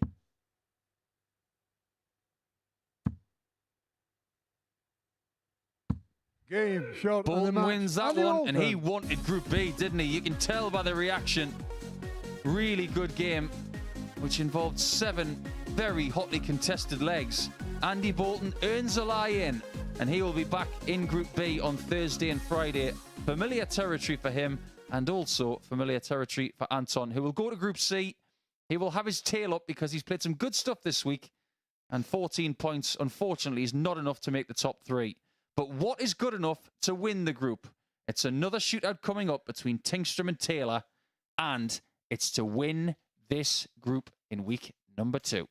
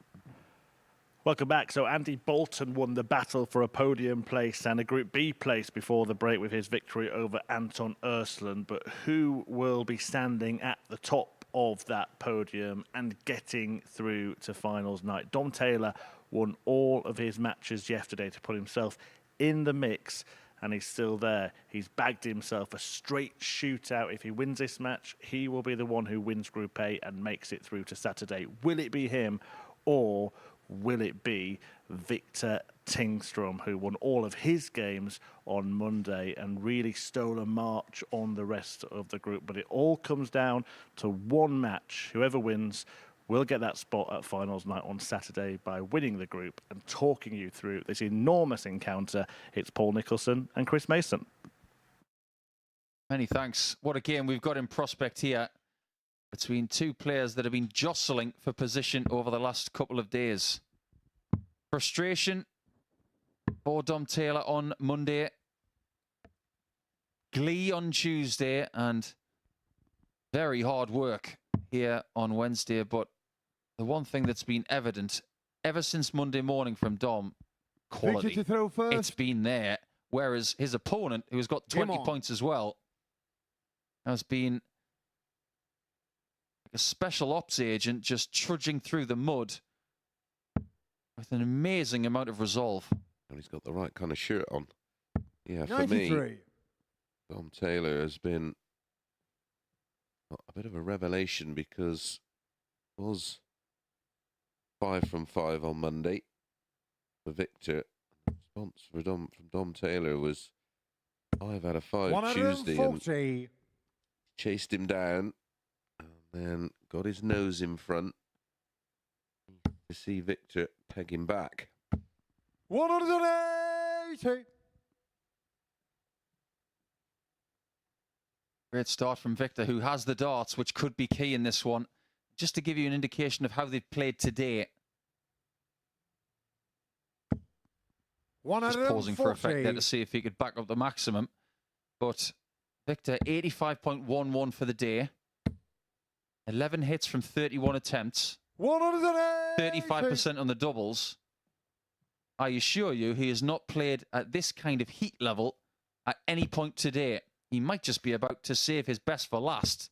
He might just need it because Dom Taylor averaging 100.73 for the day. 137. Victor and Carr, 46% on the doubles. Tingstrom is trying to silence the tower.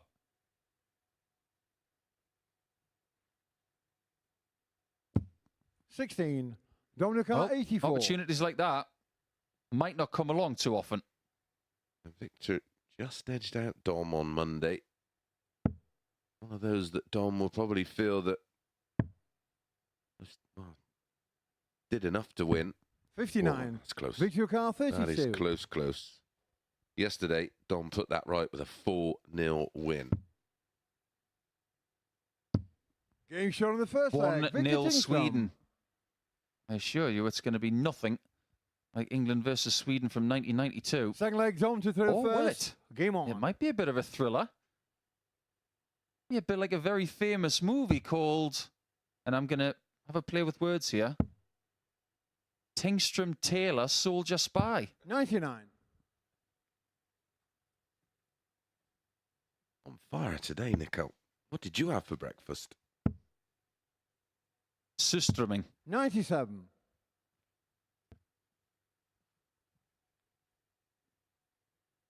Oh, by the way, I'd have Tom Hardy play me in a movie. And I think a good one for you would be Mark Strong.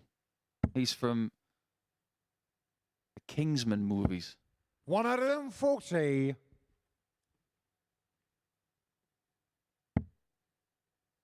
Ah, yeah. He'll do, right? Thought you'd approve. 140. Game.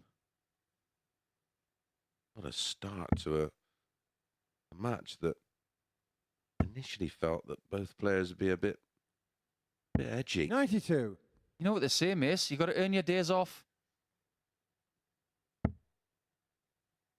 Feels like a final list, doesn't it?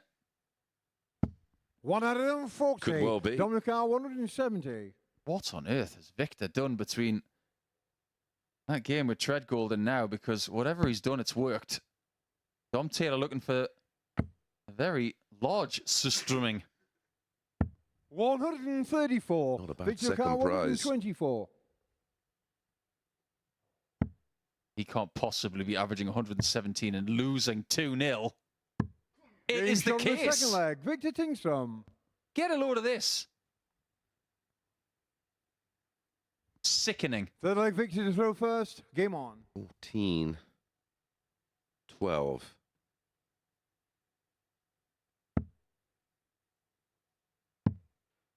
Amazing what can 13? happen when the adrenaline's 96. pumping. Yeah. You're on autopilot. Currently, Victor's going at about 600 miles an hour. Warp speed. 100. Yeah. Started a double. Taylor was at the ball in it. Shook the wire. 100. One thing we do know is that Andy Bolton is going to Group B. One of these players will join him alongside Scott Marsh, Tommy Morris, and Mike Gillett. Could be 100. lively. Yeah, I'm looking forward to Marsh versus Bolton. Tommy Morris will relish the opportunity to 92. lock horns with that group of players.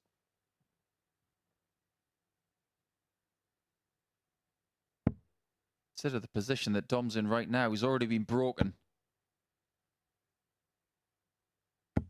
100. He must get a move on.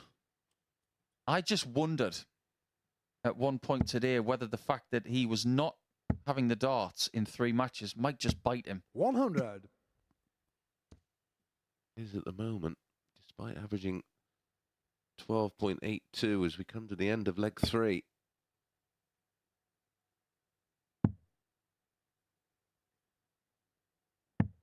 $56.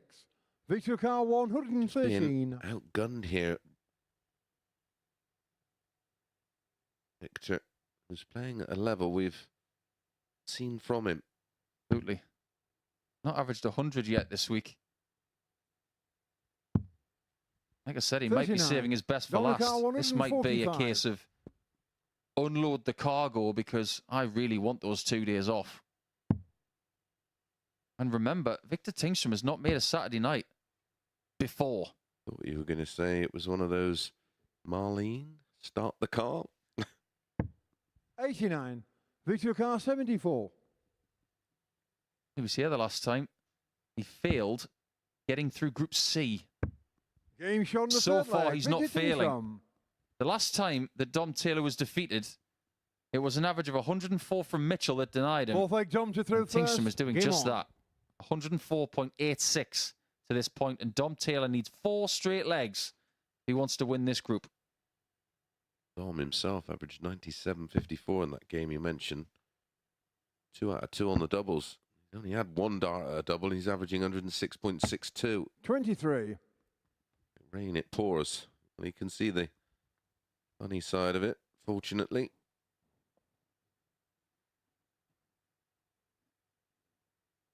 Hey, it felt like it was just destiny that he wins this group. 140. Had his foot on the pedal since the very first visit. It's like a very, very souped up Volvo. You know, like one of those armed response ones that they used to have that was really quick. Yeah, the T5. This one's got a much bigger turbo on it. 96. They don't make Saabs anymore, do they? No. Good cars. Where? Had a problem if you had a crash in one of those. My goodness. 58. At the minute, Victor's a bit like a rally driver, a very famous one, who is going around all the turns with all of the skids and the drifting, not missing anything. He's finding everything he needs. 95. He could cement Saturday night in the best way possible.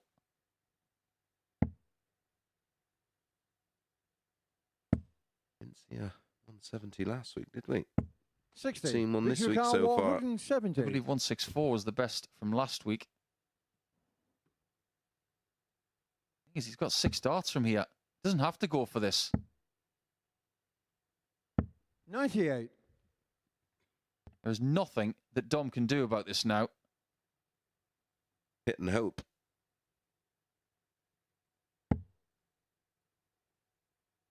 Been over 100 average the whole game. And it hasn't been enough. 105.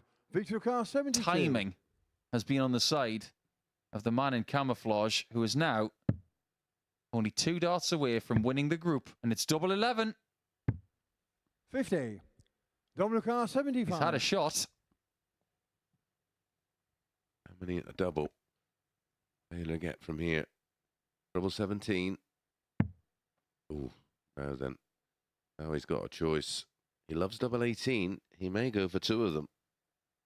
Gonna hit this. He'd like to hit it just inside the top wire.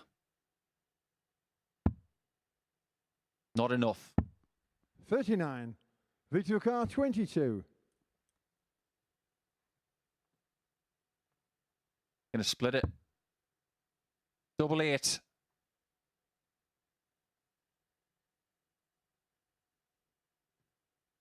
Second dart to win the group. Game shot on the match. Victor And he's the Kingstrom. winner and takes it all. Wonderfully done by the Swede. He beats Dom Taylor by 4 legs to 0, and he's earned 2 days off with his first 100 average of the week. You can see how happy he is. Not only his first group win here at the MODUS Super Series, but he's guaranteed his first Saturday night as well. And if you want to see him on Saturday night, you can be here. But what a performance that was from Tingstrom. 50% on the doubles as well. 15 points ahead of his daily average. When he needed good stuff, he found it. Well done. Dom Taylor will go to Group B with Andy Bolton alongside some others. And now we've only got 1 game left for today. It is Scott Mitchell and Nathan Treadgold.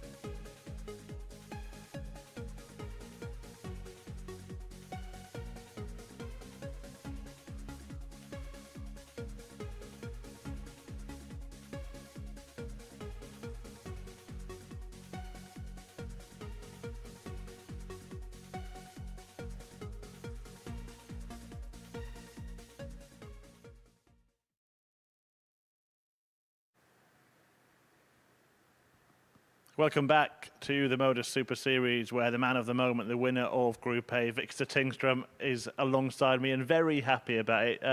Victor, ended up being a straight shootout. Just try and sum up how you're feeling after that. Oh, I'm still shaking after that game, even though it's a 4-0 game, and it's so much emotions going into that one, and starting off the day with 2 losses in a row, and I was starting to look into there's going to be opportunity to be a straight shooter, and I wanted it. And like the game against Nathan, I knew if I would lose this is it, and I play Group B, and deciding in that one, get over the line, and knowing it was a straight shooter for the top spot. It was fun. I wanted it, and yeah, I'm over the moon, man. You did a lot of the hard work on Monday, obviously winning all of your matches, but how did it feel then when Dom won all of his yesterday and got right behind you? Yeah, I felt like, because on Monday I didn't really care about how anyone played and everything, and because everyone was on 4 points of the Monday,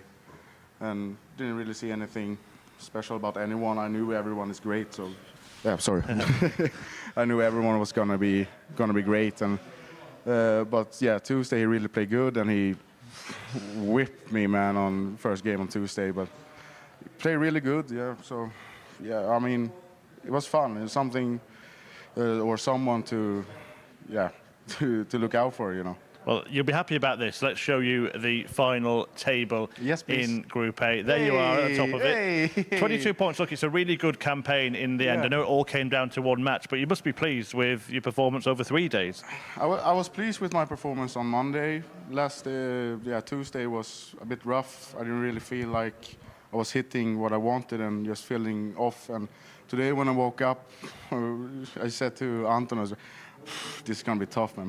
My arm is battered after these 2 days, and yeah, it went well. First 2 games today was tough, you know, losing against Scott and getting destroyed by Bolton. And well, I got a good arm after those games and got through it. You said to me when we stood here on Monday, you wanted to keep it fun, just relax. Were you relaxed? Was it fun today? No, that went out the window. I mean, going 5-0 in games after Monday, you put yourself in a certain situation that you're really you're really close to winning, and yeah, I mean, I wasn't relaxed at all, man. I was super nervous. I wanted to keep it up. I wanted to win 5 more on Tuesday and 5 more today, and it didn't happen. A lot of thoughts coming to your mind when that happens, but I'm just over the moon to get through the line. And just finally, just give us a little indication about your mindset going into that last game, because to produce your best performance of the week, 100 average, and win 4-0 in an all-or-nothing match is very special.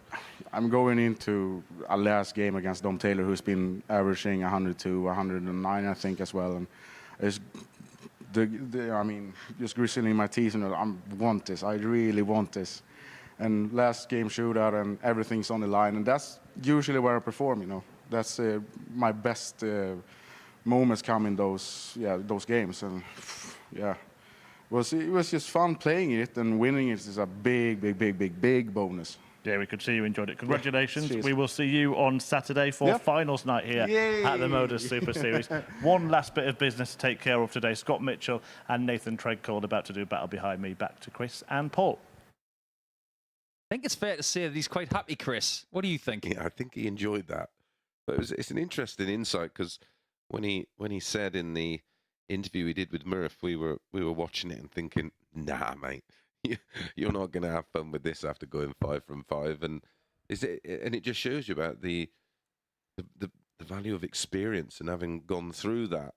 But I was impressed with the way he dealt with that decided match against a rampant Dom Taylor, who was going into that match averaging over 100 for the day, and all but the last couple of visits, he averaged over 100 in that match and got 1 dart at a double.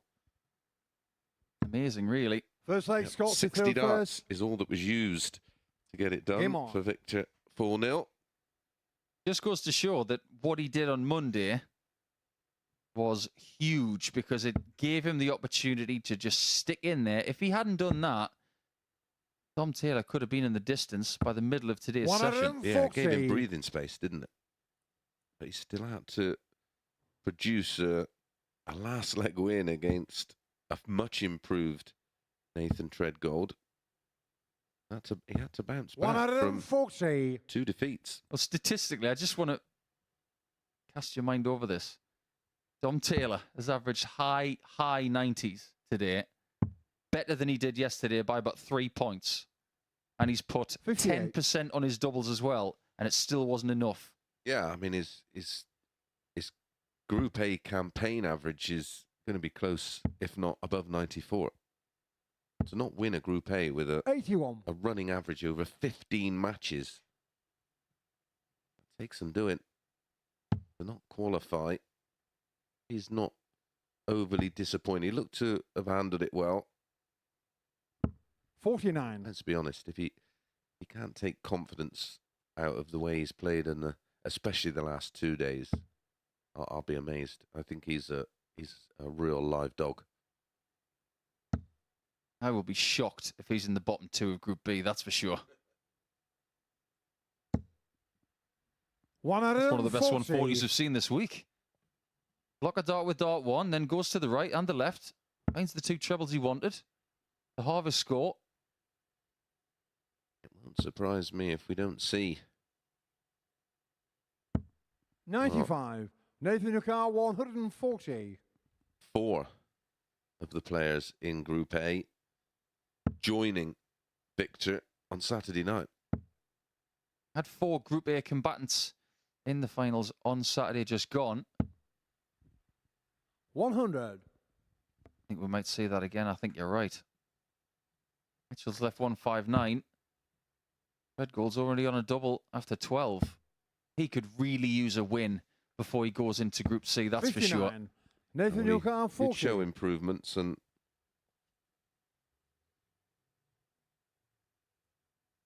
the confidence he will take with getting a win over Mitchell. 20. He Scott will look at Yukar, Mitchell as a 100. scalp still, even though he's played him twice this week. Yeah.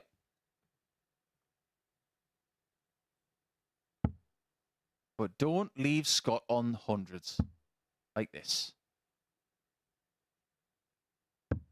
90. Although Nathan on this Yukar, occasion, 20. he could.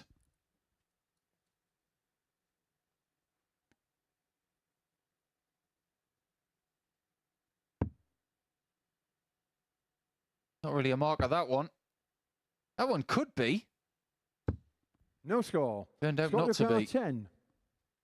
Mitchell's already missed double 10, so he has to go back up top or indeed use the split. Game shot on the first Straight leg. in for Scott 1-0. Mitchell. Quite fortunate to get that second opportunity. Second leg, Nathan to throw first. Game on. You think Nathan has in his arsenal enough to get through a Group C campaign with Mitchell, 38. with Östlund, with another weekly champion in Adam Mould as well, and Jamie Kelling, who has also won a week in a previous series. Adam Lipscomb is 100. desperate to make a Saturday night here, but he's going to have to do it the hard way. Yeah, and he's gone close a couple of times, hasn't he, Adam? I think it's going to be tough for any of the 2 to come out of that. Remember, it's only 2 from 6 in Group C. That's some quality he's going to miss out. Do you believe 45. that Mitchell and Östlund go into Group C as the favourites to qualify? Yes. And possibly Adam Mould isn't too far around on the basis of his ADC ranking. Did make Saturday night the last time 55. he was here, which was only a few weeks ago. Yes. Seen Jamie Kelling in a while. It'll be interesting to see what his form is like. Yep. Just don't mention Manchester United around Jamie. 140. Although if making him a little bit angry makes him play better darts, maybe we should talk about Man United a bit.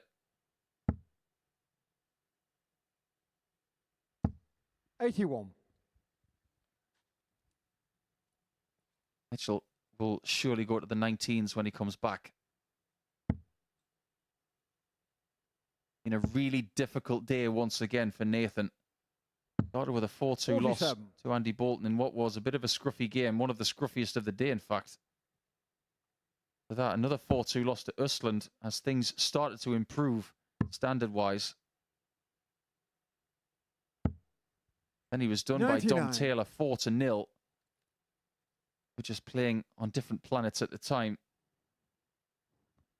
He did give some resistance to the Group A winner, Victor Tingström.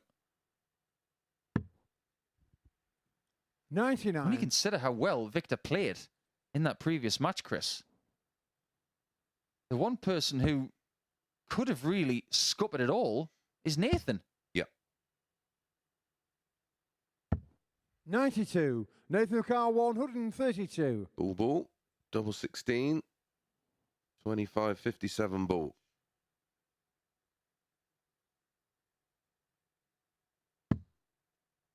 Cancel all of that. 110's his biggest finish of the week, and that came earlier today. 74. Scott Lucar That's his 74. sole Sun Plus checkout so far. He'll have another chance to get one, but not in this leg.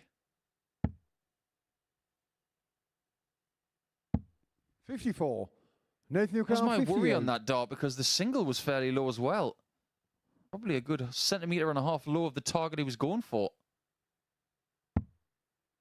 Double top for Nathan. He's low as well. 48. Then Scott Lucar wide. 20. You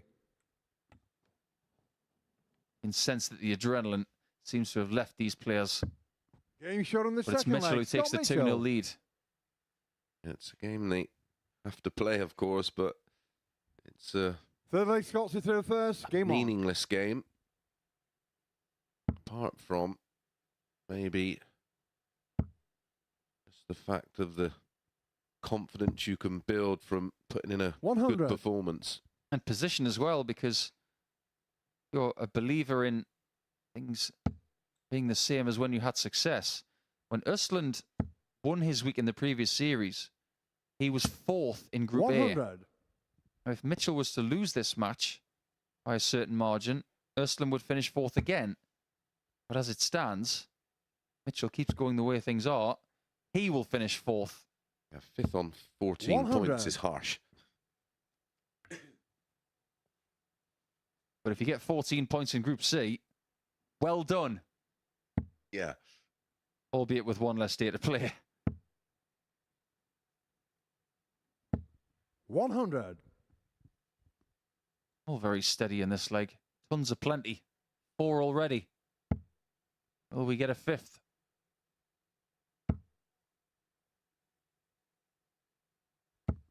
100. Silly question, really. This is a game of beat the score, and nobody can beat it. Ooh, maybe now. Gonna be another ton, don't worry. 100. That's 6. Anybody for 7? See, here it comes. Don't go, Bull. Oh, it spoils it. 140. Well, we could have had the ultimate old school red pen leg. 4 tons and a 101 out. Did you ever hit one of those on TV? Yeah. I had a couple. Back before the bullseye came in on the 201. 40. Scott Lucar 61 left for 61. 3-0. Making this mid-80s average look fairly simple. And double 18 will give him Game shot a on the very third leg. tidy Scott cushion Mitchell. to get this done in double quick time. Yeah, very tidy leg. A 14 darter for Mitchell as he Fourth leg, Nathan takes his to throw average first. up to Game on. 87.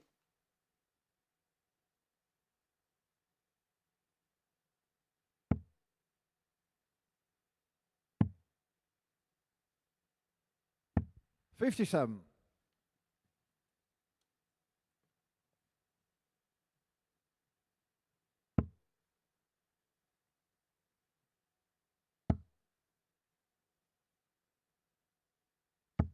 Per 100. day of darts, of course, today with the Grand Slam continues this evening with the knockout stages.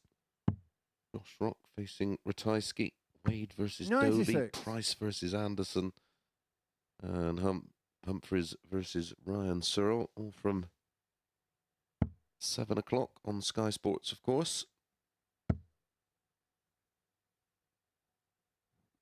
60. Tonight could be a wee bit special, and then tomorrow night the final 4 matches from the round of 16.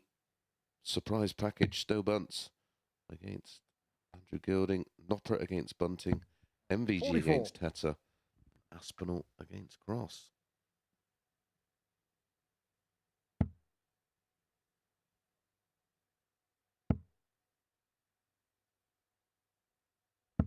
$60.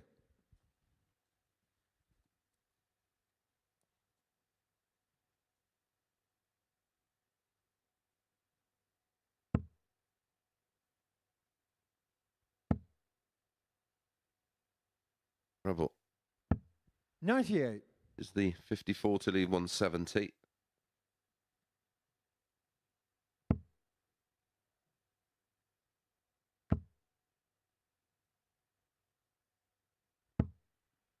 $45. Oh, Nathan looking good to maybe get a consolation leg.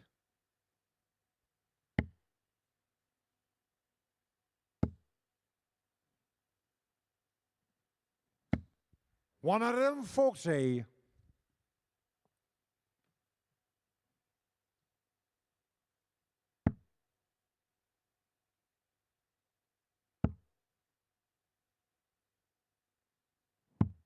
$42. Nathan Carr, 66.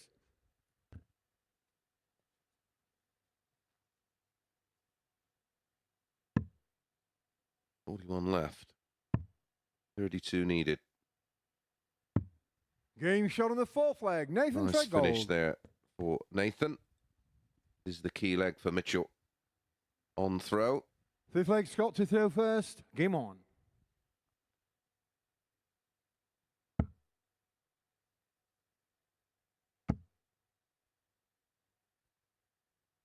$99.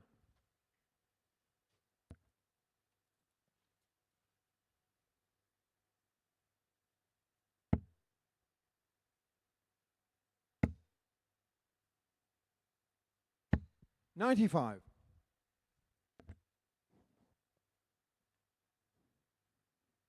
So just to confirm,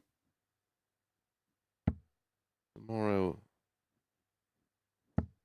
100. afternoon will be Adam Mould, Adam Lipscomb, Jamie Kellett, Nathan Treadgold, Anton Ostand, Scott Mitchell. It's 1 o'clock on our Modus 90. Super Series YouTube channel. And then from 2:30, we're joined by our friends at Sporty Stuff TV. And then tomorrow night from 10 o'clock on Sporty Stuff TV and our 98. YouTube channel for those watching outside of the UK, Scott Marsh, Tommy Morris, Mike Gillett, Dom Taylor, and Andy Bolton. A prospect, that is. 100.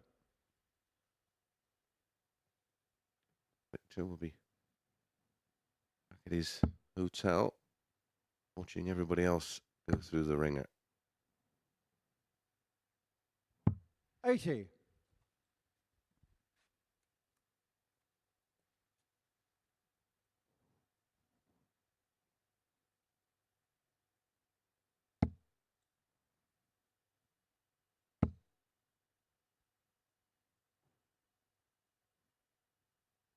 Didn't like the lie there. 99. Scott Dakar, 124. Wrap it up. A bit of style. Treble 18 will leave the ball.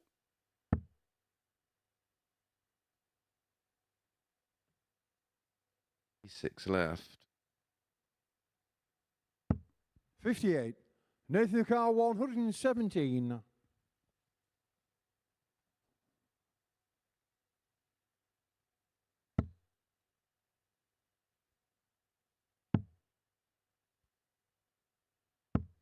40. Scott Lucar, Doesn't 66. tidy up.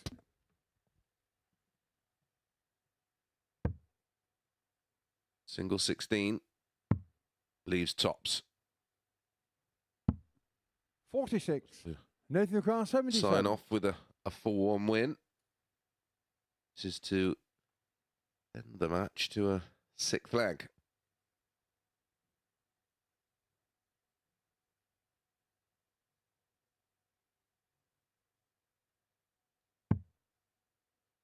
Single 18.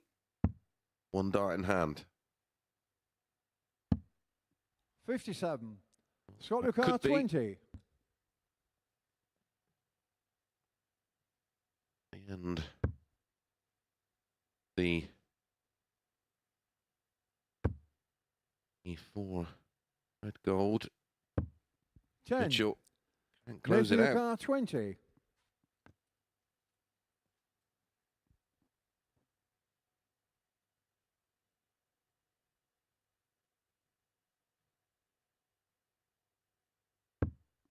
Game shot on the 5th leg. Nathan Treadgold. Oh, Nathan extends the match. Now within 1, and we're back on throw. 6th leg, Nathan to throw first. Game on.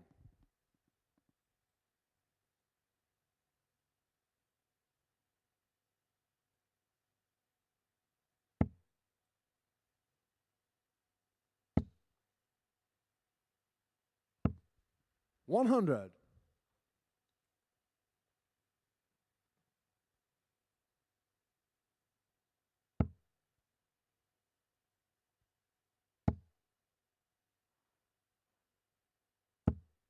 $100.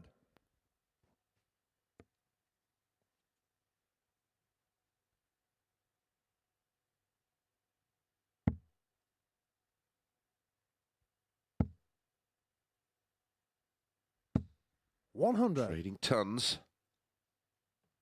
Start of this leg 6. A better dart if he's going to miss. And work off of that one, which he does. 140. Breaks the trend of tons with a 140. Third of the match. He trails in that column. 3 to red gold. 81.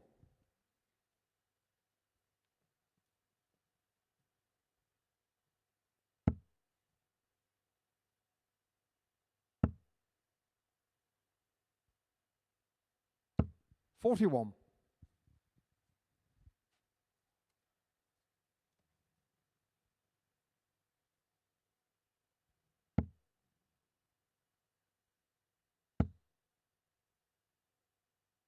Day that has 100. seen multiple 100+ averages and 2 109.31s. One from Andy Bolton, of course. That was matched exactly by Dom Taylor as we get our first max to leave Nathan Lucar, tops. 120. On 20s.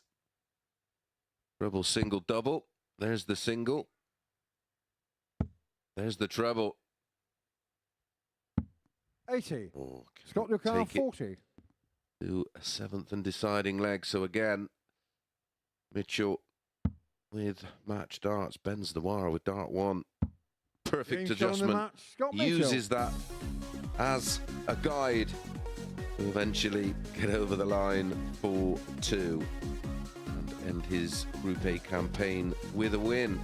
There are the numbers: 82.41 Mitchell, 80.83, and just the 180 coming in the final leg of the match. So Victor Tinstrom is the winner of Group A.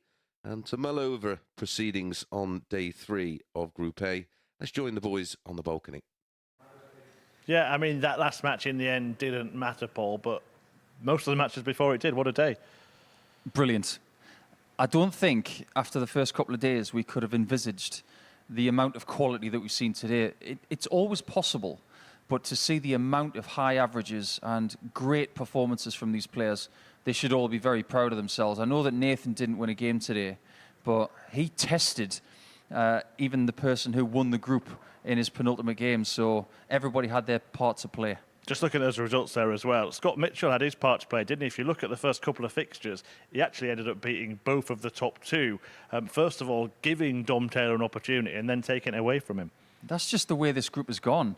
It's been quite hard to stomach at times, because you think at one point Victor Tingström is cantering towards the group, and then all of a sudden he's pegged back. Next thing you know, they meet in the middle. And there was always going to be a subplot with Group B as well. And with Andy Bolton, he's been struggling most of the time in this group just to try and have a crack at that. And in the end, I think he was happy just to have a shootout. Yeah, well, let's talk through some of the key points of the day in chronological order. First of all, Scott Mitchell had 104 average. Andy Bolton then did this. One of the most incredible performances we've seen for some time at the Super Series. Yeah, this is a personal best anywhere for Andy Bolton. 108 was his personal best before this in a Players' Championship 4 years ago. But the crazy thing is he missed 2 darts at double. It could have been over 110. But I'm really happy to see that Andy's got this new ceiling. And when you're seeing someone go to that level, you just wonder what their next level could be. Yeah, and then we saw Dom Taylor produce exactly the same performance in terms of the numbers. A fantastic display from him. At one point, this display from Dom was much better than 109. He finished it off clinically, and Andy knows how to deliver that 109, but also how to take it. But there was a time, I think it was 3 legs in, he was on 118, and he was in old record territory. And I think after 2 legs, he was in new record territory. I think Dom Taylor will be disappointed that he hasn't won the group, but he's got to take confidence from the way he played today. Yeah, it's not always the case in Group A that things go right down to the death, but they did, and we had 2 winner-takes-all contests. First for third place and that chance to play in Group B.